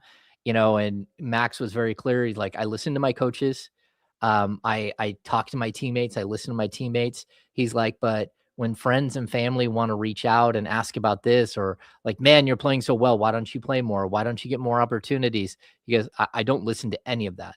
And he's like, I also don't listen to any of the social media stuff about tanking or anything else. I'm just a basketball player trying to get better. And that's it. And to me, that I think he thought he failed the assignment when I asked him that question, but he didn't. He actually gave me exactly what I was looking for. It was a perspective that he has as a very, very intellectual player that he could say and put in his own way that will make sense to some of the people out there who believe in tanking or who want the team to lose every single game or who just don't get what's happening. And to me, he had a unique way of articulating it. And it wasn't a direct, oh no, we are not tanking. It's that he looped around a whole bunch of other words to get to the fact that I don't even know what that means. I don't even know what that is, because when I'm in a game, I'm certainly not worried about whether we're, that we've scored too many points and we need to lose this game. You're like, because he's not. And that's the way these players have to be. These players have to look out for themselves. Like they've got, especially when you're the likes of a Maxime Reynaud, Nick Clifford, even Devin Carter, who's not a rookie, but he's still a very, very young player. Like these guys have entire careers ahead of them, and they haven't even established who they are as NBA players. But it feels like, again, when you start to look for something in this game outside of Devin Carter to talk about, it feels like this is just another game on the resume of Maxime Reynaud where he's starting to establish something. And if you're the Sacramento Kings, I think it's really important, one, you figure out what that is, and two, what direction you want to go with that next year. Do you have to be really aggressive in moving Domantas Sabonis because you want to move forward in a bigger way with Maxime Reynaud, or do you want the option of having those two play together? Now, you're not in full control of that situation. Like you've got to find a partner in any discussion with Domantas Sabonis. But I feel like those are things you have to figure out pretty quickly. You've got to decide. Like we could go back to the Keon Ellis thing. I always point to that really odd interview that Monty McNair did. Of course, Monty McNair is kind of an odd guy when he talks, but he did an interview at Summer League where he essentially said, yeah, what Keon Ellis did for us at the end of the season, yeah, it was cute. Like it's great. Like he did like almost like yeah, little buddy, like good job. Like there was no like takeaway from it. And I always fear, like, is someone going to walk away from these performances from a guy like Maxime Reynaud or even Precious Achiuwa and go, yeah, that was cute, but in the end, it didn't really mean anything. You have to figure out what this stuff means pretty quickly so you can, you would hope, set forth a plan for this offseason. Oh, no, I totally agree with you. Like, this is a feel-good story, but it's a feel-good story for a team with 16 wins. And so you have to temper your like enthusiasm for what exactly it is, right? Now, I think we would feel maybe a little bit different if we were seeing Dylan Cardwell on the floor as well, right? If this was absolutely. a hyper focus of both of those young guys and sort of the yin and the yang of the center position, two totally different styles of players, and you're trying to figure out how they mesh together and all that. But hey, look, I think what it does do is, number one, it eliminates any need to go out and draft another center. And that goes for the first round. It goes for the second round. If you get back in the draft and you want to get another draft pick, you don't need to do that at all at the center position. It also eliminates the need when you're going into the offseason to go out and search for a trade, whether it's with Domantas Sabonis or Zach LaVine or Malik Monk or DeMar DeRozan or any of these guys, that includes bringing back a center.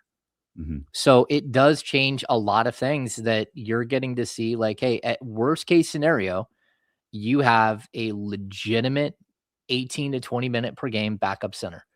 Does he have some issues? Yeah, but every rookie does. But the thing that I'll just keep saying, the player that we're seeing right now from Max Reno is not even the player we're going to see. This is a different version. This is the Keegan Murray year one, just shoot the three version of a big man. Like, there's going to come a point where, Doug even talked about it last night, where the scouting report changed on Max Reno, and it was really interesting in pregame. Doug like really broke it down. He's like, we got to this point where all of a sudden teams are pushing Max all the way out to 18, 19 feet. That's where he's getting the ball. And so, like, he can't do the little push shot from 12 feet or 8 feet or 10 feet, wherever he's at on the court. So it was like, hey, like, you have two choices. You can either start shooting an 18-foot jump shot and change what you're doing, and we might need you to do that, or you need to roll harder to the basket and get to the rim and finish at the rim, because the more you do that, the harder you roll to the basket, the faster you get downhill, the more you're going to draw the defense to you. So now they're going to back off you again because they're worried that you're going to beat them either on the alley-oop or on a pass down in the post, or that you're going to get the ball and race by them. So now what you've done is you've created your space again for that 12-foot shot. And it's sort of like the chess match that goes on with the scouting report and with the teams that you're playing against. And Max is, again, like a highly intellectual player, and he's making adjustments on the fly, and he's getting better each and every game. And again, I'll just keep saying, we're only seeing the tip of the iceberg. Again, when DeMarcus Cousins was at Kentucky, John Calipari chained him to the basket. Like, you do not get to leave the painted area.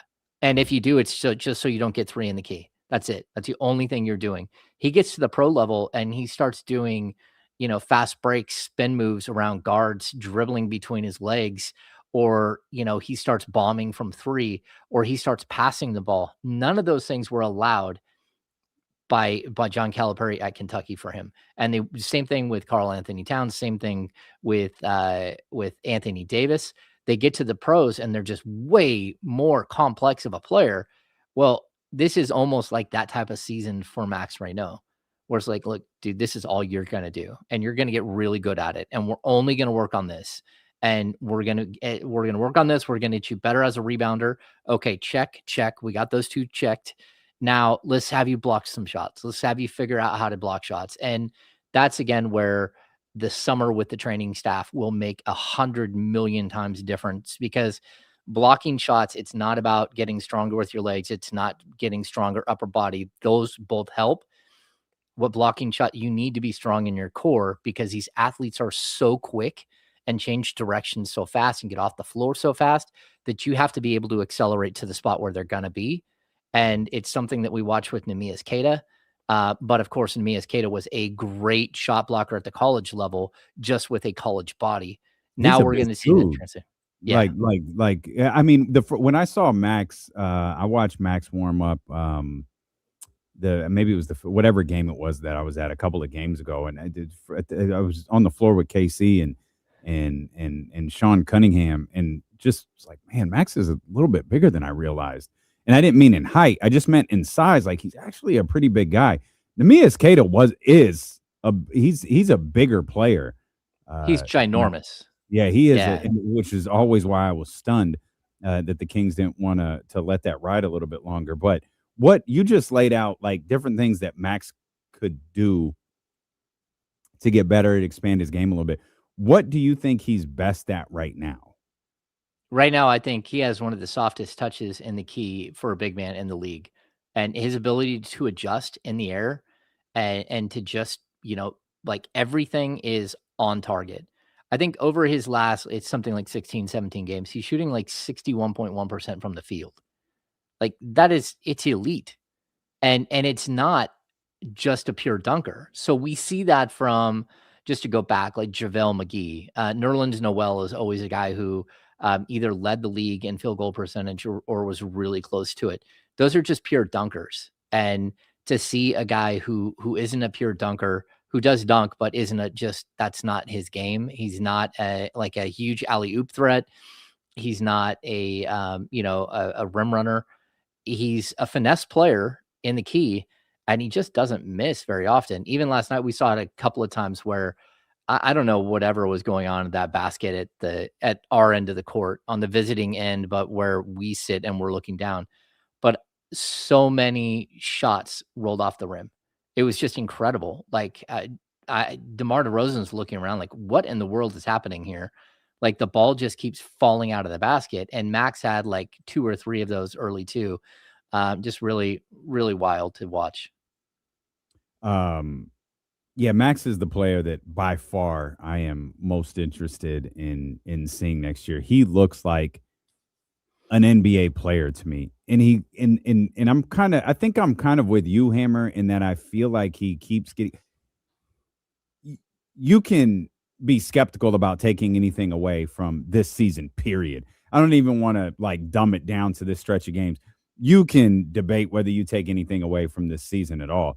But with Max, I feel like I have consistently seen him get better with every opportunity he's been given. And he's been given more opportunities than virtually anybody else because of the circumstances of the season. And I just keep seeing him get better and better and better and better to where like I went like, no, this is a legit, like this is an NBA player here, right? Now I'm kind of like getting hung up on, man. I think he might be a really, really good NBA player. Yeah, I think so too. I mean, he's really close to like proving that he's a starting level player. And it's funny because he starts every game, but like it's different. Like being a true starter on a team that doesn't have 16 wins isn't easy. And to me, it's crazy to watch a young player continue to just refine what he's doing. And again, those little tweaks that we talked about with Doug, like saying, hey, this is how you clear that space for yourself. Like he just continues to get like these little aspects of the game. And if you go back to his college game, you can see that he shot a ton of threes, and a bunch of jump shots too. And the Kings just don't let him do that. And he certainly, even in games where he shot 20 times, he's still not shooting more than 1 or 2 3-point shots, and he's not shooting anything in the mid-range at all. So we're going to see different versions of him as he matures as a player, as he gets bigger, as he gets stronger, or as he gets leaner and they work on him. Maybe it's doing a ton of yoga and a ton of like core and strength exercising just to get him more mobile, because he is extremely mobile for a player his size. The one thing you're going to have to do if he's going to be an NBA regular on a good team, he's going to have to play better defense. And he's just got to figure it out, So, but hey, look, there are players that are sort of the reverse of him. So, like Isaiah Hartenstein is like the defensive version of Max Reno. Like he was able to stay on the court just by playing defense, by having very limited offensive game. And even a guy like Jay Huff, we watched last night. Jay Huff's a better shot blocker, but again, I think Max is figuring out how to be, at least at a minimum, those types of guys. And then with potential to be even more. And I like it. Again, the one player I would say he reminded me of early on was Sasha Vucevic. And he's proving to me that he can be that, and he's bigger. Like Vuce is only like 6'9", and they were able to stack on muscle and turn him into like an elite offensive player, like as a passer, as a 3-point shooter, as a 2010 guy. They were able to convert him into that after, I think he was taken with the 18th or 19th pick out of USC. And you can see how Max could be that and maybe even a bigger version of that. The marathon continues. It's 60 minutes of commercial-free sports talk with our man James Ham here. 1320 Kings insider James Ham and host of the Locked On Kings podcast here on KIFM West Sacramento, KRXQ HD2 Sacramento, ESPN 1320, always live on the free Odyssey app. You can watch the show on Twitch, Twitter, and YouTube as well. Wherever you are, we appreciate you so much for being with us. We're going to have your opportunity to win tickets to Aftershock, 4-day general admission tickets coming your way at the bottom of this hour. Stay tapped in. We got a keyword for you to text to the Mojo's local tap and kitchen text line. That's coming up here in just a little bit. Emotions were all over the place, Hammer, not just with the 20-point loss and the Devin Carter comeback, but the fact that, as you've noted a couple of times, the Sacramento Kings no longer have the worst record in the league. That honor goes to the Indiana Pacers. And, of course, that has Kings fans all over the Locked On Kings podcast nervous. It has Kings fans all over social media and here who watch and listen on ESPN 1320 a little bit nervous. But I settled in as Devin Carter was going crazy last night, and it became clear that the Sacramento Kings were going to win this game. I just kind of realized there's only so much you can control, right? And the Sacramento Kings can control the worst case scenario. They can't control anything else. They can't control the lottery balls, the ping pong balls, all of that sort of different stuff. They can't control what Indiana does, Brooklyn, Washington, all of these different teams. You've got double-digit losing streaks going on right now. You had Brooklyn, who just somehow had won a couple of games in a row. Like, you have all of this going on. The Sacramento Kings can't control any of it. They just got to go out there and play basketball. That's right. And there's going to be certain games, like again tonight, you're looking at, 3-point guards are out, 3 primary ball handlers. So, I mean, I don't even know what you do.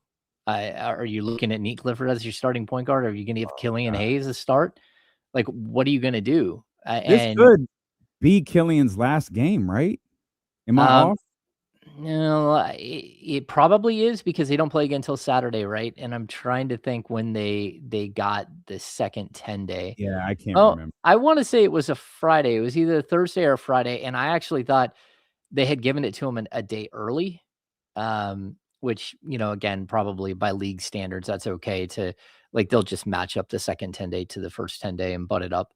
But, yeah, it's going to certainly be one of his last games if they don't sign him for the rest of the season. Right. And that's where they're going to have a really tough time here because they have to make a decision between him and Daquan. And they really like what Daquan Plowden's brought to the table. And, again, he just keeps, it's not super efficient. His 3-point shooting numbers are well below anything he's ever shot. And it just shows you just how much everything is magnified at the NBA level. But I really like Killian Hayes. Again, if you got him back in your system and did what we talk about with Daquan, where you give him, like Killian, a 3-year deal, and at least you have your third point guard and a guy that you can send to the G League and all that stuff. I don't think that would be a bad deal for the Kings to do at all. And by a 3-year deal, I mean you're basically going to do a league minimum deal that locks him up. I think he's still eligible for stuff like that. It's just tough because he's a player that was a first-round pick, was the number 9 pick in the draft or whatever it was. Yeah, just difficult. You mentioned signing him to a longer-term deal. Is that something that you would do like now, or is the idea to just sign either him or Daquan Plowden, whoever, to a contract that you just get to the end of the season and then you determine what you want to do moving forward? Or is Killian Hayes something like, theoretically, if you've liked what you've seen, no, we sign him for the next couple of years right now? What you do is you sign him to a deal with everything moving forward is a team. It's non-guaranteed or it's partially guaranteed, and it's all a team option moving forward. So we've seen it in the past a bunch of times where there's Damian Jones or Chimezie Metu or Keon Ellis. You give them a 3-year deal, but it's really, 16 games right now. And then what happens is it allows you to keep them all summer and allows them to work out in your gym and allows them to have healthcare. And, again, if something goes wrong while they're working out in your gym, they're covered. So liability wise, you're covered. Also say, hey, Killian, we want you to run our summer league squad. Can you do that? Will you be willing to do that? And a lot of players, that are more advanced might say no, but if you're under contract and you're trying to earn a training camp invite and you're trying to earn, a roster spot for next season, you'll be like, sure, I'll do that. That's fine. Keeps me playing and, you'd be part of the culture here where you're working out with a bunch of young guys all summer long. Really get to know, Dylan Cardwell and Max Reynaud and Nick Clifford, and especially with Cardwell and Max, like I can only imagine Killian Hayes being a guy that, with his passing ability would find like great success with both of those guys. It's just the one other thing is he's left-handed. And I wonder if, sort of some of the time you'd have to reverse what they do and take the ball out the other, on the left side, not on the right, which changes some of the dynamics of a pick and roll because we don't typically see a lot of pick and rolls going down the left side. It's usually down the right side. But, sort of some of the stuff you had to deal with De'Aaron Fox. I'm like you. I'm really curious about Killian Hayes, but I actually really like Daquan Plowden. And yeah, me too. I wonder when you start talking about, and maybe this is where the team option stuff comes into play, the non-guarantees that you were just talking about a second ago. I wonder how much of those guys' potential future with Sacramento could be influenced by where the Sacramento Kings wind up landing in the draft and the position they wind up selecting with hopefully this very high lottery pick. Yeah. You have to keep a door open for the lottery for sure and what that position might be. I'd say this year's draft very specifically matches up with all the Kings' needs. So they need a point guard for the future, someone that's going to be there forever. And I'm not saying that's what Killian Hayes is at all. But you also need you need more forwards. You need, someone to build around. You need the best player available that you can possibly get. And that's all you should be concerned with. But if you look at like the top 7 picks, they're either forwards that the Kings need or they're point guards, which the Kings need. And that's it. Or, like Darren Peterson, who's just like a guard. So yeah, we got to be nearing the Keegan Murray reevaluation timeline, aren't we? Yeah, it's Friday. It's Friday. Yeah, it's Friday. We'll find out if he's going to play or not. Like if they're going to show. I don't know. I mean, it's one of the more difficult things. Like I've hemmed and hawed over it. It is not difficult. It is easy breezy. Nope, not playing for a multitude of reasons. You're not playing. One, we can talk about the record and trying to control what we can control. But in all serious basketball stuff, like you've hurt the same ankle twice. Look, the season's been a wash. It's been a wait. Let's shut it down. Let's get you healthy, and we'll just this season it's a wash. We're out. No, I think that's a possibility, but I also I just I want to see him get an opportunity to be the guy for a stretch. And the problem is I don't know if that's going to be the case either way.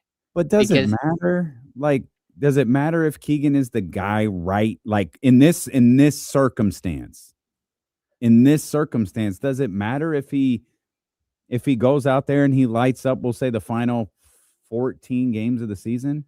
I mean, it just changes his perspective going into the summer and maybe builds some confidence. Because if not, it's a total lost season. We're talking about what's he played 23 games. Yeah. Like how do you even judge how you did this season if you're Keegan Murray? You can say, oh man, his shooting percentages are super low. Oh, he might not be a 3-point shooter that we thought he would be. And it's like, well, maybe he just needs a run of games. Like, again, it's not just one injury wiped him out for a huge portion of the season. First, it was a thumb, and then it was the ankle, and then it was the ankle again. So it's been multiple injuries where he's come back and then he's missed time and he's come back and he's missed time. And I've had people say, oh my gosh, he's so injury prone. It's like, man, the guy had missed like 8 games total in his career before this year. Yeah, like he's not injury prone. He played through a UCL, like a torn UCL in his thumb for an entire season, or like in year 2. Like he just keeps playing like Domas did. And you can say, oh, they missed a bunch of games this year, so they must be injury prone. Or it's like, okay. Or they just had a really bad season filled with injuries and some bad luck. And the entire team has had bad luck when it comes to injuries. And, like DeAndre Hunter gets traded for, and then 2-3 games in, gets poked in the eye so bad that he's bleeding all over the court, and then has to go in and fix detached retina. And it's like, that's just bad luck. And there's nothing a training staff could do to avoid something like that. And it's a tough way to, kind of move about this season and judge a whole lot of things in this season. That's the second time I have forgotten that DeAndre Hunter is on this team. Just like I think it might even have been our conversation on Monday. You mentioned his name. It's like, oh yeah, DeAndre, he is, and he's a part of this team as it stands, at least right now. Next year, but again, you just talk about. You can't point to one thing as to why this season is gone the way that it's gone. It's a series of things, but if we're all being like honest with ourselves, especially for someone who thought this team would be a whole lot better, it was bad from the start. Like, and I know they started without Keegan Murray, but it was excessively bad from the start of the season, and everything just dominoed after that. Yeah, I just kept saying before the season started, looking at the schedule, we're talking about 4-15. We're talking about, 5-14 to open the season. And that was before Keegan got hurt and before Domantas Sabonis got hurt. And you're like, just the schedule alone was brutal. And I don't know, like it was going to be a tough run no matter what. And then when they got to a point where you might be able to recover, that's when the injuries really set in and where they really started to miss games and sort of take a huge step backwards. But like, look, the season, like if you step back in the beginning, we should have seen, again, we thought, okay, they don't have enough 3-point shooters. They really didn't have enough 3-point shooters. And not only that, but some of the 3-point shooters they had were blocked in the positions that they would play anyways. So there was no way, I've always said this, like you can have the best defender in the NBA, but if he can't play offense well enough to step on the court, then he can't help you. What's he going to do? Defend, the guy handing out Gatorade? Like, what exactly is he going to help you? And the same thing goes for shooters. You can have the best shooters in the league. And Keon Ellis, to be honest with you, is one of the better shooters in the league. But if he can't break into the lineup because you have 5 other guards, it's tough, And that's just kind of the way this season. We should have been more on top of the fact that the roster itself was so lopsided and really had very, very little chance of getting any better. Some of us, me, are stupid, James, and didn't want to acknowledge that right out the gate. So that's what I've learned from this wash season. I laughed though. I did laugh last night when the game was over because you're recognizing what Devin is doing and Negan, all of those guys who are in the fourth quarter, and it was like I don't know how many substitutions Doug made here in the fourth quarter, and he made one. It was Max and Drew Eubanks flip spots, and I couldn't help to think back, and I don't remember what game it was, but there were a lot of fans that were upset that Doug closed with like a veteran lineup of it was like Malik and Russ and I think it was a game DeMar was in, and I think you asked him about that, and he was like, "Oh yeah," he's speaking specifically about Nick and Max. Those guys look tired. Doug did not give a damn who looked tired last night. He was going to let those guys run the entire fourth quarter, and that wound up being what they're doing. And it just caught my attention here because Nick Clifford played 38 minutes on the first night of a back-to-back, in which he's probably going to have to start at the point guard position tonight if Killian Hayes doesn't. But regardless, he's going to have another 30 to 40-plus minute night tonight. Yeah, totally. And, like just to address like this Kareem here in the chat who's just going bonkers. We're not spitting propaganda at all. We're talking about players who are actually getting better. And if you can't see that they're getting better, Kareem, you don't know the game at all. You just don't. You don't know basketball. And just straight up, the Kings won a game last night. For people like this that are like just don't get it and who are just totally like detached from reality. Killian Hayes is on a 10-day contract. Daquan Plowden is a two-way player. Like, just keep going down the list. Devin Carter has played a combined 62 games in 2 years because he's not good enough to get on the court and be on the court full time. Neek Clifford, the 24th pick in the draft, Maxime Reynaud, the 42nd pick in the draft, 2 rookies. So 2 rookies, a two-way, a 10-day contract, and a guy who can't get off the bench. And you think that the Kings are like they beat a team because a guy got hot. That's it, man. And if you don't get it, you cannot tell players to stop shooting and to start missing shots, because if you do that, number one, you're rigging the game. You're literally rigging the outcome of a game. And that is absolutely an embarrassment to the league. You've got to let them play. The only thing you can do is put young players out there who may or may not succeed. And last night, they succeeded against another group of players that were in the same exact boat. Actually, I saw Aaron Nesmith in the game in the 4th quarter. And so you can sit there and say, oh, Rick Carlisle is just better at tanking than everybody else. Yeah, Rick Carlisle has proven to be really good at manipulating. He still put his starters on the court, or at least some of his starters. So to think that Rick Carlisle is messing completely with the integrity of the game and just telling players to go out there and miss shots, it's just not the case. And you can say, oh, they're 4-0 against tanking teams. We get it, Kareem. But sometimes your group is better than their group. Your players, even the tanking, the players at the back end of the rotation, the back end of your roster, are better than their players. And I'll add the other element that we talked about the other day, which is something that I do think matters. The Kings have been in this situation for like 3 months. So guys like Max Reynaud, guys like Nick Clifford, they're not your standard rookie at the end of a bench in the final 20 games of a season who are getting to play for the first time. They have been working and playing together with this group for months. At some point, if you play enough basketball with a group of 5 players, it doesn't matter how good those players are or how bad they are, you're going to build continuity. And you're going to start to see improvement on both ends of the court.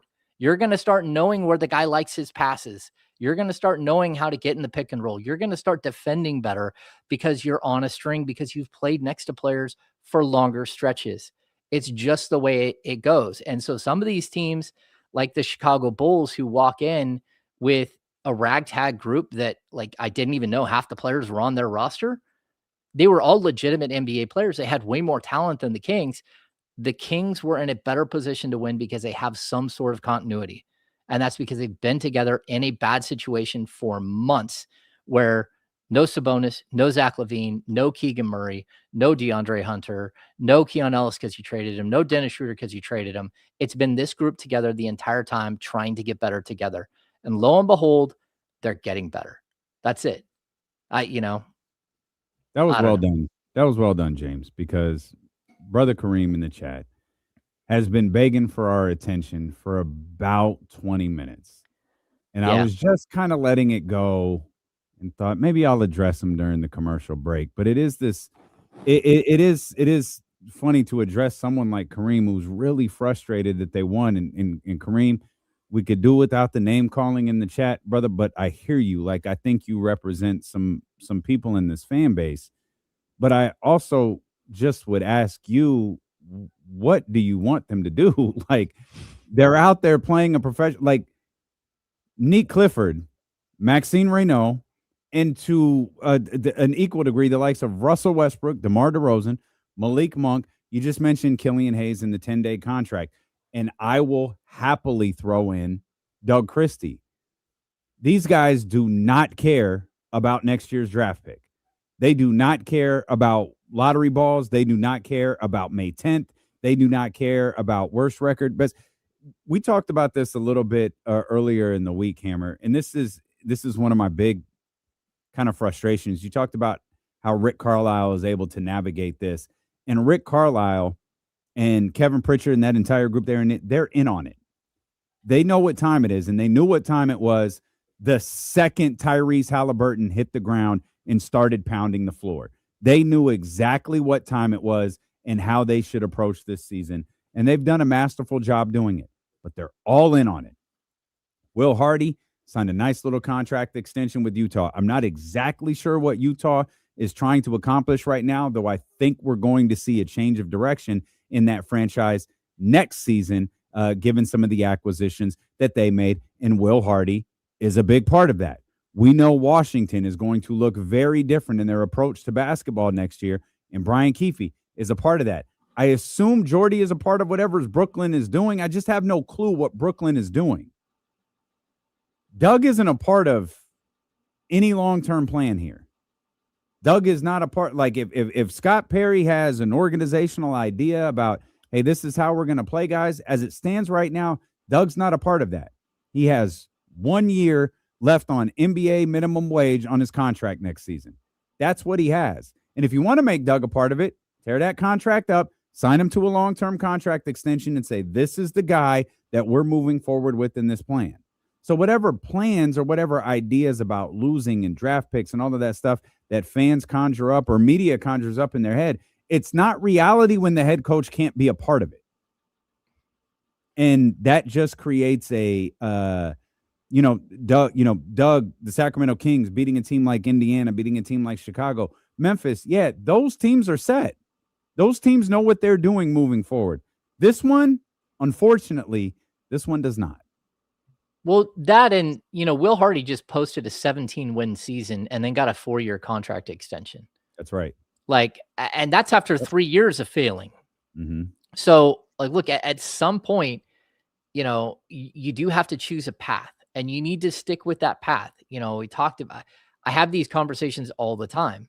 And last night I was standing courtside with Jenny Buchek, who was on Dave Yeager's staff. Monarchs coach, yeah. The former Monarchs coach was on Dave Yeager's staff. And, when the reality sets in that I have covered 10 different head coaches in 16 years and probably 50, 60 assistant coaches, at least. I don't even know what the number is. That is a problem with a franchise. And if you don't pick a lane, because here's the problem. The problem is that the next guy who comes in after Doug Christie, if it's next season, if it's a year after that, if it's 3 years from now, whenever it is, he might not find Dylan Cardwell's antics and his style of play something that he likes. He might only want a passing big man or only want a 3-point stretch 5. He might only want a player who doesn't wave at the crowd. And Dylan Cardwell can be pushed to the side and fans will be like, man, I thought we had something. You did, but you switched head coaches. Max Reynaud could be a great story today. They get a different head coach. That head coach goes, let's trade for Daniel Gafford because he's available and because I only want rim runners because that's how I coach my team. And boom, he's gone. Nate Clifford could just get lost in the shuffle like so many other players have in Sacramento. And it's because they can't choose a lane and can't stick to a lane. And if this is just going to be another, example of it, we're just going to watch the same thing unfold again and again and again. That's not on the coach. It's not on the players. It's not on the general manager. It's just straight up on ownership because this is a cycle that we're stuck in. We're literally in a cycle where, the sun shines on the dog's ass at least part of the day. A broken clock is right twice a day. In 13 years, Vivek got it right one time, and they made the playoffs one time. And the rest of the time, it's just instability. It's recklessness. It's choosing people who are climbers to bring into your building, and then they climb, and you're like, what happened? You created the culture that allowed that to happen. That's what happened. And so we get in this perpetual cycle of the same exact thing. And at this point, we could call this rock bottom, but who knows? Because rock bottom, the ping pong balls could say, we're not going to waste a really good draft talent on the Sacramento Kings. We're going to let them fall to 5 or 6 in the draft because we don't want to see what AJ DeBonsa looks like in a Kings uniform and see if they'll squander that by changing head coaches again and again and again and making instability from within. And that's the biggest problem with the Kings. Choose a lane, stick with it. Love what the Utah Jazz are doing or hate what the Utah Jazz are doing. They've chosen their path and they're sticking with it. And that was one of the things that, when I was talking to Jenny, popped up. Why do you think the Miami Heat are always good? Why do you think the San Antonio Spurs are always good? Why do you think the Indiana Pacers just went to back-to-back Eastern Conference Finals and one time the NBA Finals? Because they chose a coach and they stuck with it and they let that coach develop the players that hopefully will be delivered down the road. Because other teams gave up on Aaron Nesmith, and that guy's a straight baller.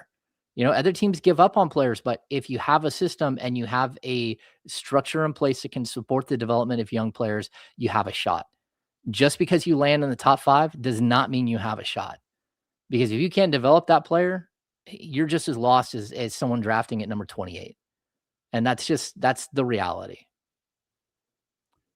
But at least NSYNC band member is sitting courtside. Bye, right? With 50 Cent. And why Vivek Ranadive was inexplicably wearing a 2024 NBA All-Star Game Indiana jacket to a game where his team is playing the Pacers is fascinating to me. Absolutely fascinating. But what do I know? Great stuff today, James. Really, really great stuff. I'll let you go because you got to get on the road. You got another game to cover, which means more podcasts to do, more write-ups over there on the Kings Beat. Don't forget, Locked On Kings podcast every night. Kings Beat is still jumping. Go become a subscriber over there. I appreciate you always, Hammer. Sounds good. Thanks, guys.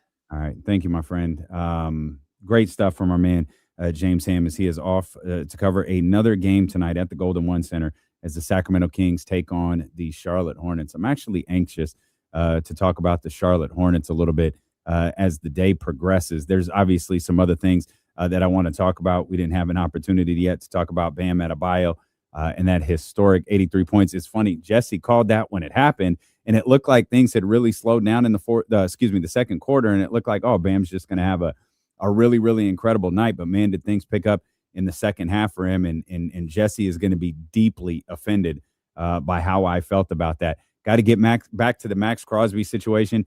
Again, we were on this yesterday when that news broke and we started dissecting it and we started talking about the Diana Rossini tweets and all of those different things. It is so crystal clear. And Eric DaCosta could say whatever he wants to on NFL Network today because he's talking and he's doing damage control. But if I could, he's full of you-know-what. He's absolutely full of you-know-what. And the Trey Hendrickson deal is the ultimate exclamation point as to how full of crap he is. So we will talk about all of that. And then, of course, a lot more on the Sacramento Kings and the Charlotte Hornets tonight at the Golden One Center. So that's all ahead. We're guest-free the rest of the day, and we've got your chance to win tickets to Aftershock. That's coming up next on Sacramento Sports Leader, ESPN 1320. Oh, man.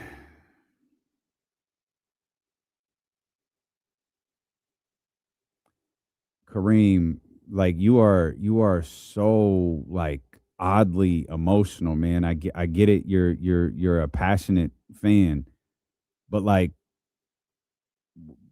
tell me, like, ideally, what do you want the rest of this season to look like? You want them to lose the rest of the games that they're in?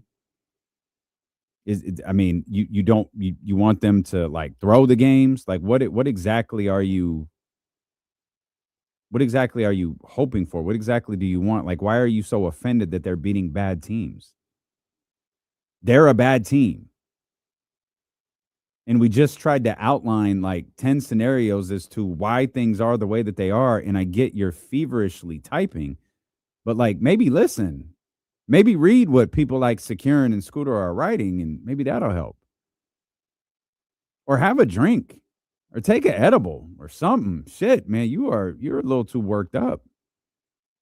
But chill with the name calling, man. We're gonna dead that. We're gonna dead that right now, and that is your only warning, my dearest brother.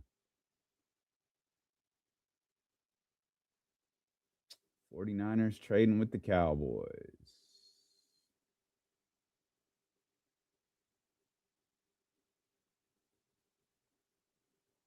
All right.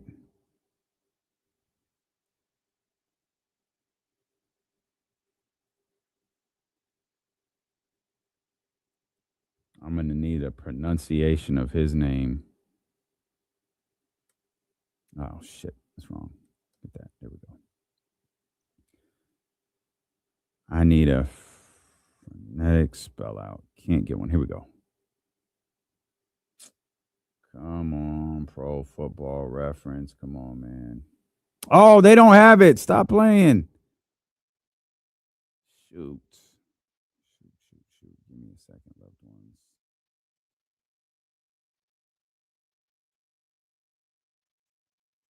Lazy, what you count down to, bro?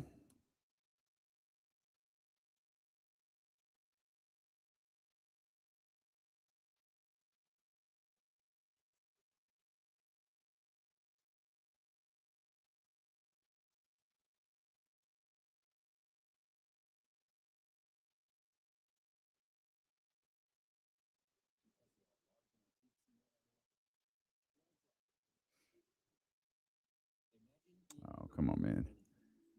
Where we at? Damn, Kareem got the boot. Did he?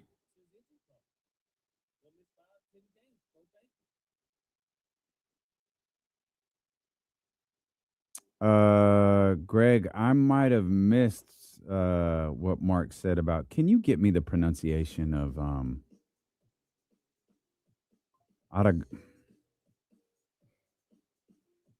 I hate pronouncing people's names wrong.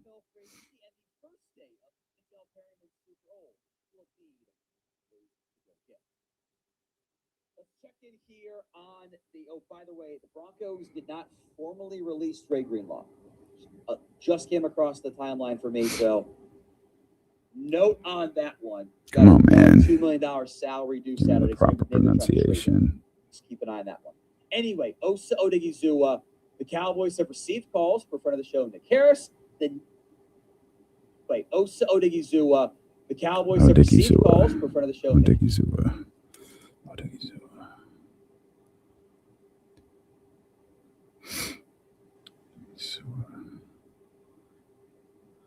Also, Odigizua.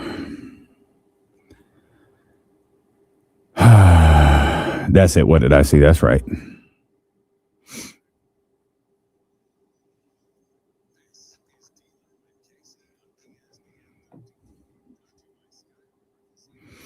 All right, 49ers out here making trades, according to Ian Rappaport and Tom Pelissero. They got a deal in place with the Dallas Cowboys to land standout defensive tackle Osa Odigizua. That's a battle. You work on it the whole break and still like, yeah, I might have got that wrong. Odigizua.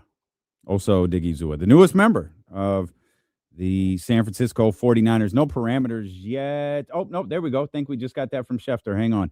Cowboys are trading Osa Odigizua to the 49ers in exchange for a 2026 third-round pick. There was definitely a feel that Osa would be on the trading block as the Dallas Cowboys did not extend a contract extension for him. They had not even been in conversations about a new deal for Osa. So he is headed to the San Francisco 49ers in exchange for a 2026 third-round pick. We'll talk a lot more about the NFL and the trade that wasn't, because it looked funny yesterday when the news broke in the 5 o'clock hour. It stinks today. We're going to try to pull up the sound at some point throughout the day of Eric DeCosta, because he was talking on the NFL Network, and I did get to read one quote before we started talking to James Ham. And it was, just no one is more sick about this than me. All right, fam. If there wasn't already, and this I think was Jordan Schultz. Jordan Schultz was the first one on this.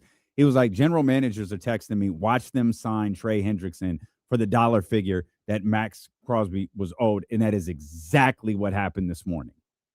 And there were people who were looking at the Ravens, and people within the league who were looking at the Ravens funny last night. I have to imagine they're looking at them even funnier here this morning. That was a stunning turn, and I think, my opinion, was made even more stunning today. One thing that I've really grown to kind of love about this new time slot that we're in. Obviously, we spent the better part of 5 years and some change working from 12 to 4, and that really gave us an opportunity to, our show is wrapping up when games are getting underway, when, games out on the East Coast, Eastern Conference, all of that good stuff, when that stuff is happening, it's like, yeah, we're wrapping up. We'll go watch those. We'll check back. We'll see what's jumping off. We'll talk about it tomorrow. But now, being able to be here till 6, being live until 6 o'clock, you have moments like yesterday. And, we've been able to have a few of them over the course of the last, however long we've been doing this, couple month and some change or whatever it's been. And we saw that Bam Adebayo was having a phenomenal first quarter. I think it was 31 points in the first quarter, and we started kind of following, what's going on here? And Jesse right out the gate goes, hey, Bam's going for 81. He's going for 81, and it looked like he had kind of slowed down a little bit there in the second quarter. I still think he went to the half with maybe 40-something points. By the way, Bam Adebayo's previous career high before last night was 41, which is a fantastic number. But the fact that he doubled it is incredible. And it wasn't until the show completely wraps up and I get home that I realize, oh, wait a minute, he's at 70. And there's a ton of time left. And I'm going to be completely honest with you. My heart dropped a little bit because it was obvious. It's like he's going to get there. He's going to get to 81. Is he going to pass it? And let me state clearly for the record, for those that are listening or for this individual directly to my right. What? I have no problem with how he got to 83. I have no problem with the 43 free throws. Most in NBA history, by the way. I meant to look up the Wilt Chamberlain stat line. I think he was like 26 of 26. But 43 free throws for Bam Adebayo last night. I didn't want him to do it simply because of Kobe. I was actively rooting against it. I was watching it with my 12-year-old who's starting to kind of slowly get into basketball.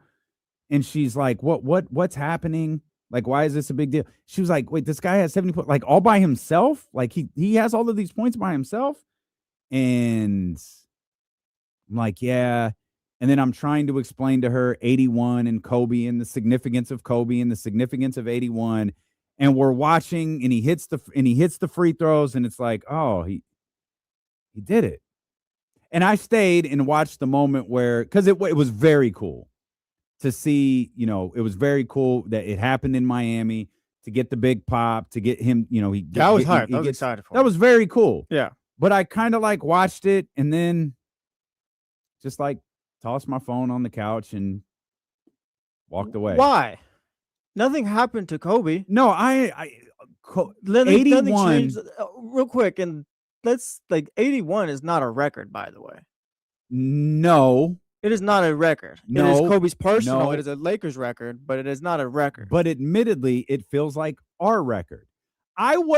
We as a show weren't even certain that the 100-point game happened until Pablo Torre told us in an early episode of Pablo Finds Out. And I was reading about that game yesterday too. Will his team were fouling to get the ball back. They did all that nonsense. I'm glad more than what Bam I think happened. I'm glad you brought that up, and I want to get I want to get to that because that's really important.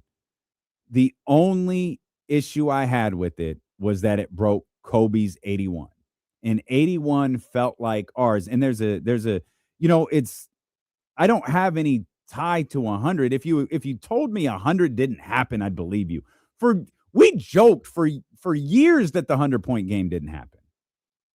Like, we've got film of everything on earth that has ever happened, but we don't have that. And I get it. It's a joke. It's tongue in cheek. It's a joke, but yeah, it happened. Yeah, it happened. Right. It happened.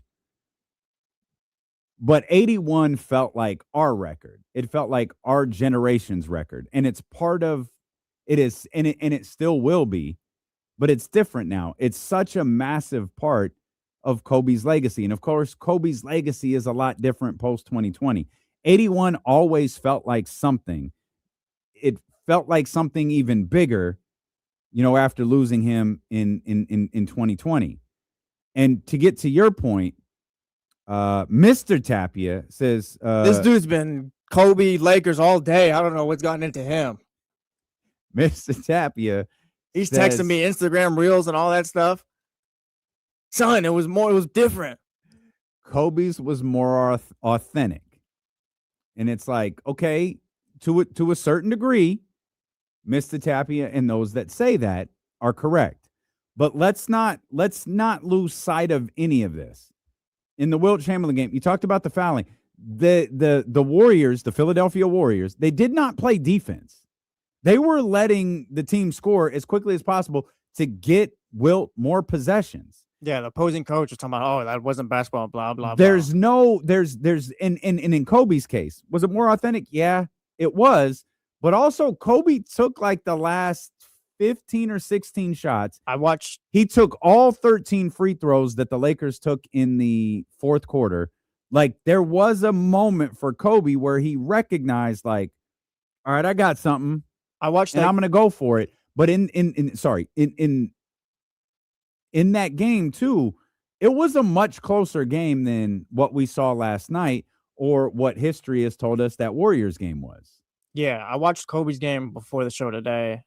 About 30 minutes of highlights or whatever, shots and some possessions, things like that. And yeah, Kobe's game, like, they were down, they came back, and it gets to a point where probably midway through the fourth, where I don't know who the commentator was, but he's like, all right, you got your record. We can start running the offense like normal now. Mm-hmm. And it's like, it's not, they weren't fouling or anything like that, but there was some things where it's like, all right, Kobe is hunting for a record, hunting for shots and things like that. But I mean, the game itself, like, Kobe's 81 is, that's not what yesterday was. My biggest issue with yesterday's game is just kind of like, it's a record. I think people are holding Kobe's 81 too personally. Like, I don't think anything changes. Like, it's still the 81. Bam's got the 83, but like, 83, the different in the 81 was like our generation. 83 is our generation. So like now it feels different. Like we didn't, it's not 83, 81. What was Devin Booker again? It was 70. He did all that to get to 70. It was 70. Like, that was such trash. Like, they lost. They were fouling when they were losing. Like, it was just such like absolute garbage. That's easily the worst. But there is no, like, there's this like the debate on ethics and ethical basketball. None of these outings, from Wilt to a certain degree to Kobe to Bam, has any ethics behind them. There's nothing ethical about taking the shot every possession. And let's also be very clear about Bam Adebayo's performance yesterday. It was phenomenal. Like, don't let the chase for 81 or 83 or whatever, get in the way of the fact, like, Bam was incredible last night. I don't know that he set out to score 81. He was shooting at a crazy clip, and it feels like he was shooting at a crazy clip in the first quarter, and that's when everyone decided, we're playing a tanking team right now. We're playing a team that is desperate to lose. Let's go get this record, or let's see how close we can get to this record. And obviously you're at, what was it, 40, 41, I think, at halftime? It was 45, maybe. 43. We're 43, right in the middle. He was 13 of 24 at halftime, 43 points. And at that point, it's like, all right, let's see what this winds up looking like. And then he goes for 19 in the second half. He goes for 19 in the third quarter. Played all 12 minutes in the third quarter. And played every minute of the fourth quarter until he hit the free throws and was taken out. We've turned Kobe's thing into like this. We've turned it into a moment since he did it. We've turned the 81 into a moment, and I'm thinking now too, like Michael Strand, Brett Favre fell down for that.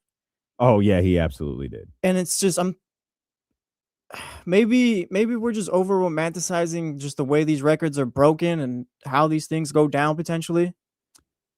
Let me ask you something. Do not get mad at me. I won't.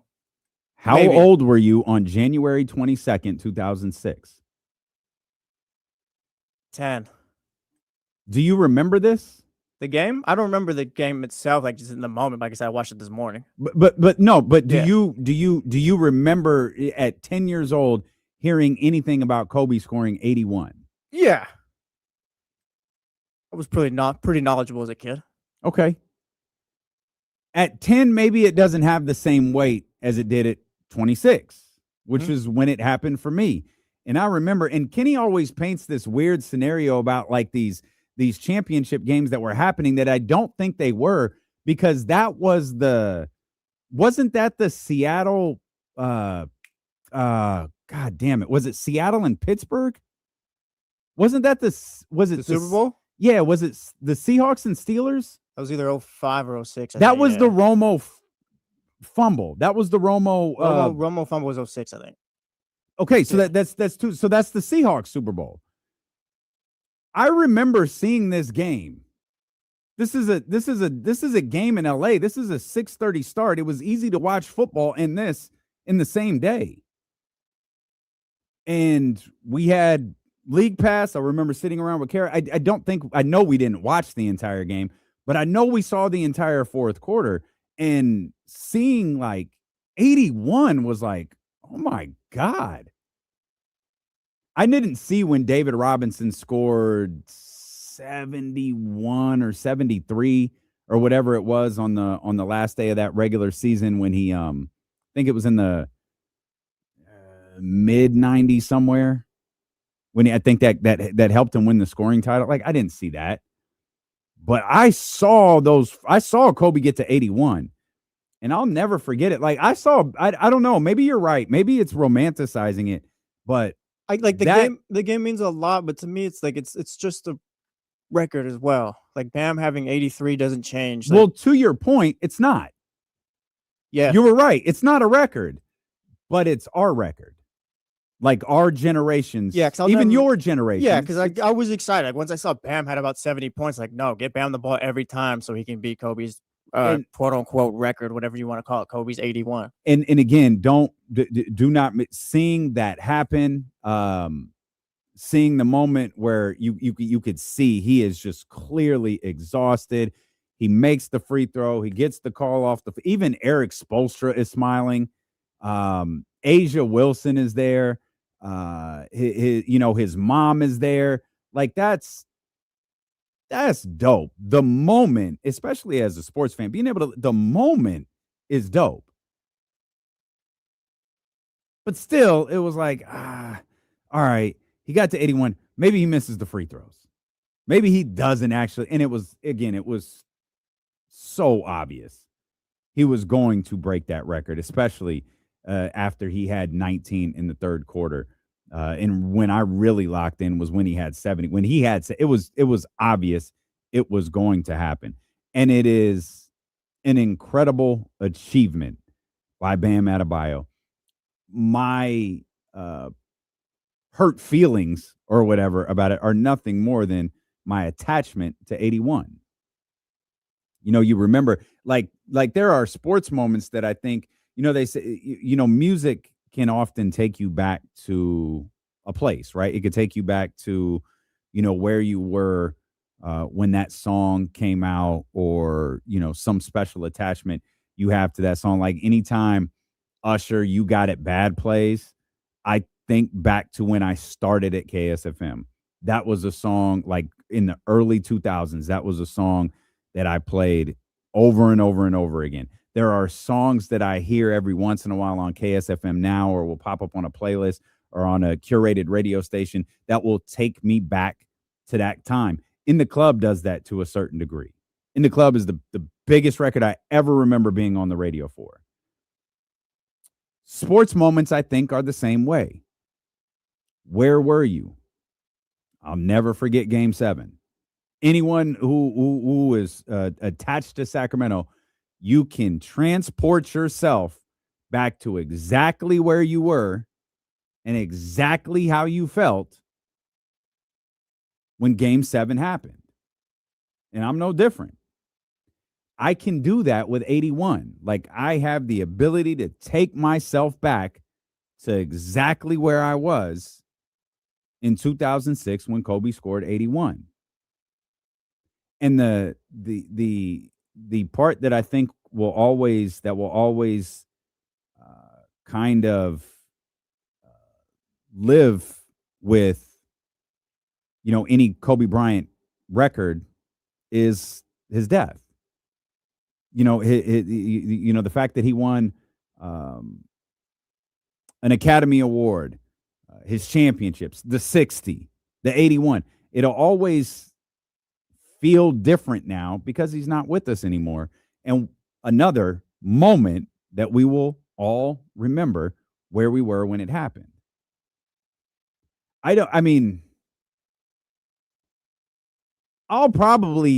remember Bam's 83 for sure. Like, I think what I'll remember more, I'll remember watching it with Audrey. Like, I'll remember that moment, but I'll remember Jesse joking in the first quarter. Oh, he's going for Kobe's record.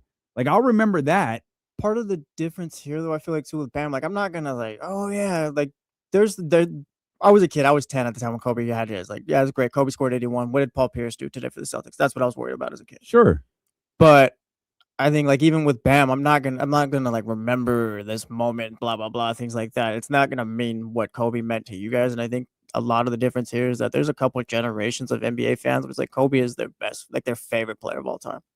Like, he's kind of the guy.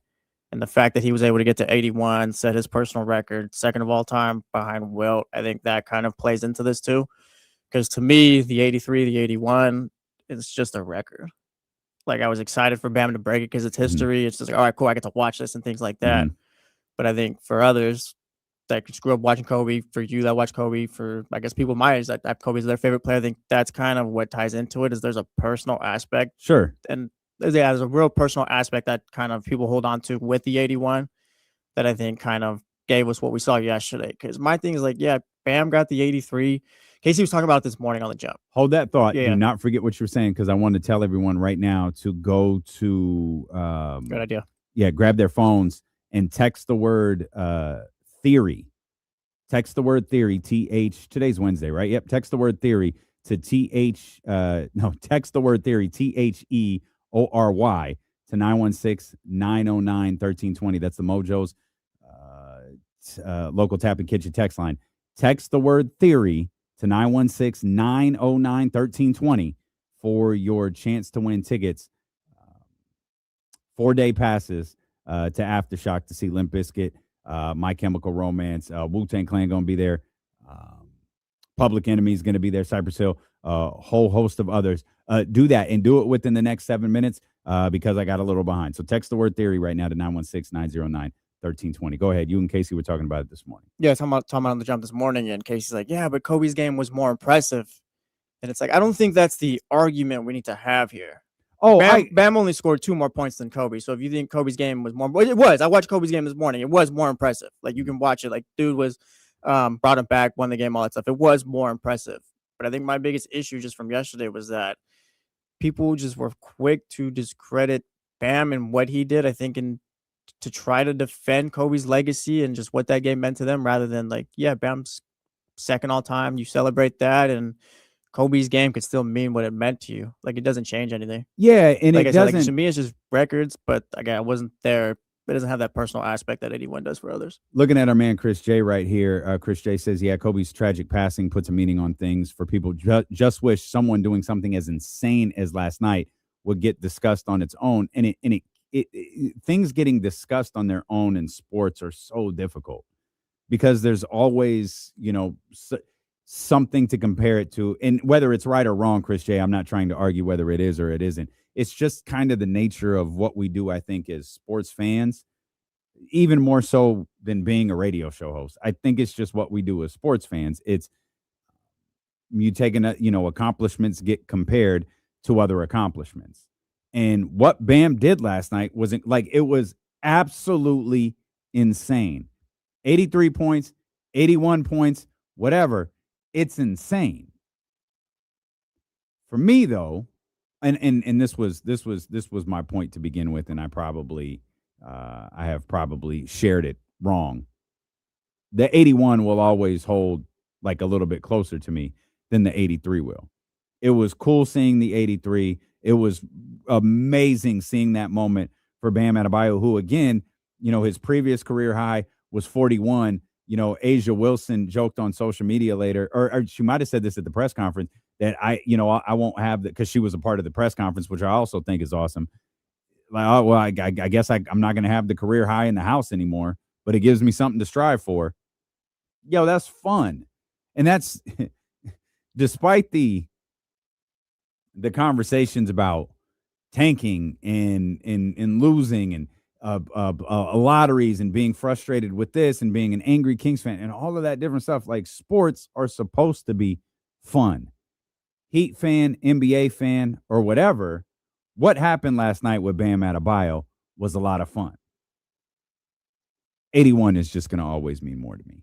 916-909-1320. That's not only the Mojo's local tap and kitchen text line, it's also the phone line. And Manny's on the line. Manny, what's up, buddy? What's up, y'all?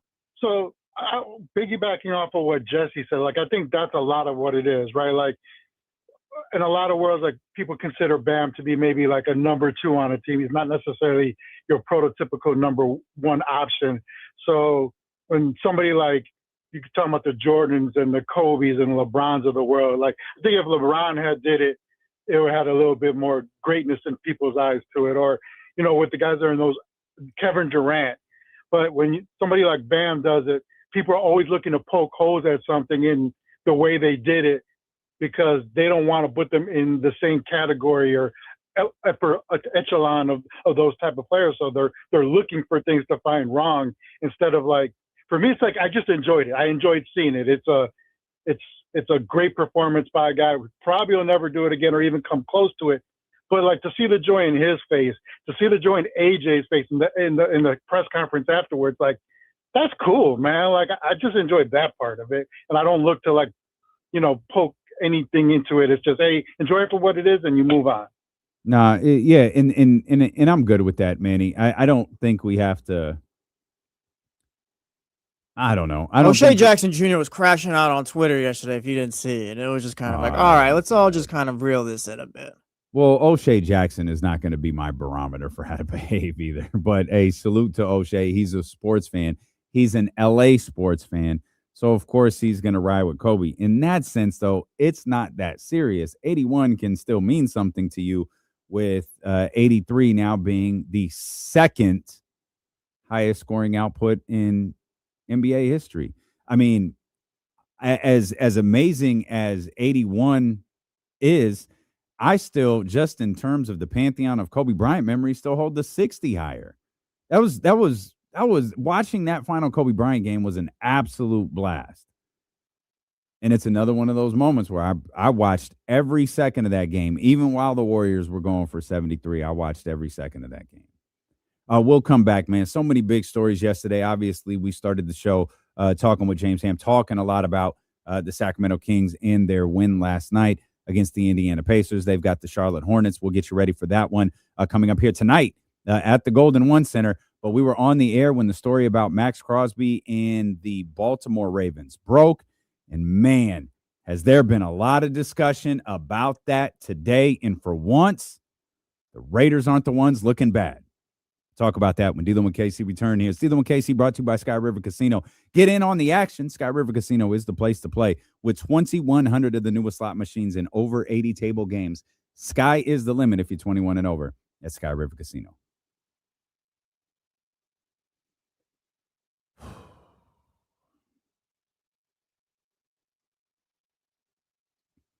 Appreciate y'all hanging out, man. Thank you for listening. I know the show is always a little different when Casey is out, and we've never done 2 weeks of me by myself or just me and Jesse. We've never done that before, so I appreciate you guys for being here. Appreciate it. Man, Kareem is still trying. God bless you, brother. You're just frustrated, I guess. No, I get it. But again, the question is, like, what else would you want them to do? Yeah, like, what do you want Doug? Do you just play max 15 minutes now? Like, what exactly? If Kareem, like, what do you want them to do then? What's your fix? Like, Kareem is they're already the worst team in the league. Right. Like, yeah. What is You're already 15 wins into the season, whatever it might be, and it's just like there's not really teams are tanking to get to where you're at. Actually, is what Max is doing not moving you at all? Like, I know I saw you earlier. You were frustrated that Russell Westbrook had a triple-double the other day, and it's like, all right.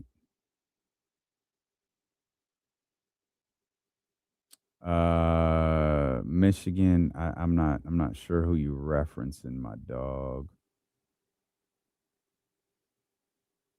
Good hair for I never seen that person before.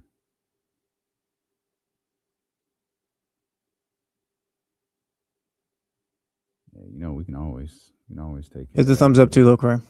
Please do.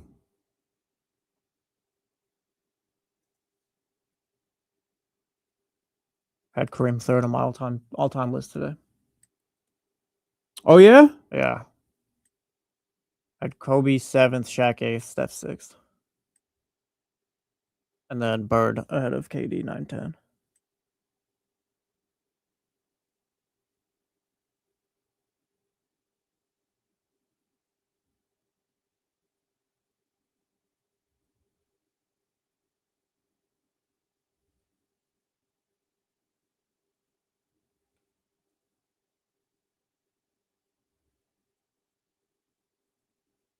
This is not true, Brian. So you guys tell lies. You leave a Spur out of your top 10, and all of a sudden you're a Tim Duncan hater. Mm-hmm. There's nothing wrong with being 18th all time. That was a joke. Please leave me alone.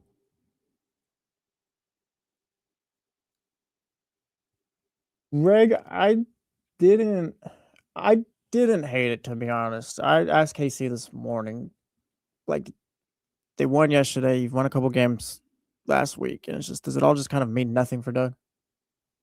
You get no credit for any of this? Is it all just a bad job by him this year?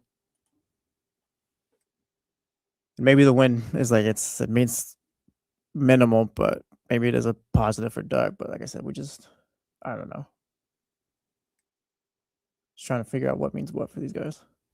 Let's talk about that in the last block of the show because I need something there that's Kings related. Sounds good.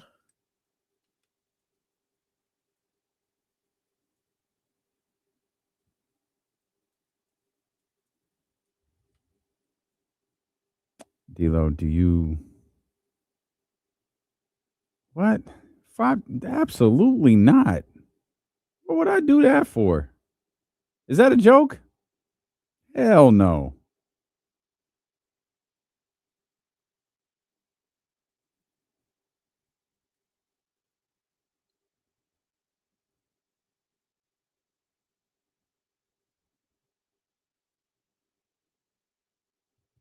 True down. Come on, man. I might have to get your top 10 list. Like what? Because I think Dr. David tweeted the Rock gif out, and I was like, wait, what the hell is going on over on? I don't think it was anything crazy. Just finally came up with the list. What this backdrop that Bam Adebayo is using for this ESPN hit is insane. It's the same one Marvin Bagley and his friend used for their podcast. That is absolutely insane. Come on, Bam. You scored 83 last night. You got to fix that, bro. Bet you Kobe would have had a better backdrop for 83. See? Now you're talking. Now you're talking.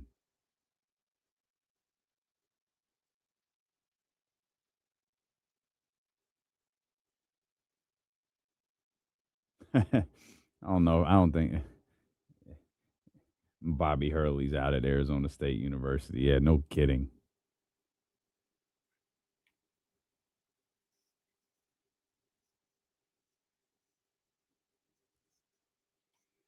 All right, man. Appreciate you for being with us. Manny, hit us up on the phone lines, 916-909-1320. Let us remind you with all of these different discussions going on about the Kings, about the win last night against the Indiana Pacers, about Bam Adebayo's 83. You can weigh in. Always would love to hear from you. And, man, it was pretty interesting being on the air yesterday when that post from the Las Vegas Raiders went out about the Baltimore Ravens backing out of their deal with Max Crosby. hit social media and the reactions from guys like Adam Schefter and Ian Rappaport and Diana Rossini and everybody who started frantically attempting to figure out what exactly happened. Diana Rossini, I think, was the first one to report that Max Crosby did, in fact, fail his physical. And I don't even know if that's the proper, like, terminology. Failed his physical, because he just had, like, it has been made crystal clear today. Every team who engaged with the Las Vegas Raiders was given full reports on his medical condition. They were able to talk to Crosby's doctors as well as the Las Vegas Raiders medical staff. All of that stuff was done prior to any trade being executed. And the report, and I think this was Diana Rossini that reported this one this morning. She was like, when that was done, everyone was fine with it. And we said yesterday, when Diana Rossini's first tweet went out about Max failing a physical, we said it sounds like Baltimore got cold feet and they just backed out of this.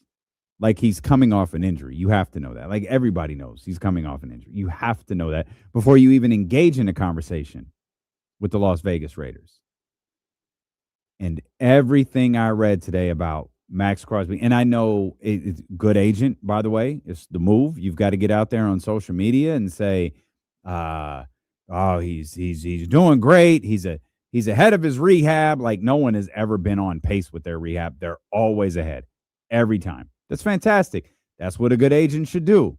He's ready to get out there, and he's going to be a monster. He's going to dominate just like he has in years past. Fantastic. That tweet goes out.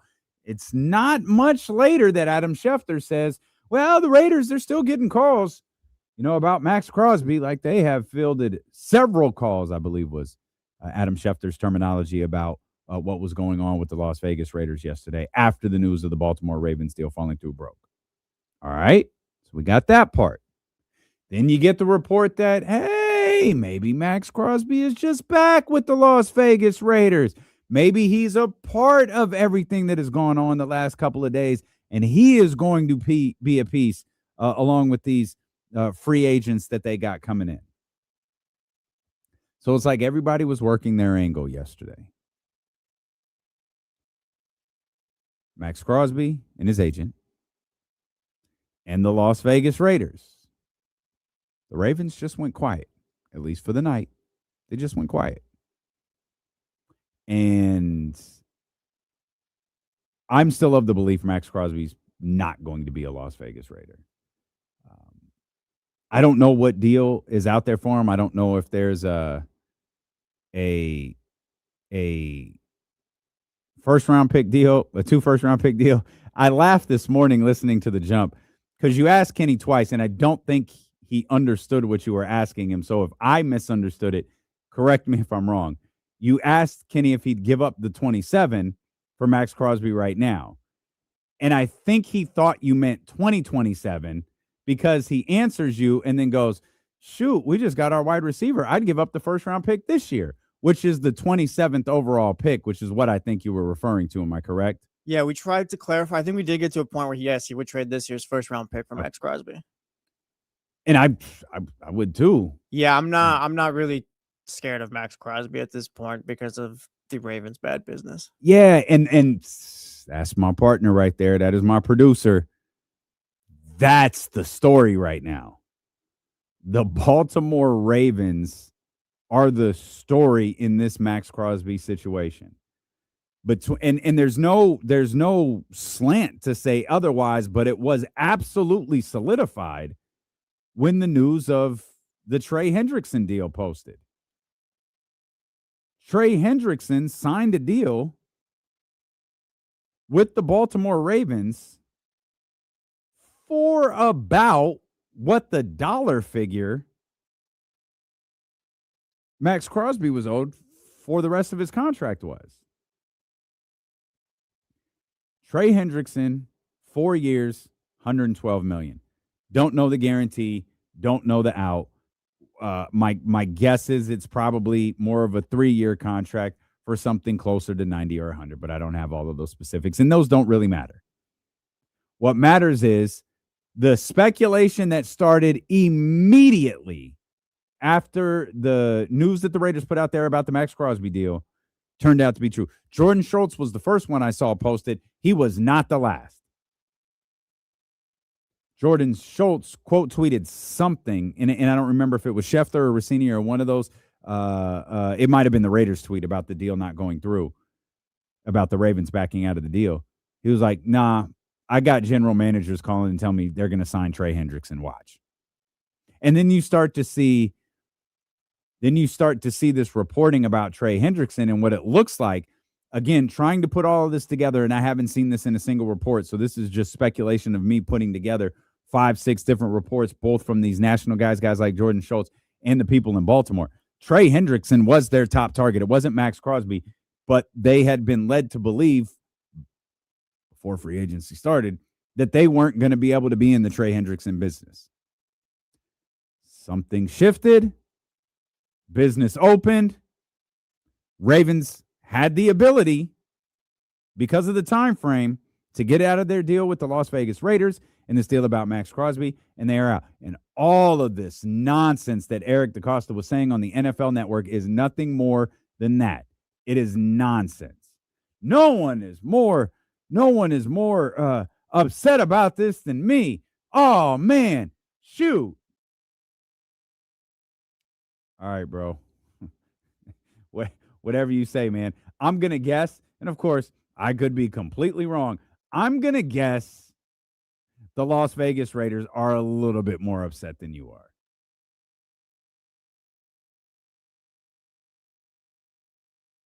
He said that Eric DaCosta said the team was attempting to sign Max Crosby and Trey Hendrickson. Hey, give me a break. Just lying to everyone's faces. All right, I guess Eric DaCosta is the only bad general manager in the league, or just the only bad person who, not bad person, but just doesn't follow the league well, because we all knew Max Crosby was coming off of this injury and dealing with the procedure and all that. Like, this isn't surprising to anyone. Of course, the guy can't pass a physical right now. He's recovering. Yeah, which again, according to every single report, everybody knew. Like, everybody knew, like, he's not going to pass a physical right now. Now, there are things that you could come in and do as part of the physical process, and teams do have the ability to go, hey, this is worse than we expected. Hey, maybe the Raiders, and according to all reports, the plethora of doctors that they spoke to, maybe they downplayed this a little bit. And there was a report, I think it was Mike Ruffalo, maybe.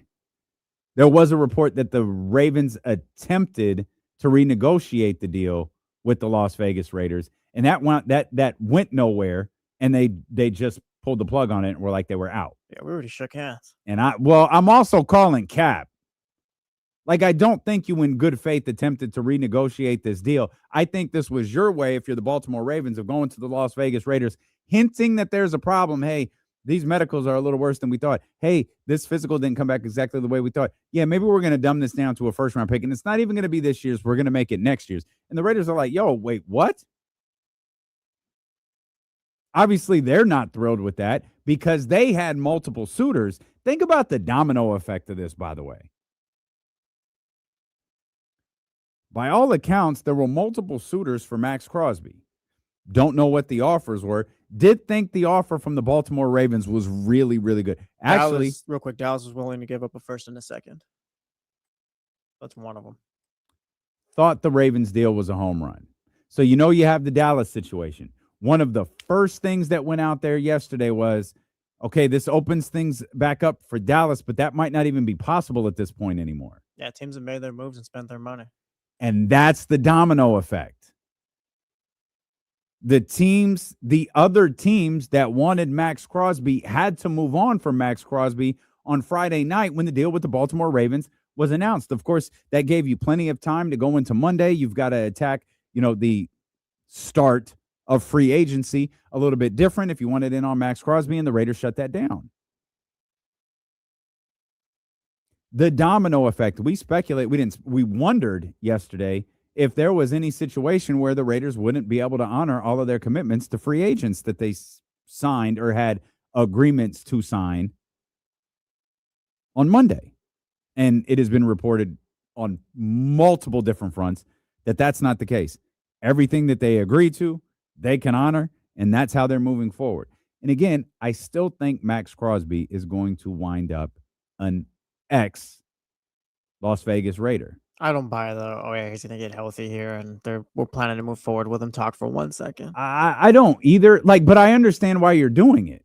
Well, you say that because you can't say otherwise. Like, we're still going to try to trade him because, all right, they're just driving down his value more than. You've got to play the game, right? Max Crosby has to play the game. I'll take that. It's in Max Crosby's best interest to play the game. It's in the best interest of his representative to play the game. And it is in the best interest of the Las Vegas Raiders to continue to play this game. I just don't know when he'll be traded or what the compensation will be. I mean, and how many teams, again, after all of these moves that have been agreed to over the course of the last couple of days, how many teams are still in position to be able to do this? We mentioned the Dallas Cowboys and the San Francisco 49ers making a deal for defensive tackle Osa Odighizuwa. But that's a player, from a Dallas perspective, who you were headed into a situation of re-upping and renegotiating. That's not like it's money off the books. It's not like, all of a sudden, hey, look at this, Dallas Cowboys, look at what they did. Now they can go get. No, that wasn't there. That money wasn't there to begin with.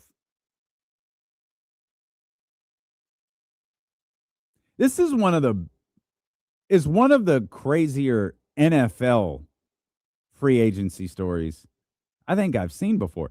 The Ravens may have actually destroyed Max Crosby's trade value.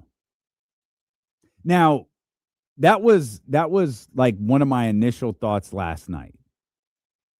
They may have damaged Max Crosby's trade value. However, after seeing the reaction today, this morning, seeing the reaction this afternoon, and then the response to Eric DaCosta talking, I think everybody has put this squarely on the shoulders of the Baltimore Ravens. And I don't think anyone, and I'm sure that the Dallas Cowboys or whoever else was in discussion for a potential Max Crosby trade can attest to it, like the medicals, like we all saw it. And if you brought Max Crosby in, I think I even read like he just got rid of the crutches last week.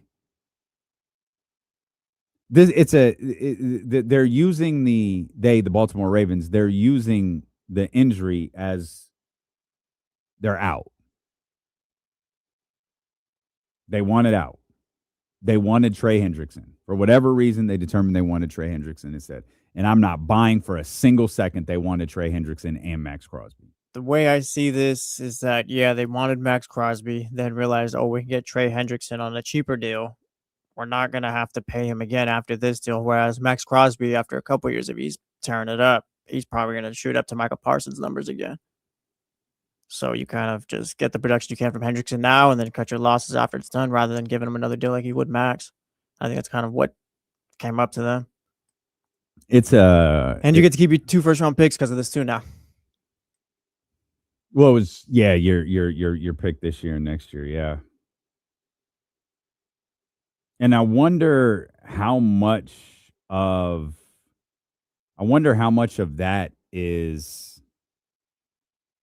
like maybe this isn't the time to be giving up first-round picks.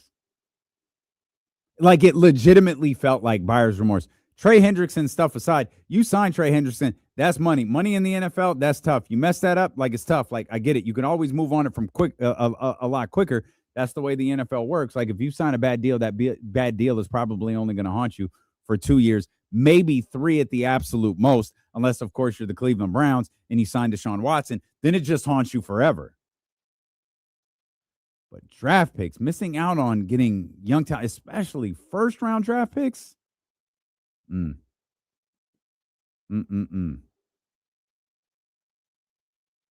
But it's nice, though.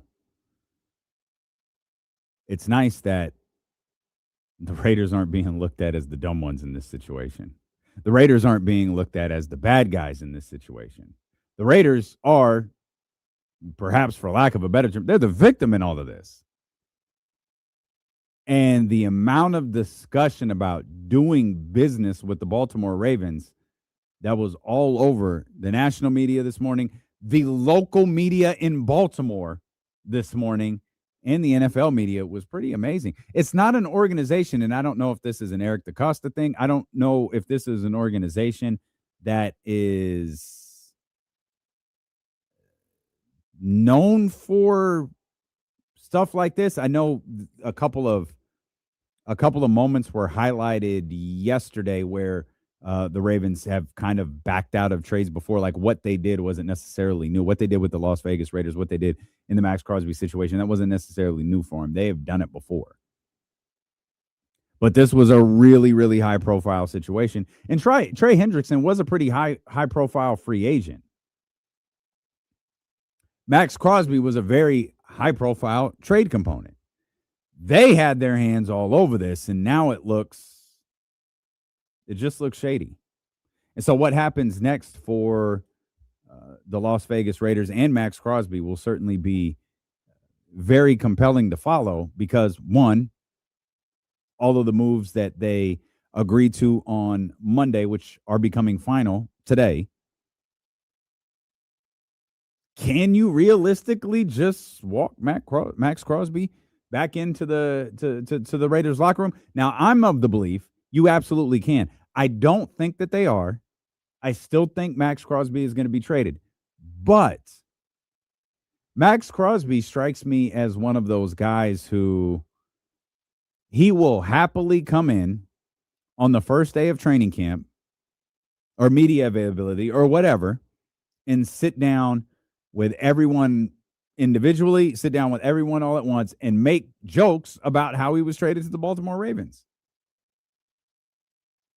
And make jokes about how he was in a trade that didn't go through, and now he has to walk back to be with the girl who doesn't want him anymore. That wouldn't surprise me at all. I think Max Crosby has that type of personality.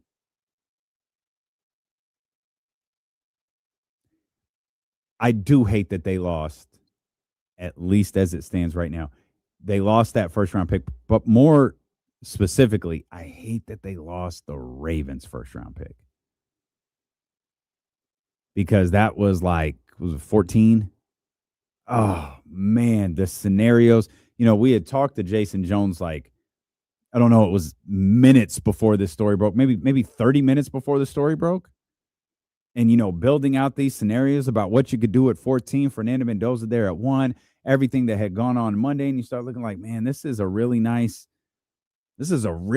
makeup right here. Like, I love the direction. That was the word that we used a lot when discussing the Las Vegas Raiders in recent days. I love the direction of this franchise. I love where they're going. And they're still headed in the right direction. Losing 14 this year, and wherever the Baltimore Ravens first-round pick would have landed last year, yeah, that stinks. That's tough. Let's see what my man Mitch is talking about. Max Crosby didn't go to USC, so who knows? 916-909-1320. That's not only the phone lines, but it's also the Mojo's local tap and kitchen text line if you want to text your thoughts. Mitch, what's up, my friend? How's it going? Fantastic. Jesse, what's popping? Hey, I want to say, finally, the Raiders, the stupidity, and wasn't their fault, really. They get back because they also signed 3 guys, two linebackers, and another edge, so they can put it with Max. That'd be something. They drafted a couple, Tonka Hemingway and JJ. He's like a nose tackle. So their line is looking better. But can't they penalize? I wish they can penalize both. Take away this year's first-round pick because the Raiders could use Micaiah Jack Lemon from USC, of course. And they could have made. I wish they had made that trade for Mike Pittman because all the Steelers did was give him money and switch on picks. They signed a backup wide receiver for 3 years, but there's some way couldn't. I wish the Raiders had went after Trey if they knew they were going to trade Max, and then Baltimore has Egg in their face. And whose physical was this? Was this a neutral party, or they're just saying he failed a physical? What did they have Max do? Try to do 20 push-ups in 2 minutes? No, that's you make a couple of interesting points there, Mitch, and it's always great to hear from you. I feel like Mitch is more coherent when Kenny's here, when Kenny's not here. I could be wrong, but Mitch has 2 calls this week that I completely – maybe I'm more locked in. Maybe it's a heightened sense of awareness when Mitch calls. Just Kenny stresses him out, I guess. Well, you guys are the Mitch whisperers, and sometimes I have to turn to you to understand exactly what's going on. But I've 2 days in a row, like, Mitch, I got you. Mitch is developing. Maybe that's what it is. There it is. Real development. This isn't a lost season. Mitch is developing. A couple of things there, though, from Mitch. In order to take a draft pick away from Baltimore, one, I don't think they would give it to Las Vegas. I think they would just take it from Baltimore, and you'd have to have intent. You'd have to have proof, and you'd have to have intent. And I think that would be difficult for the NFL to prove, especially given the fact that Max Crosby is an injured player right now. They can always say, yes, we had discussions with the doctors. Yes, we did this. Yes, we did that. But it actually wound up being a lot worse than we expected, and we didn't think we could do that moving forward. So that would be really difficult to prove, though I did see that idea floated on social media quite a bit. Mitch also brought up the linebackers and edge rushers that the Raiders brought in and noted that they play with Max Crosby. There was obviously never an idea for any of those guys that the Las Vegas Raiders have agreed to deals with to play with Max Crosby. I don't even know what the dynamics to that could look like. Though, is it something they can figure out? Maybe it is. But in the end, I still think that Max Crosby is going to be traded. And for me, this was true. That was a stunning, like that was you just don't see that type of stuff very often. And it was one of the most like shocking transactions, one of the most surprising transactions that we've seen in sports in recent memory. And we saw and that happened on the same day that we saw one of the great statistical performances that we've ever seen from Bam Adebayo. But what are the other ones? There's one that most of us will never forget. And anytime this conversation comes up, it's the first thing I think about. We'll tell you what that is. Plus, we'll get ready for the Charlotte Hornets and the Sacramento Kings live tonight at the Golden One Center here on Sacramento Sports Leader, ESPN 1320. The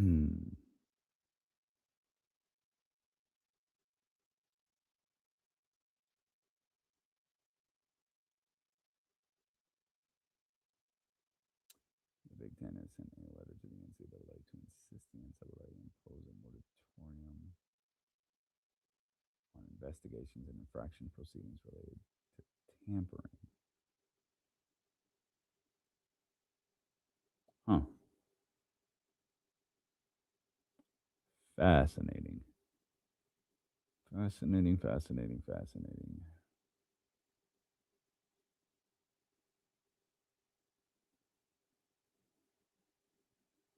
Well, Diggy Azula has missed one game.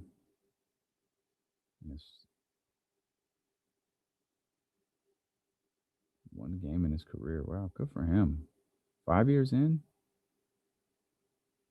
Good for him. Good for the 49ers. They're not really messing around. I like that. I like that.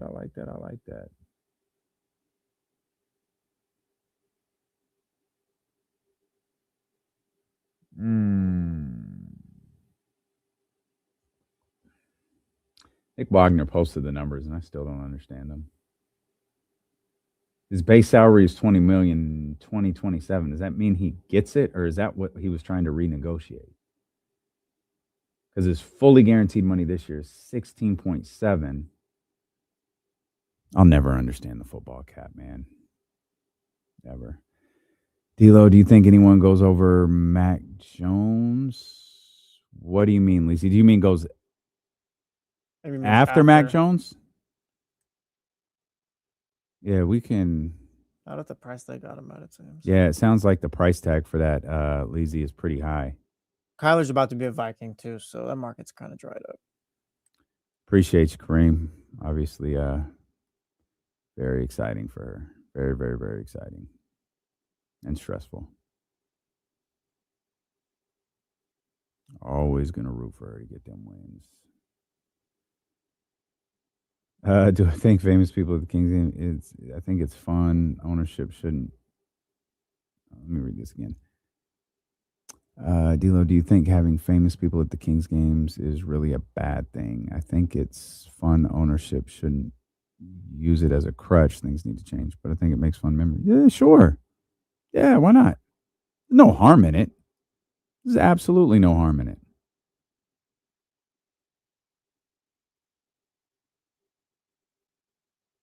Yeah, no harm in it.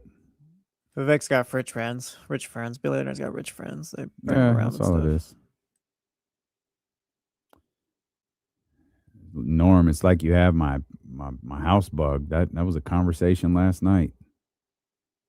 They still got that deal at Costco. I think it's like 3 power coppers for like $250 or something like that. Shit, if they do something like that. I don't know if it's exactly that, but yeah, Costco had a deal for a little while. Man, I have to get the little ones to Disneyland. We have so many. Yeah, we have to get the little girls out somewhere.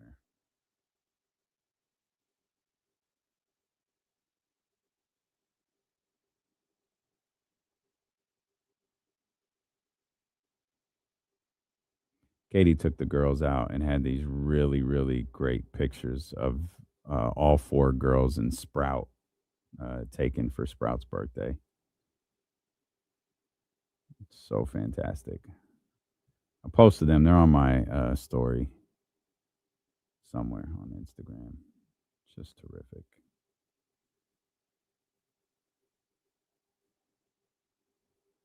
Sprout still looks like a puppy in some of these, man.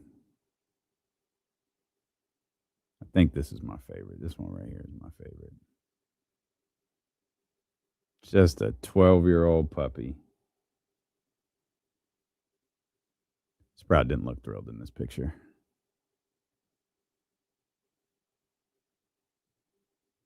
And then there's the 4-year-old doing 4-year-old things. 5-year-old, excuse me.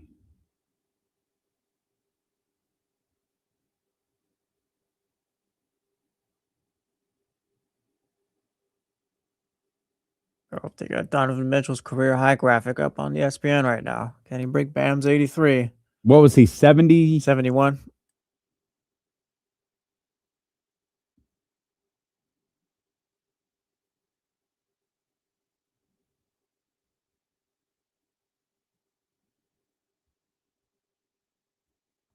Oh, thanks, Frank.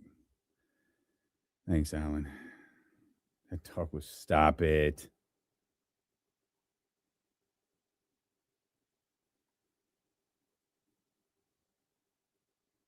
She is 12, man.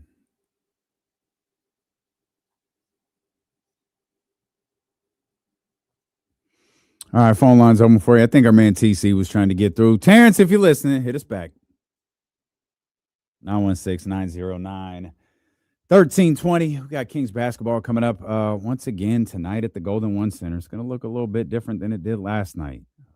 No Russ, no Malik, and the hero of the night, Devin Carter.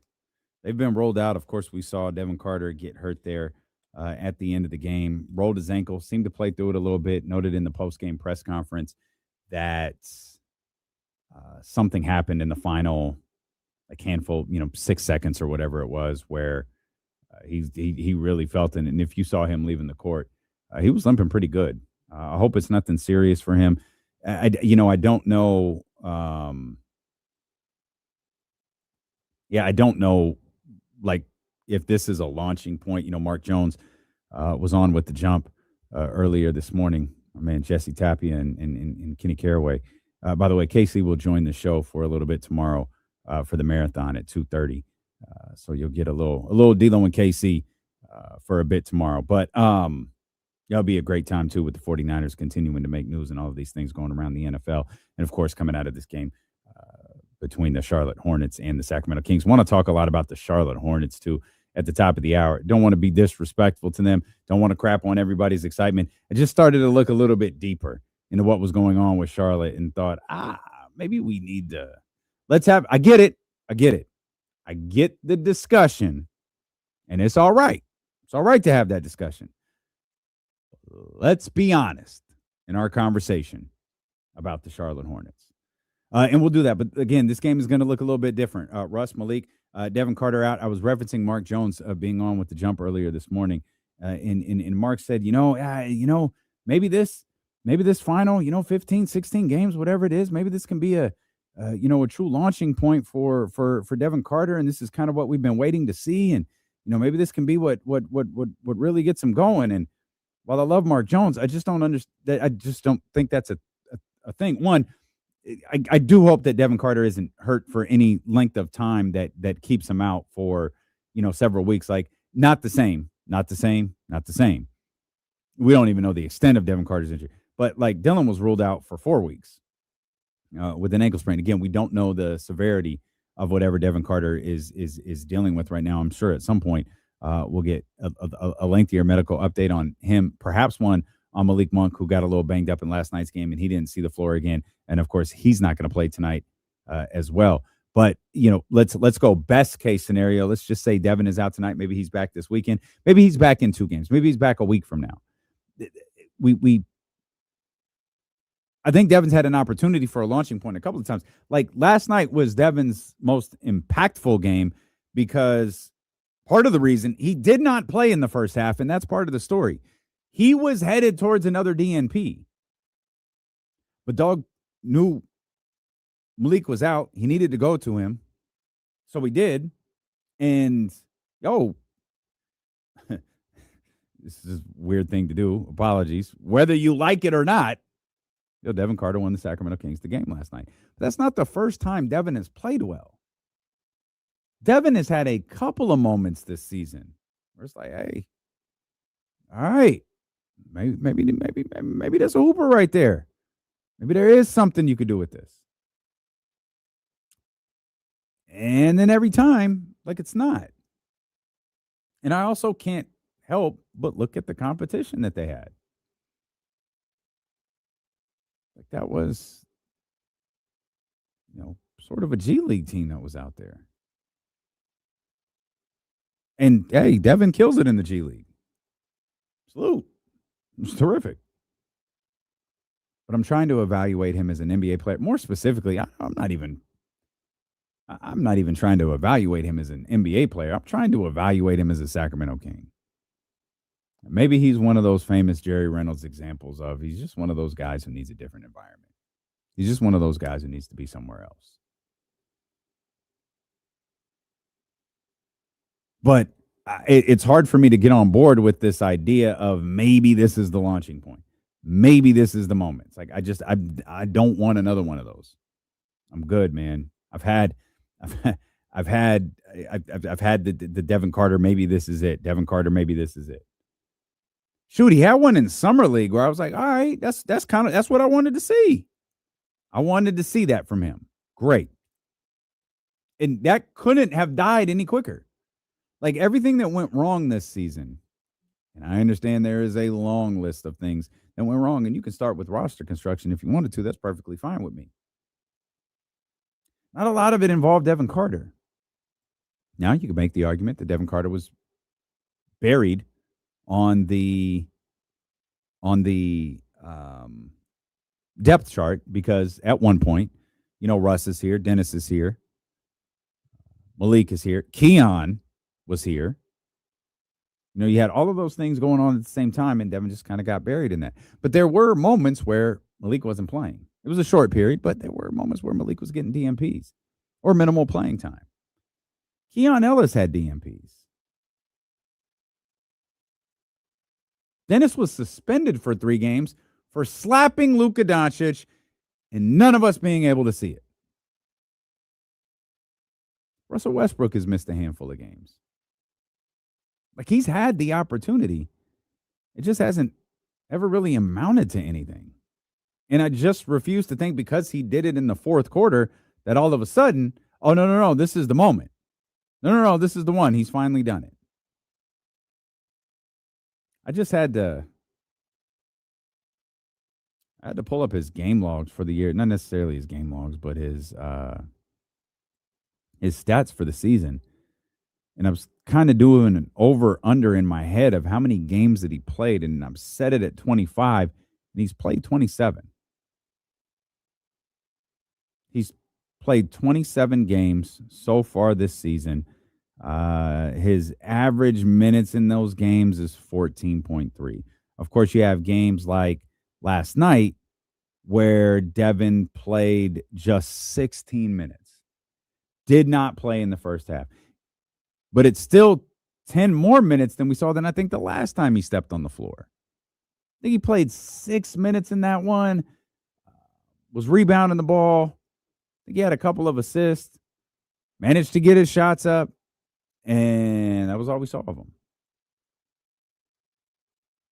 He is in some ways just a fascinating player because every once in a while you get glimpses of like, yeah, I get why the Sacramento Kings would like him. I get why an NBA team would like him. And then you have moments where it's like, yeah, he just took like 6 shots in 2 minutes and didn't pass the ball a single time. And if we're going to talk about a lost season and we're going to talk about development and we're going to talk about young guys playing and all that, it can't be one young guy out there trying to get his run in while everybody else is just running up and down the floor. I mean, it's like legit creating a pecking order. Like if we're being honest with ourselves, we've got to create a pecking order of what this development of these young players looks like. And you probably want to start with guys like Neek and Max. James brought this up earlier during the marathon, but man, Dylan Cardwell not being around really does suck. I know we've brought that up a couple of times. It would just be fantastic. And this isn't a conversation about wins or losses or anything like that. It's just he's a fun basketball player, and you want to see him on the floor. And I'll be the first to admit, as I've stated several times, I don't know what takeaway to have from this season. I don't know what takeaway to have from any of these games. But I do know I'd rather see Dylan Cardwell on the floor than not. And we're probably approaching a time where, for All-Star break, we're probably getting close to where that a reevaluation period is about to hit, and maybe Dylan Cardwell. See, Dylan I don't look at like Keegan Murray. Keegan Murray, I have no interest seeing back on the floor. There's no reason for it. I don't need to see Keegan lead a team. I don't need to see Keegan go score 20 or 30 against the Brooklyn Nets. I don't need to see any of that. I don't need to see you anywhere but on the bench, in street clothes, smiling, having a straight face, biting your nails, looking at the game. Don't care. Don't want to see him back out there. Don't think he has anything that he can accomplish. Only thing that I think that can happen with Keegan Murray playing at any point the rest of the season is something bad. He's been hurt 3 times. He's hurt the same ankle twice. That is whether you believe in God or not, that is a sign from somebody. Stop. This season is a disaster. You're a disaster. Just stop it. Get healthy. Get ready to have a productive offseason. And let's start seeing what next year looks like. I don't want Keegan Murray to get hurt again. And there is no benefit. I know like Keegan playing with Max and Neek and all of these guys playing together. Like, man, if you want to believe there is some synergy in that to carry over to the next season, all right. I'm going to have to sell me on it a little bit. And you can, because I can think of one example immediately, and it's Phoenix. Phoenix in the bubble. That was a team that realistically had no business being in the bubble. They were they were the filler. They were like the team that you just send there. It's like, oh, we need to play opponents like they can't make the playoffs. They went 8-0. And it was like, they went, I think it was 8-0. I think that was the number of games that were played in the bubble for the teams that, before the postseason started. And then they carried it over into the next year. Now, maybe the argument is, no, they didn't. It's just a coincidence. That's fine. But I'd like to think, yeah, maybe it was built there. So if you were going to sell me on this idea, I'd start there.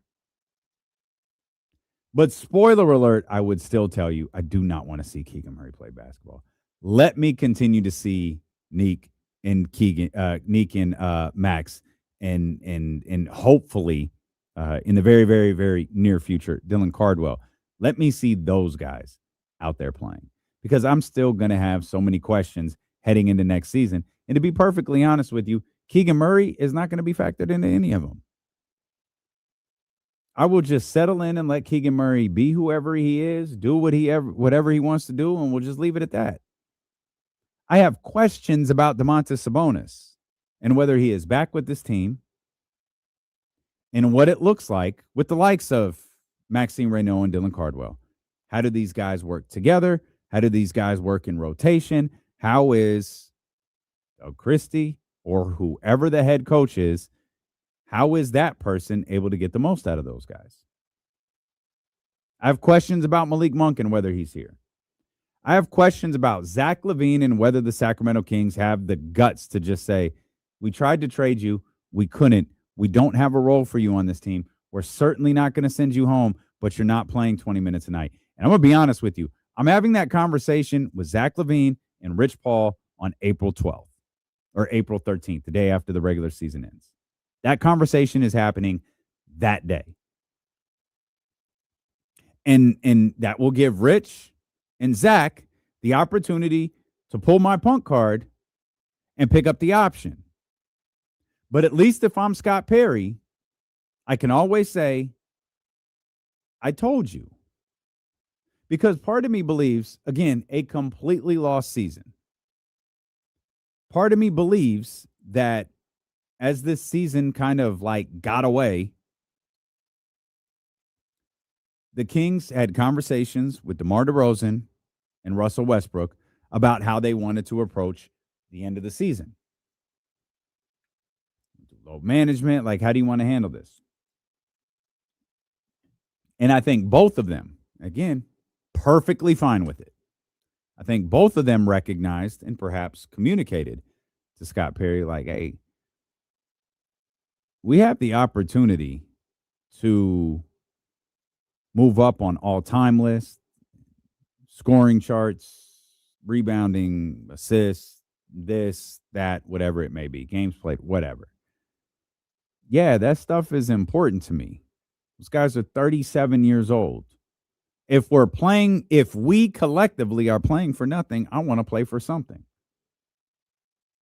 I'm not affording that luxury to anybody next year, especially a player who has a player option for $48 million.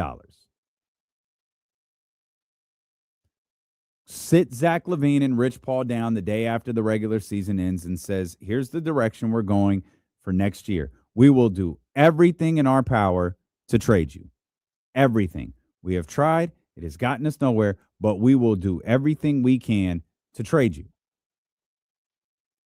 If we were unsuccessful in that attempt, we're not going to waive you, stretch you, none of that. We're not keeping money on the books for years to come when your money comes off the books next year. We're not doing that. James has put that out there as a potential possibility. I do not agree with it. This team is not winning a championship next year. They're not sniffing a championship next year. Based on the way this year is going, they're not even sniffing the playoffs next year. So I'm not adding $20 million to my books just for the sake of getting rid of Zach LaVine. And I'm not telling Zach you have to go home. I'm not telling Zach your number won't be called. But what I am telling you is you are not the starting two on the Sacramento Kings moving forward. You could wind up out of the rotation at different points throughout the season. We expect you to be ready when your number is called, just as Malik was last year, just as Keon was at different points last year, just as Killian Hayes was when he was here, Precious Achua, all of that stuff. We expect you to be ready. But you won't be a 30-minute-a-night guy. You won't be a 20-minute-a-night guy. You might not even be an every night guy. And allow Zach LaVine and Rich Paul to make the decision on their own about what they want to do. Again, they can pull your punt card and say, it's cool, we're going to pick up the option. Great. Excellent. You're owed $48 million next year. We'll see you at camp. And you just keep it moving. Because I don't believe Zach LaVine's not going to be a distraction. He's not going to be a problem in the locker room. There's nothing in his history that says that that's going to be the case. So you move forward with what you want to do. You just have to do it with Zach LaVine on the roster. That's the funny thing about this conversation. You don't have to play him. When we talk about how important it is to what you're doing, I get it. From a cap perspective, it's extremely important. But from an on-the-court perspective, it means absolutely nothing. I do not have to play you just because you're wearing a uniform. Maybe I could find a way to work Zach LaVine into a game on a regular basis. But what's more damaging for Zach LaVine's future earning power as an NBA player? To opt out of a $48 million deal, or to not pick up a player option on a $48 million deal and potentially sign a 2 to 3 year deal, likely 3, with another team out there. And I've never had any trouble believing that Zach LaVine can get in the neighborhood of $30 million per season. Of course, the game is changing, and Cam Thomas scores like 20-some-odd points a game and got the, what is it called? The equivalent of the franchise tag. The qualifying offer thing where they just had to play for that dollar figure. Then he got let go to go sign wherever he wants to. So maybe the game is changing and Zach LaVine, we're not interested in scores like that. So maybe I'm completely off. But my guess would be, just a guess, feel like it's an educated guess, but what do I know? Feels like what would be far more damaging is Zach LaVine coming off the bench and being in and out of the rotation for an entire NBA season. 916-909-1320. Jesse, I'm going to guess that's TC on the line. TC, been waiting all day for you. What's good, baby? Man, hey, my bad, y'all. Hey, what's up with my two brothers, man? Good. You good, baby. We here. What's going on? Hey, now listen. So, hey, you touching every aspect, D-Lo. You cooking, keep cooking. Them is all answers that have to be answered, right? And at this point, if it take the young players developing, if you want to talk about, we ain't just talking about Neek, we talking about Max, even Devin, right?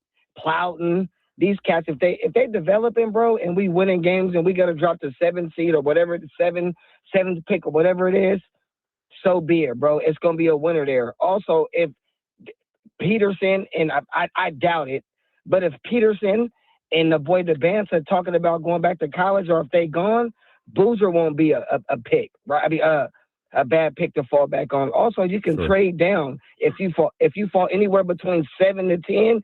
You can trade down, bro, with a team that got 2 for so it's a win-win situation for the Kings, in my opinion, bro. But those questions have to be answered. Doug, moving forward, bro, is he or is he not, right? And the guys that you want to move off of, we're talking about 2 guys. We can't keep saying guys. We're talking about Domas and Zach LaVine. We already know what's going on with DeMar. Partially contract, but those 2 guys. Those is answers. And I believe Perry will answer those questions, bro, and he cooking because you can't look at him and say, oh, Dennis Schroeder, and he couldn't move Zach LaVine, but he also has some good moves in there too. So that's where my faith come in at with this dude, and I believe that him and BJ gonna cook, D-Lo. Seriously. Okay. I appreciate you, TC. I love TC's optimism. I feel it is often a bit too simplistic, but I very much love my man TC's optimism. TC, Casey, both been very high on Scott Perry. I'm not out on Scott Perry. I'm not down on Scott Perry. I just won't give Scott Perry the benefit of the doubt. He has to win me. He has to woo me. He can't have my allegiance just because he gives a good press conference. Now, you talk good talk. Now I'm going to need you to see the work. And the great thing is, in his first draft, I think he's worked. He's cooked a little bit. Not even a little bit. Like, he might have cooked. See what Nick looks like? But love Max.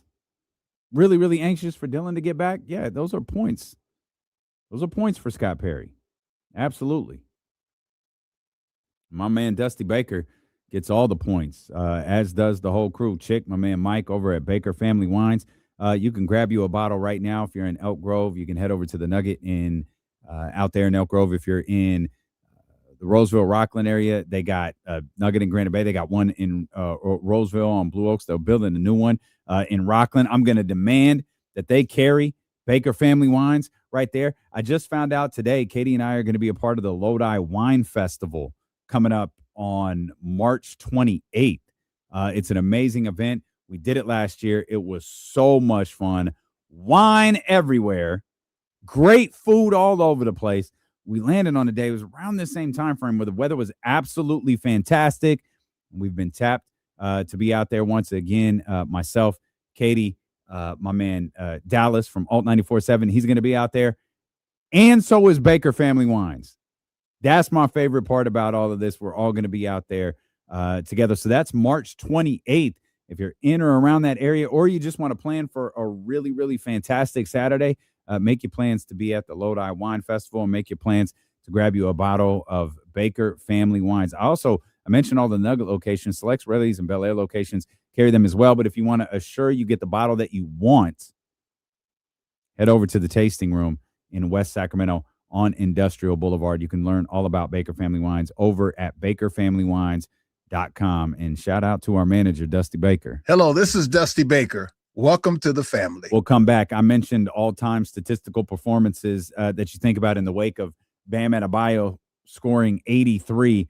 What's the one statistical performance you always think about? I got to pay that tease off. And we've got to talk a little bit about the Charlotte Hornets and what's been going on with them recently and why everyone might be overreacting. It's coming up here. Dealing with KC on Sacramento Sports Leader, ESPN 1320.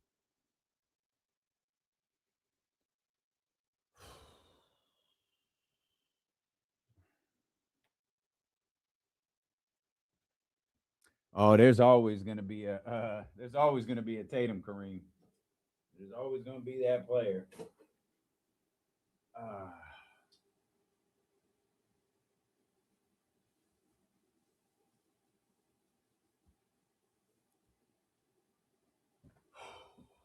Oh, man.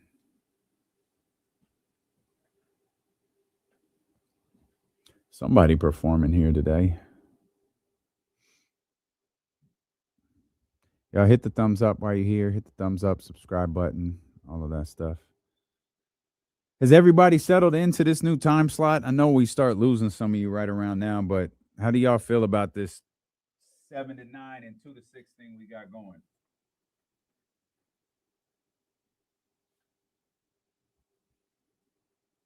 There it is. Right on time, Drew Down. Right on time.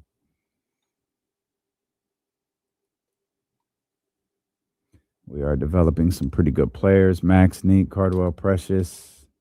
Zach isn't. Yeah, I believe you're right.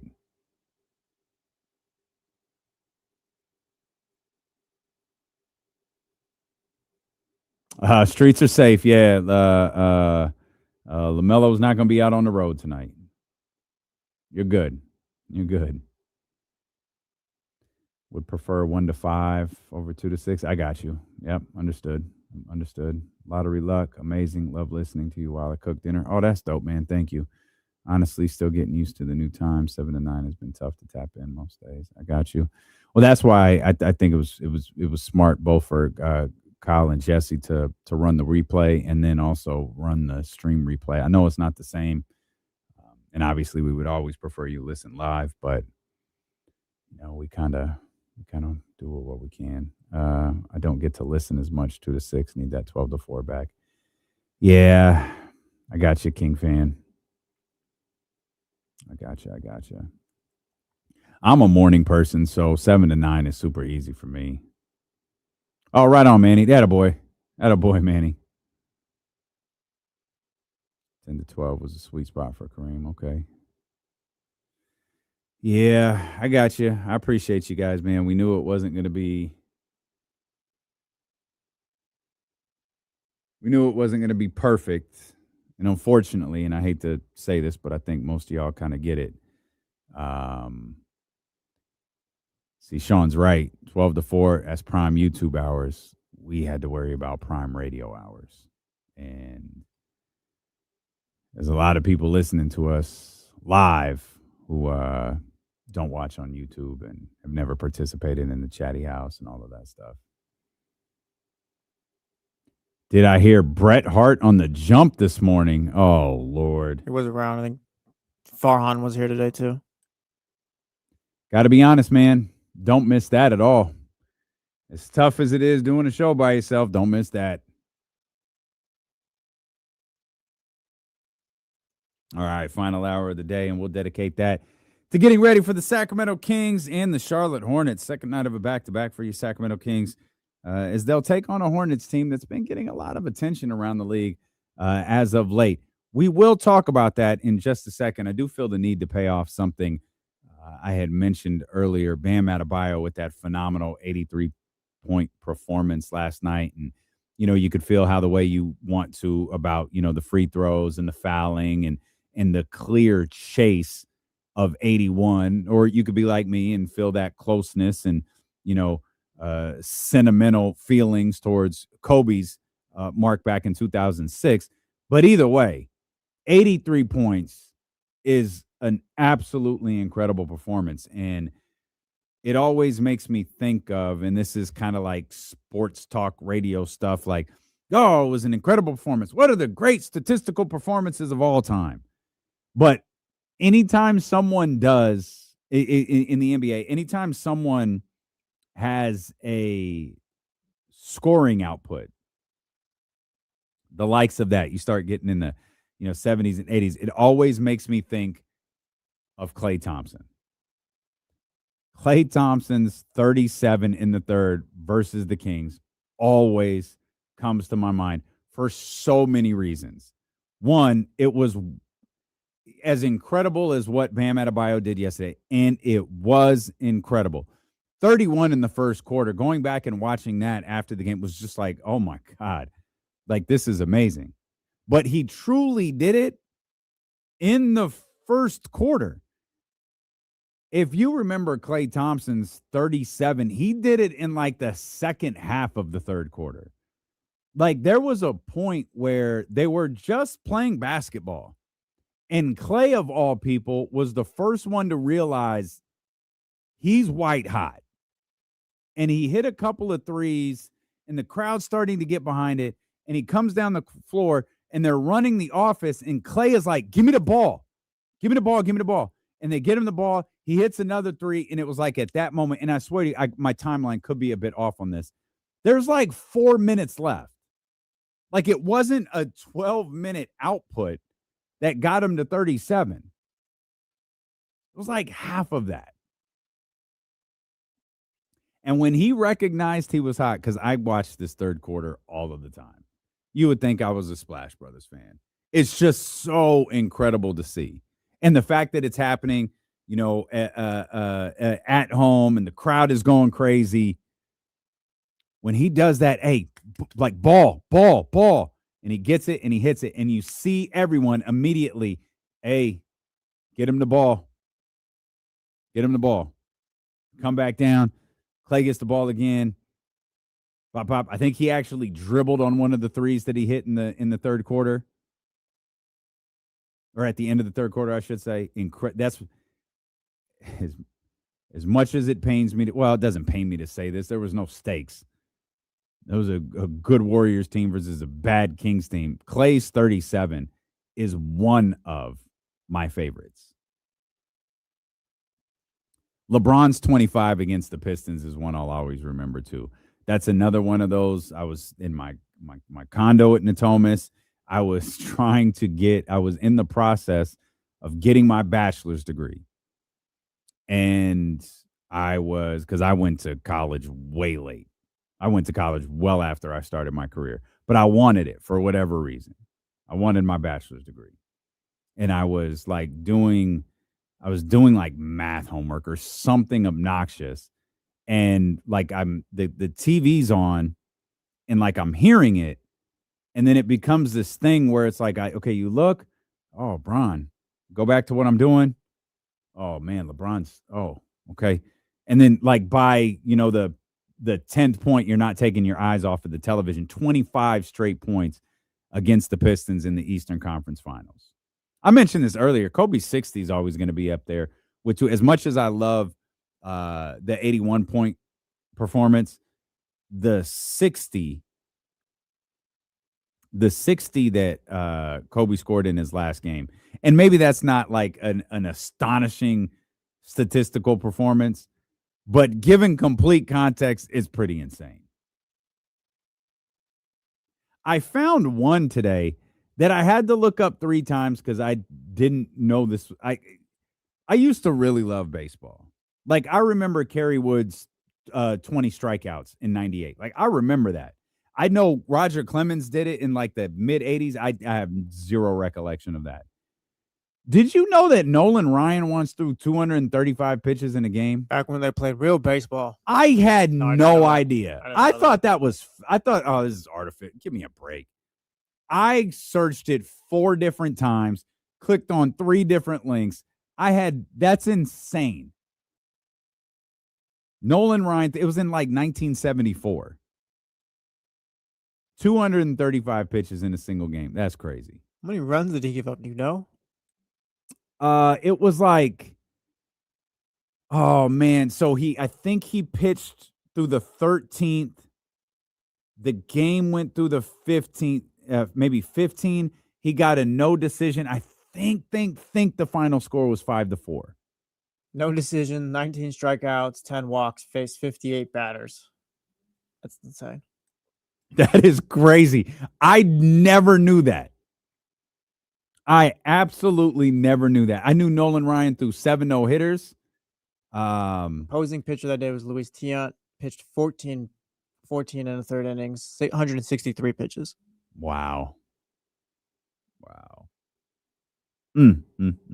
That's crazy. That is absolutely nuts. Absolutely nuts. I was at a McDonald's in Modesto after a high school football game, watching Calais go for 37, I believe, in that quarter, whatever it was. Yeah, that was absolutely watching Clay nuts. light it up next to Ronald McDonald. I have never seen anything like that. To this day, that Klay Thompson 3rd quarter, because of the time frame in which he did it, insane. Absolutely insane. Nolan Ryan, this here from the Chatty House here. Nolan Ryan, most legendary player in all sports. He has 7 no-hitters, 10 one-hitters. He does have 7. I remember the 7th. I think he pitched his 7th no-hitter on the same day Ricky Henderson broke Lou Brock's record or tied it. But I feel like it was on the same exact day. And then, of course, he headlocked Robin Ventura and laid into him for a couple of punches. And I think he was 40 when he did that. So I wanted to pay that off as we were talking about incredible performances. And people have been talking about Charlotte and how they have been playing lately and how they're a fun basketball team. And I have no arguments with that whatsoever. They are absolutely a fun basketball team to watch. They, have a group of young guys in LaMelo, who is kind of establishing himself as the established vet last night. I should point out, I keep talking about the Sacramento Kings being on the second night of a back-to-back. The Charlotte Hornets are as well. for those that might remember our conversation with Trista was debating on going to the game with Portland. I think her hit with us delayed her from going to that. But yeah, Charlotte was in Portland last night and walked away with a 2-point win in that one, 103-101. But the funny thing about that game is Charlotte won. And now think about it. I'm trying to provide context for this. Charlotte won the game to improve to 33-33, which is fine. Nothing at all wrong with that. But trying to match this up with some of the conversations that I've been having about the Charlotte Hornets, including on this show with us, gets a little sketchy. Because I thought, like, okay, Charlotte, this is a cool story. I was like, what can we do? What can we do to talk about this game tonight with the Sacramento Kings and the Charlotte Hornets? Well, let's look into Charlotte a little bit. They improved to 33-33 last night. They are currently in the 10th spot. Part of the reason they're in the 10th spot, by the way, is we talked about this with Jason Jones for a little bit yesterday. All of this talk about Magic City Monday. The Atlanta Hawks have won 7 straight. Wings, strip clubs, ethics, morality, all of that has buried the facts that the Hawks have won 7 in a row. So the 33-33 record that the Charlotte Hornets have them in the 10th spot because Atlanta hasn't lost in a couple of weeks. Now, this play-in situation in the Eastern Conference is pretty fluid, not in terms of who's going to make it, but how it's going to shake out. We've got Orlando and Cleveland playing right now. Orlando is half a game back from Miami, who's in the 6th spot. But then you have Philadelphia, who just got that news about Tyrese Maxey yesterday. Tyrese Maxey out for the next 3 weeks. He'll be reevaluated at least in the next 3 weeks. They're a game back from Orlando and a game and a half back from Miami. We just mentioned Atlanta. They've won 7 straight. By the way, Orlando in this Cleveland game, they've won 4 in a row. Atlanta, they've won 7 straight. They're 34-31. They're 2.5 back from Miami. And then a game separates them from Philadelphia. 2 games separates them from Orlando. And then there's Charlotte. Charlotte, who is comfortably in the 10th spot because Milwaukee's 27-37. They've lost 7 of their last 10. They're a mess. They're 5 games behind Charlotte just to get to the play-in. And you have Charlotte at 33-33. They're 2.5 back from Atlanta, 3.5 back from Philadelphia, and 4 back from Miami at the 6th spot. And so it's like, okay, there could be a lot of movement right there. At the very least, you have 4 teams at 500, battling for that playoff spot or battling for the play-in picture. But remember, the Hornets had the Hornets had won a whole bunch of basketball games, dating back to like the end of January. Like they started winning games at a good clip, and that's when we really started talking about them. Headed into the All-Star break, it's like, hey, they got something cooking here. Coming out of the All-Star break, they kept winning. They had like a 6-game winning streak before losing to Miami a weekish ago. So I thought, all right, we've got the Charlotte Hornets. Let's dive into this a little bit deeper. Let's look at the 6-game losing streak. I preface this with you play your schedule. But the Charlotte Hornets beat Washington. They beat Chicago. They beat Indiana. They beat Portland.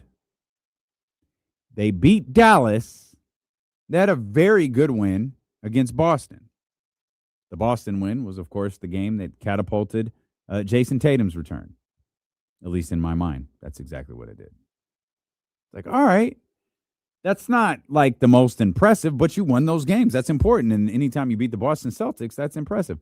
Let's go a little bit further back. Let's go back to January when we really started talking about this basketball team. They had like a 9-game win streak. Let's look back at that. You got to win against Orlando, a team we were talking about right now, playing good basketball right now. They beat Washington. They destroyed Philadelphia. They beat Memphis. They beat Dallas. Really good win against San Antonio. They beat the Pelicans. They beat Houston. And they beat an Atlanta team that was struggling at the time.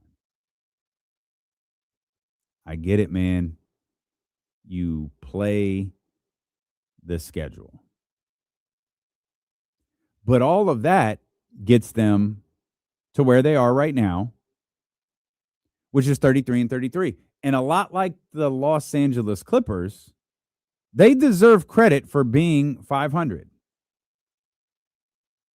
I'm looking back. I'm not even going to be able to. There's too many L's here to even count, but I got 1 win, 2 wins, 3 wins, 4 wins. I'm guessing they started in the range 4, 7, 10, maybe 4-14. Somewhere around there. And kind of played around that clip all the way up until January 22nd, where they went on that lengthy win streak. And then, by the way, the win streak was snapped. They lost to Detroit, beat Atlanta, had a couple of losses against Houston and Cleveland, and then started the 6-game win streak. They have played far more consistent basketball since January 22nd than anything that they did leading up to that point of the season. And that's kind of the thing that becomes difficult is like, yo, what do you make of all of this? They have something. There's zero question about that. There's something there. Like it or not, Miles Bridges is really good. Like he's 17-6 right now. And then you've got that trio of Brandon Miller, LaMelo Ball, Con Knipple, who I think is the rookie of the year. I mean, I'm pretty sure he's the rookie of the year. Like, yo, you can call that a dope trio, but again, Miles Bridges is 17-6. Now, a playoff appearance for this team will really amplify their portfolio because they've lost in the play-in a couple of times. And and I guess this is tough. Like, context is important. The Eastern Conference play-in that the Hornets had before wouldn't be nearly as impressive as the one they could potentially have this season. I mean, the Eastern Conference regularly has been below that 500 mark headed into the play-in. And them being a plus 500 team with a chance to get to the playoffs, man, I think a playoff appearance by Charlotte would be massive for them. Going in there and face Detroit, yeah, why not? I mean, this is disrespectful, and I apologize. Anybody in the Eastern Conference truly afraid of Detroit? I mean, like if you had your pick, and you say your favorite team, assuming it's not one of these, your favorite team is the Miami Heat. You have the opportunity to play Detroit, Boston, New York, or Cleveland. Who are you picking? You could even do this if you're Charlotte. Your favorite team is the Charlotte Hornets. You have the opportunity in the playoffs to play Detroit, Boston, New York, or Cleveland. Who are you taking? I think a lot of people are taking Detroit. I think a lot of people, or maybe I'm projecting here, maybe I'm projecting my feelings. I think a lot of people are looking at Detroit the way many of you looked at Cleveland last year. Jesse and KC looked at Cleveland a certain way last year. 60-plus wins. All right, let's see what they wind up doing in the postseason, because in the end, that's all that matters. And when you have a season like that, yeah, your performance in the playoffs gets amplified. Like, yo, you won 64 games. What are you going to do in the postseason? This is a Detroit team that has the opportunity to win high 50s. Number one seed? I mean, in number one seed, I don't know if it's like literally start to finish, but it sure feels like it. And is that a team that you trust in a 7-game series to get it done on a night-to-night basis? And maybe that's where Detroit truly can cook, is a 7-game series. Maybe against someone like a Charlotte, Atlanta. I think a Philadelphia matchup would be really, really interesting. That one's less likely to happen unless, of course, Philadelphia moves down, which certainly possible given the news about Tyrese Maxey and the way the Eastern Conference play-in picture looks. But I want to be in on Charlotte because they stink. Or have stunk. They've been awful. Regularly wins in the 20s. I mean, people gave up on Brandon Miller before Brandon Miller really had even an opportunity to do something his rookie year. And then, in an incredible twist of events, they blamed LaMelo Ball for Brandon Miller not being exactly what they wanted. Then they started comparing Brandon Miller to other guys that were drafted that year. Which, I get it. That's a natural thing. It always happens. But it all took away from the conversation that should have been happening, is that Brandon Miller has had a really good start to his career. You know, last year, minus the injury that kept him out 50, 60 games, something like that. Maybe not quite 60. It was like 50-something games. Kept him out a lot of games, we'll say that. But when he was playing, he was very good. And he's been great this year. And then you land the player like Con Knippel. They made the decision to bring back Miles Bridges after all of the stuff that went on with him. Now you seem to have settled in. You've got your coach. You have we're going to go old school here. You've got your core. You've got your primary group.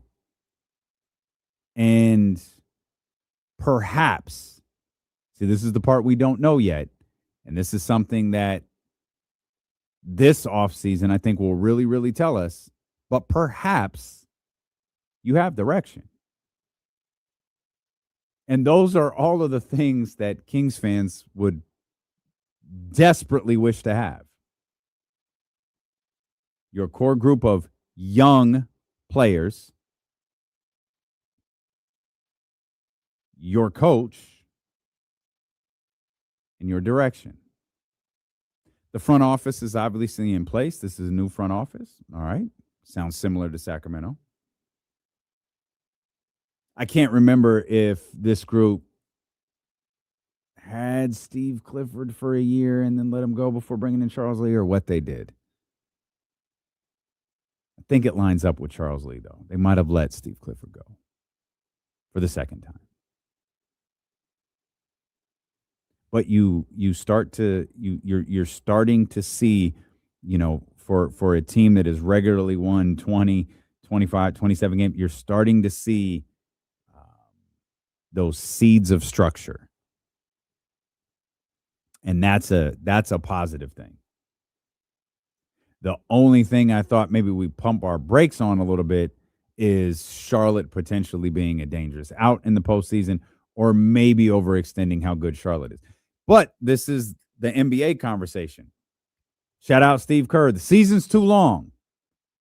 Well, Charlotte, much like the Los Angeles Clippers, and the Clippers have been praised for the way that their season is gone.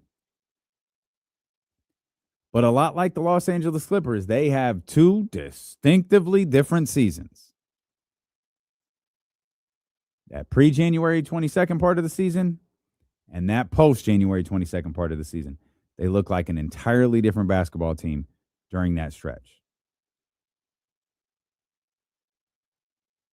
And so, you can also ask yourself, and this isn't a this season question, it's a next season question, is which one of those two basketball teams was real? Because it wasn't a gradual shift for Charlotte. It was a shift. It was like, hey, Charlotte's playing. Whoa.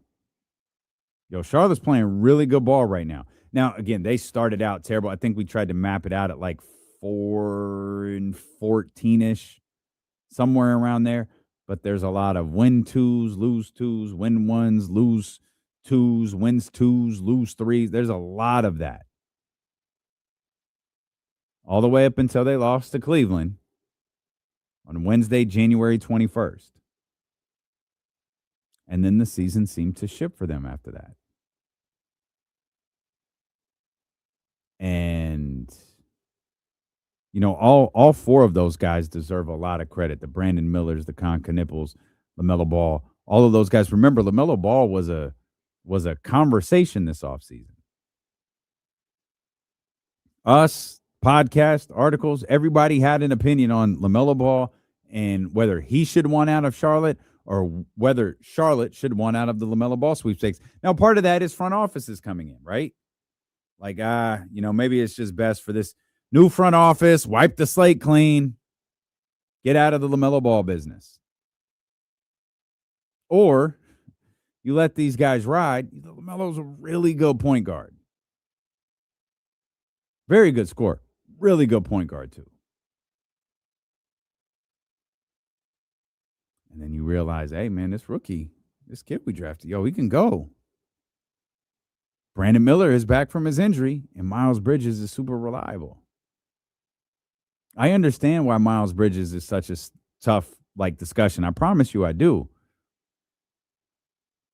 I threw out there the Sacramento Kings and Miles Bridges, and I heard y'all. Everybody hated it. It's like, okay, I got you.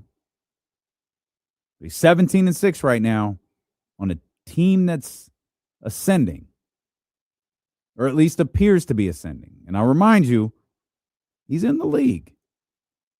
The NBA decided that. The NBA decided he can play. Now, you want to take the high ground and say, nope, we don't want any of that business here? I got you. I understand. Just know he's really good, and this team is turning around, or appears to be turning around. But they're running into the Sacramento Kings tonight. And it's going to be a little bit different of a version than we saw last night. We'll get you updated on all of that. Plus, what did Mark Jones say about Doug Christie that had the Jump talking this morning? We've got that coming up here on Sacramento Sports Leader, ESPN 1320.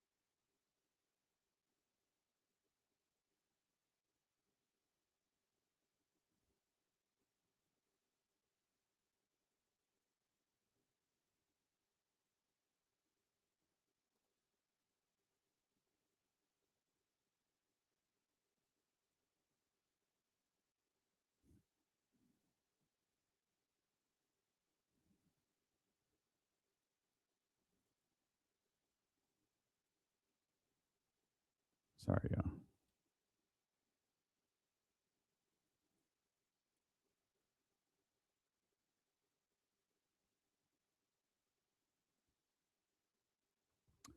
Who's got a brighter future, Hornets or Hawks? Hawks are good, but I still feel like they need a guy, and I like Jalen Johnson. Let's bring this one to the show. That's a good question.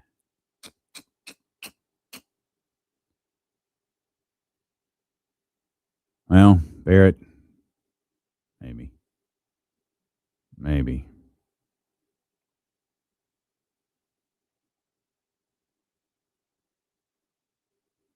Oh, right on, Coach. That's a good look. Good look.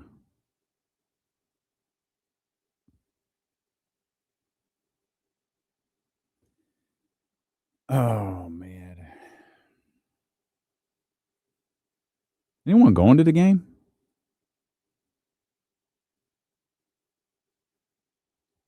I don't know when I'm going again. I think I have one more to do for the Galleria next week, that Philadelphia game.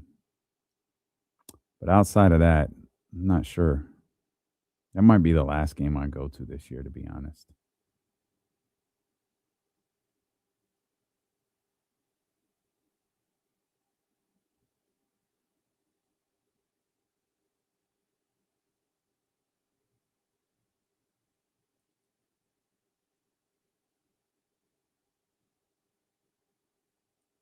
Ooh, saucy.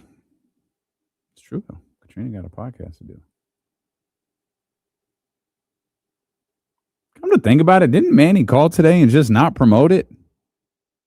Come on, Manny.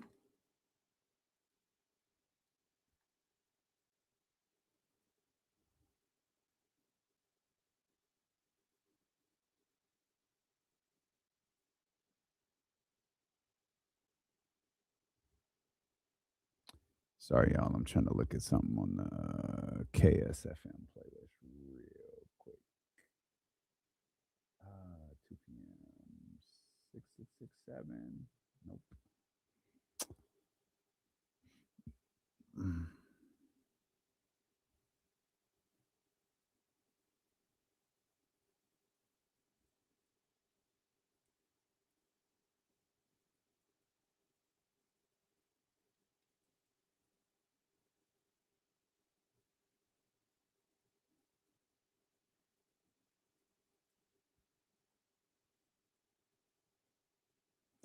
Let's see. What do we got tomorrow?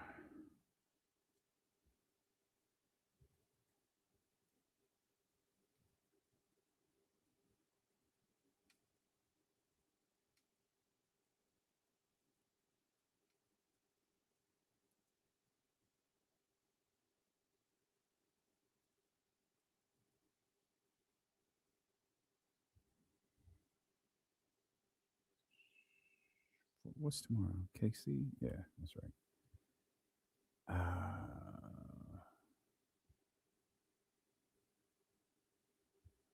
Well, Kat, I don't blame you for not going to games.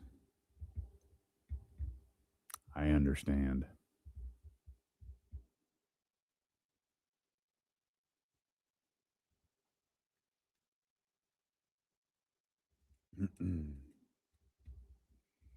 Oh, prayers up, Coach.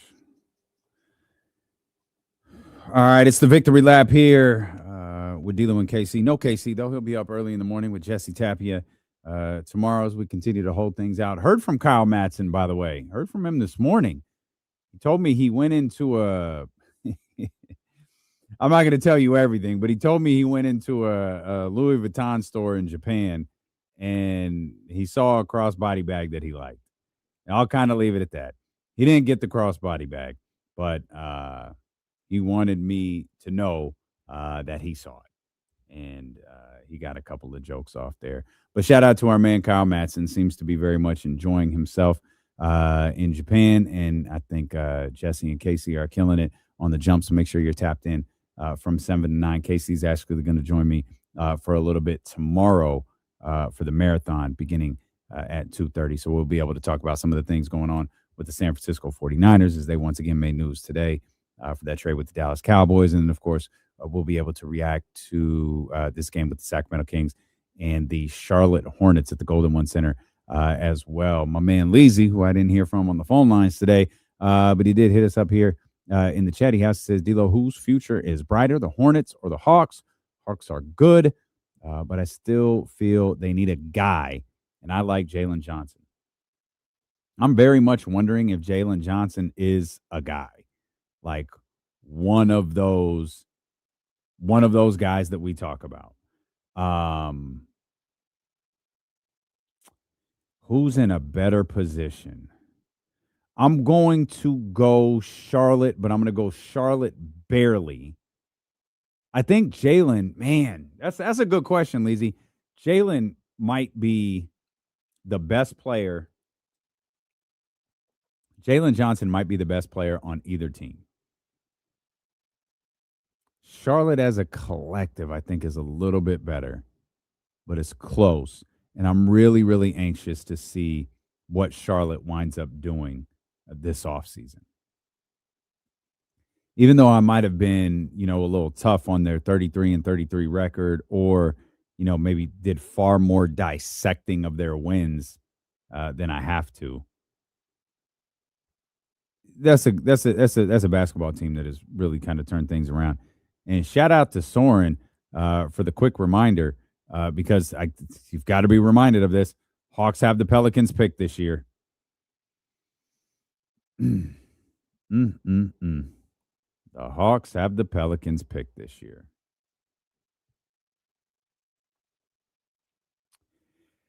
So we broke down Charlotte quite a bit. Obviously, we have spent day after day, hour after hour talking about the Sacramento Kings, and there have been a couple of points today where I've brought up things that Mark Jones has said on the jump.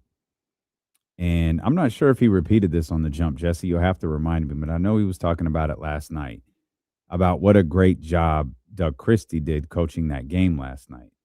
Yeah, he did give Doug his props for the game yesterday on the jump. And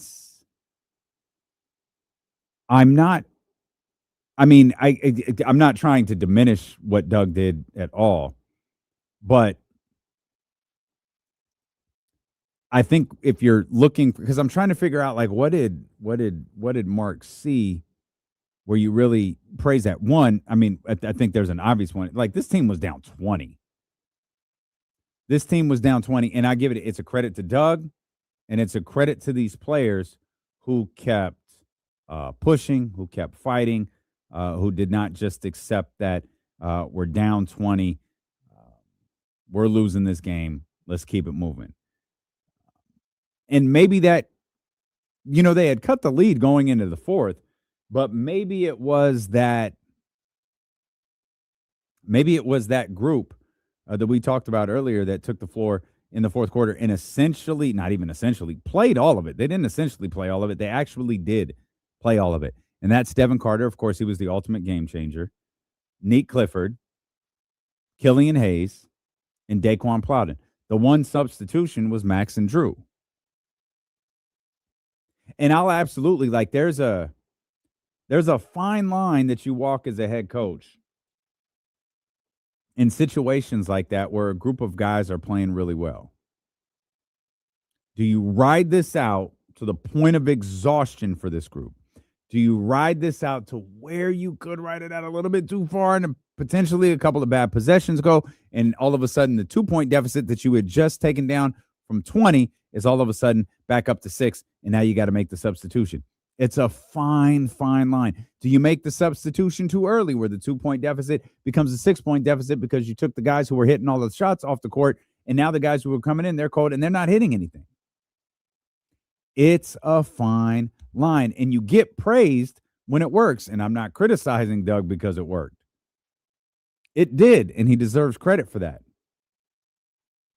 What I struggle with Doug is similar to what I struggle with when talking about players and talking about players in this stretch of the season. And maybe with the coach, it's a little bit more, maybe with the coach, it's a little bit easier to quantify. I'm not sure, to be honest.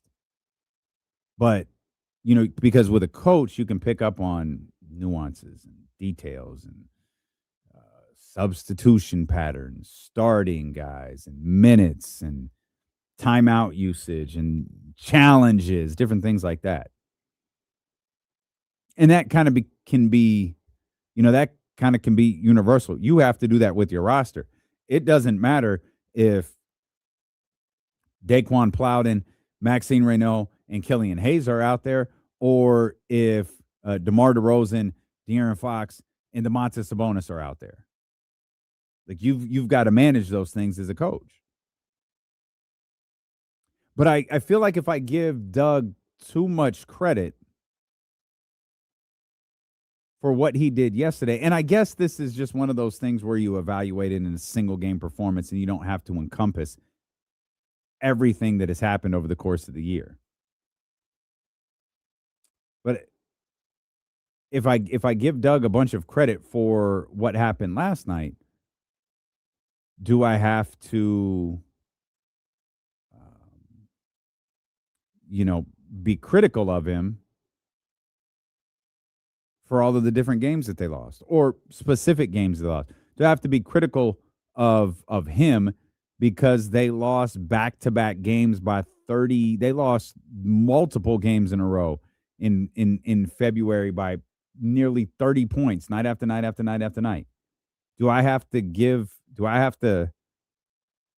be hard on Doug for that? I'll tell you this. I had some thoughts when the Kings were down 20 at home against the other worst team in the league. Oh, I thought about Doug last night. And it wasn't, oh, Doug is awful. It wasn't, oh, Doug is terrible. It was,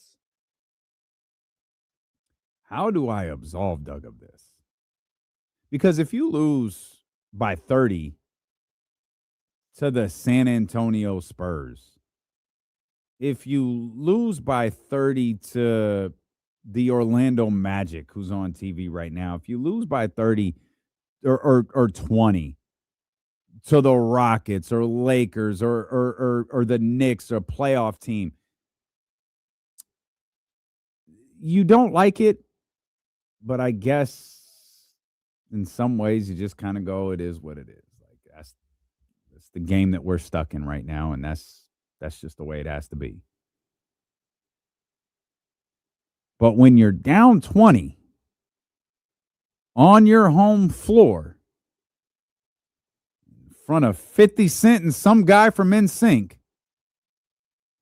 against the other worst team in the league, and when I say the worst, I mean the worst, record-wise, the absolute worst, I don't know how you get absolved of that. So I guess in the same regard, if I'm unwilling to absolve Doug Christie of being down 20, and my thought process was absolutely that the Sacramento Kings are losing this game, and the Kings fans are going to be elated over this. I'm going to be furious, not necessarily at the fact that they lost, but in the manner in which they did. That would have been embarrassing. But they didn't. And Doug is part of the reason that they didn't. But on a night-to-night basis, I really do struggle with how I'm supposed to evaluate Doug Christie. Because I said this earlier in the week. Is Doug the same coach that he was last year? Is Doug doing things differently? Is Doug better or worse? I don't know, but that guy last year, I bought in. I was all in. Now the situation, the circumstances this season are a lot different. You lost Keegan immediately before the season even started. Keegan was in that position where, there's probably two players you really can't lose. One of them is Keegan Murray. Not just his contributions, but from a position standpoint, you're not deep enough there. You can't lose Keegan Murray. The other one you can't lose is Domantas Sabonis, and you lost both of them. In the most, in one of the most telling stories of the season is Keegan Murray's first day available during the regular season is when Domantas Sabonis is ruled out. And Domas was ruled out, if I remember correctly, for reevaluated in 5 weeks.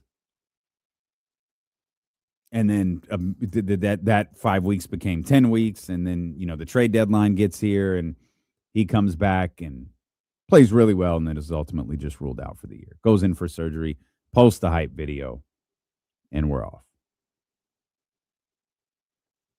So the guy who took over last year, and again, like the circumstances in which he took over last year were not good. It was clearly a locker room divided last year, and I'm not talking just in terms of the players. I'm talking in terms of the coaches. Doug kind of sneakily, maybe even accidentally, let us in on that at one point during the season when he was asked like a question. He was like, no, it's me. I make the decisions. You know, he stopped short of saying, I'm the alpha and omega. This is me. But, and I think everybody has been hip to this, the behind the scenes story was that these guys, those are Mike Brown's guys. They're not necessarily working well together. Doug doesn't want any part of them. They don't want any part of Doug, and everybody is just trying to get this season over this. I'm not insinuating that people weren't acting as professionals. I'm sure that they were, but no one wanted to be a part of whatever that was. Those are difficult circumstances. The star player, the franchise, the city's guy was traded. And it wasn't like it was ugly. The trade process of De'Aaron Fox was not pretty. It wasn't enjoyable. It wasn't even something Kings fans could go, oh, well, at least we have this, or at least we've got this in return, or at least this is our direction. It was a trade that, whether you like De'Aaron or not, literally pissed everybody off. And Doug found a way to navigate it. Why have the circumstances of this season been so difficult? Now, the answer to that could be very simple. The reason the circumstances have been so difficult is because the players aren't available. How different would the season be? And I'm not saying this in this like thought-provoking sense of, guys, we could be right there. Like, I'm genuinely asking, how different would it be if Keegan Murray started the season, remained healthy for a reasonable amount of it? You can have him missing games along the way. That's perfectly fine. If Domantas Sabonis starts the season, is still healthy today, and I'll even throw this in, as much as most of you will hate it, what if Zach LaVine was still healthy? What if DeAndre Hunter was still? What would this all look like if everyone was healthy? And the cold reality of this team is it might not look any different. It might look marginally different. I think we can all be in agreement. It's not going to look a lot different. It's not like they're the Portland Trailblazers who Charlotte played last night. Hell, it's not like they're the Charlotte Hornets at 33-33. Like, last year's team couldn't claw back to 500. I did think, like, it can't be worse. I kept thinking it can't be worse than last year. That was the crux of my entire argument this offseason. It wasn't about Domas or Zach LaVine or Keegan Murray taking a step. It wasn't about Nick Clifford. Maxine Renault was barely on the radar yet. None of that. None of it played a part in my rationale as much as it just can't be as bad as last year. It can't be worse. And the fact is, it can be worse. And it was as bad as last year. It's just different. It's a different kind of bad. And the Sacramento Kings find ways to give us different kinds of bads. But how do you evaluate Doug in all of this? If Mark Jones thinks that Doug Christie had a fantastic coaching performance yesterday, great. Doug should be applauded for that. Doug will be applauded for that. And it should go in the record when conversations about Doug Christie being your head coach next year is had. But with that said, the conversations about the stunning string of 30-plus point losses also has to be had. You can't cherry pick the good moments and leave out the bad. That's not how you evaluate. You evaluate the entire picture. It's the Devin Carter thing, just in a coaching form. We can't cherry pick Devin Carter's performance and go, see? Told you. See? D'Lo, apologize to Devin Carter. Nah, I've seen enough. I've seen more on the other end to where I don't have to do that. Now, I would have loved for Devin I would have loved for Doug to have followed up Devin's performance last night with actually having Devin Carter in the rotation, him playing in the first half and being an actual part of the game plan, because I can tell you this, he was not last night. Doug Christie wasn't sitting on the sideline going, oh, crap, I forgot to play Devin Carter. Let me get him in here in the third quarter. No, they lost Malik and had to make the adjustment. But Doug can't do that tonight because Devin can't do that tonight because Devin is ruled out tonight. Devin got hurt, as we all saw. Rolled his ankle. I think rolled his ankle. Was certainly favoring his ankle. Pretty bad, actually, at the end of the game. He noted something happened at the very, very end that caused it to hurt more than the initial play that caused the injury. Malik Monk is also out. He played only 10 minutes last night because of injury. And Russell Westbrook is out in tonight's game. We should be finding out now. We're probably about 40 minutes from that. But I will be curious to see if we do this stupid thing of starting Neek at 1. I hate that. I cannot stress enough how much I hate Neek Clifford playing the 1. Or do you play Killian Hayes? Do you start Killian Hayes at the 1? Because what I would really love to see is Killian Hayes play the 1, and then Neek just kind of play those fill-in minutes. Like the Kings only have 9 players in uniform tonight. And I think those are your only 2, and I'm going to use quotation marks, point guards. Your 3 guys who primarily play the point guard position are out. So Neek is going to play at the 1 at some point tonight. And Killian Hayes is going to play a lot of minutes. If this is Killian Hayes' last contracted game to the Sacramento Kings, he's probably going to have an opportunity to show out a little bit. I mean, he's been playing regular minutes. He played 22 minutes last night. He's going to play well north of 30 minutes tonight. He'll have an opportunity, and we were talking with Ham earlier, like we're not sure if the 10-day contract lines up with Saturday's game in LA or not. But there's LA and then Utah is back here on Sunday. It's a back-to-back over the weekend. But I feel like Killian Hayes' 10-day expires before then. So if this is in fact it for him, he's going to have a chance. And in that case, why not start him? You want to give it a real look, why not start him? But if it really is between Killian and Daquan, I would hate to lose Daquan Plowden. He's another guy that I've enjoyed watching during this terrible stretch of basketball. I don't enjoy watching the Sacramento Kings at all. This year has been miserable. I get cranky a lot of the times I'm watching them because I feel like I'm missing good basketball somewhere. I don't know that that's necessarily the case tonight, but Houston and Denver do play. Minnesota and the Clippers do play tonight. I can't really two-screen the Kings unless it's the 49ers or Raiders. I got to lock in. I do not enjoy it.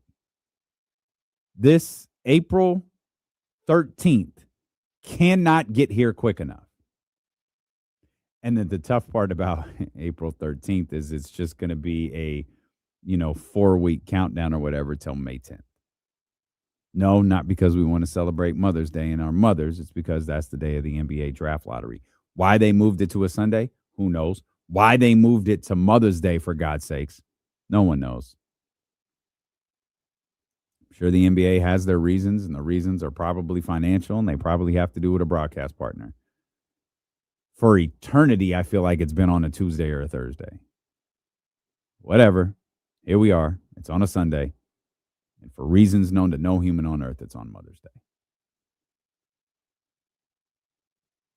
And so it's just going to be and then what happens after that? Man, you thought the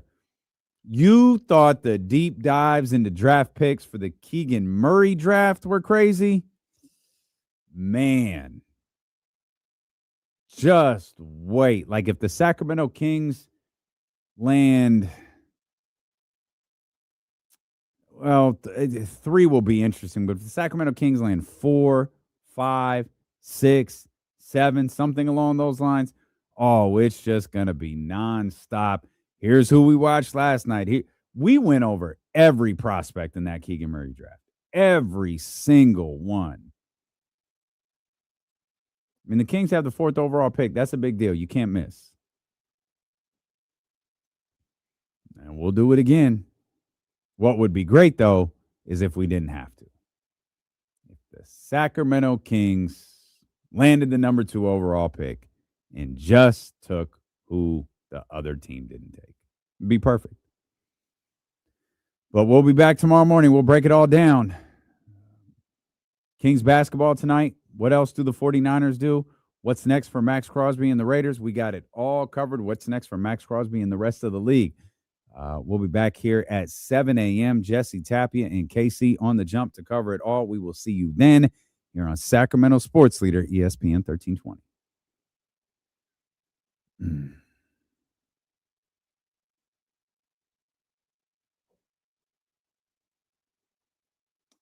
All right, y'all. Jesse already got these reels cutting. All right, y'all. Enjoy the game. Those who hung out, we'll see you guys tomorrow morning. Have a good one.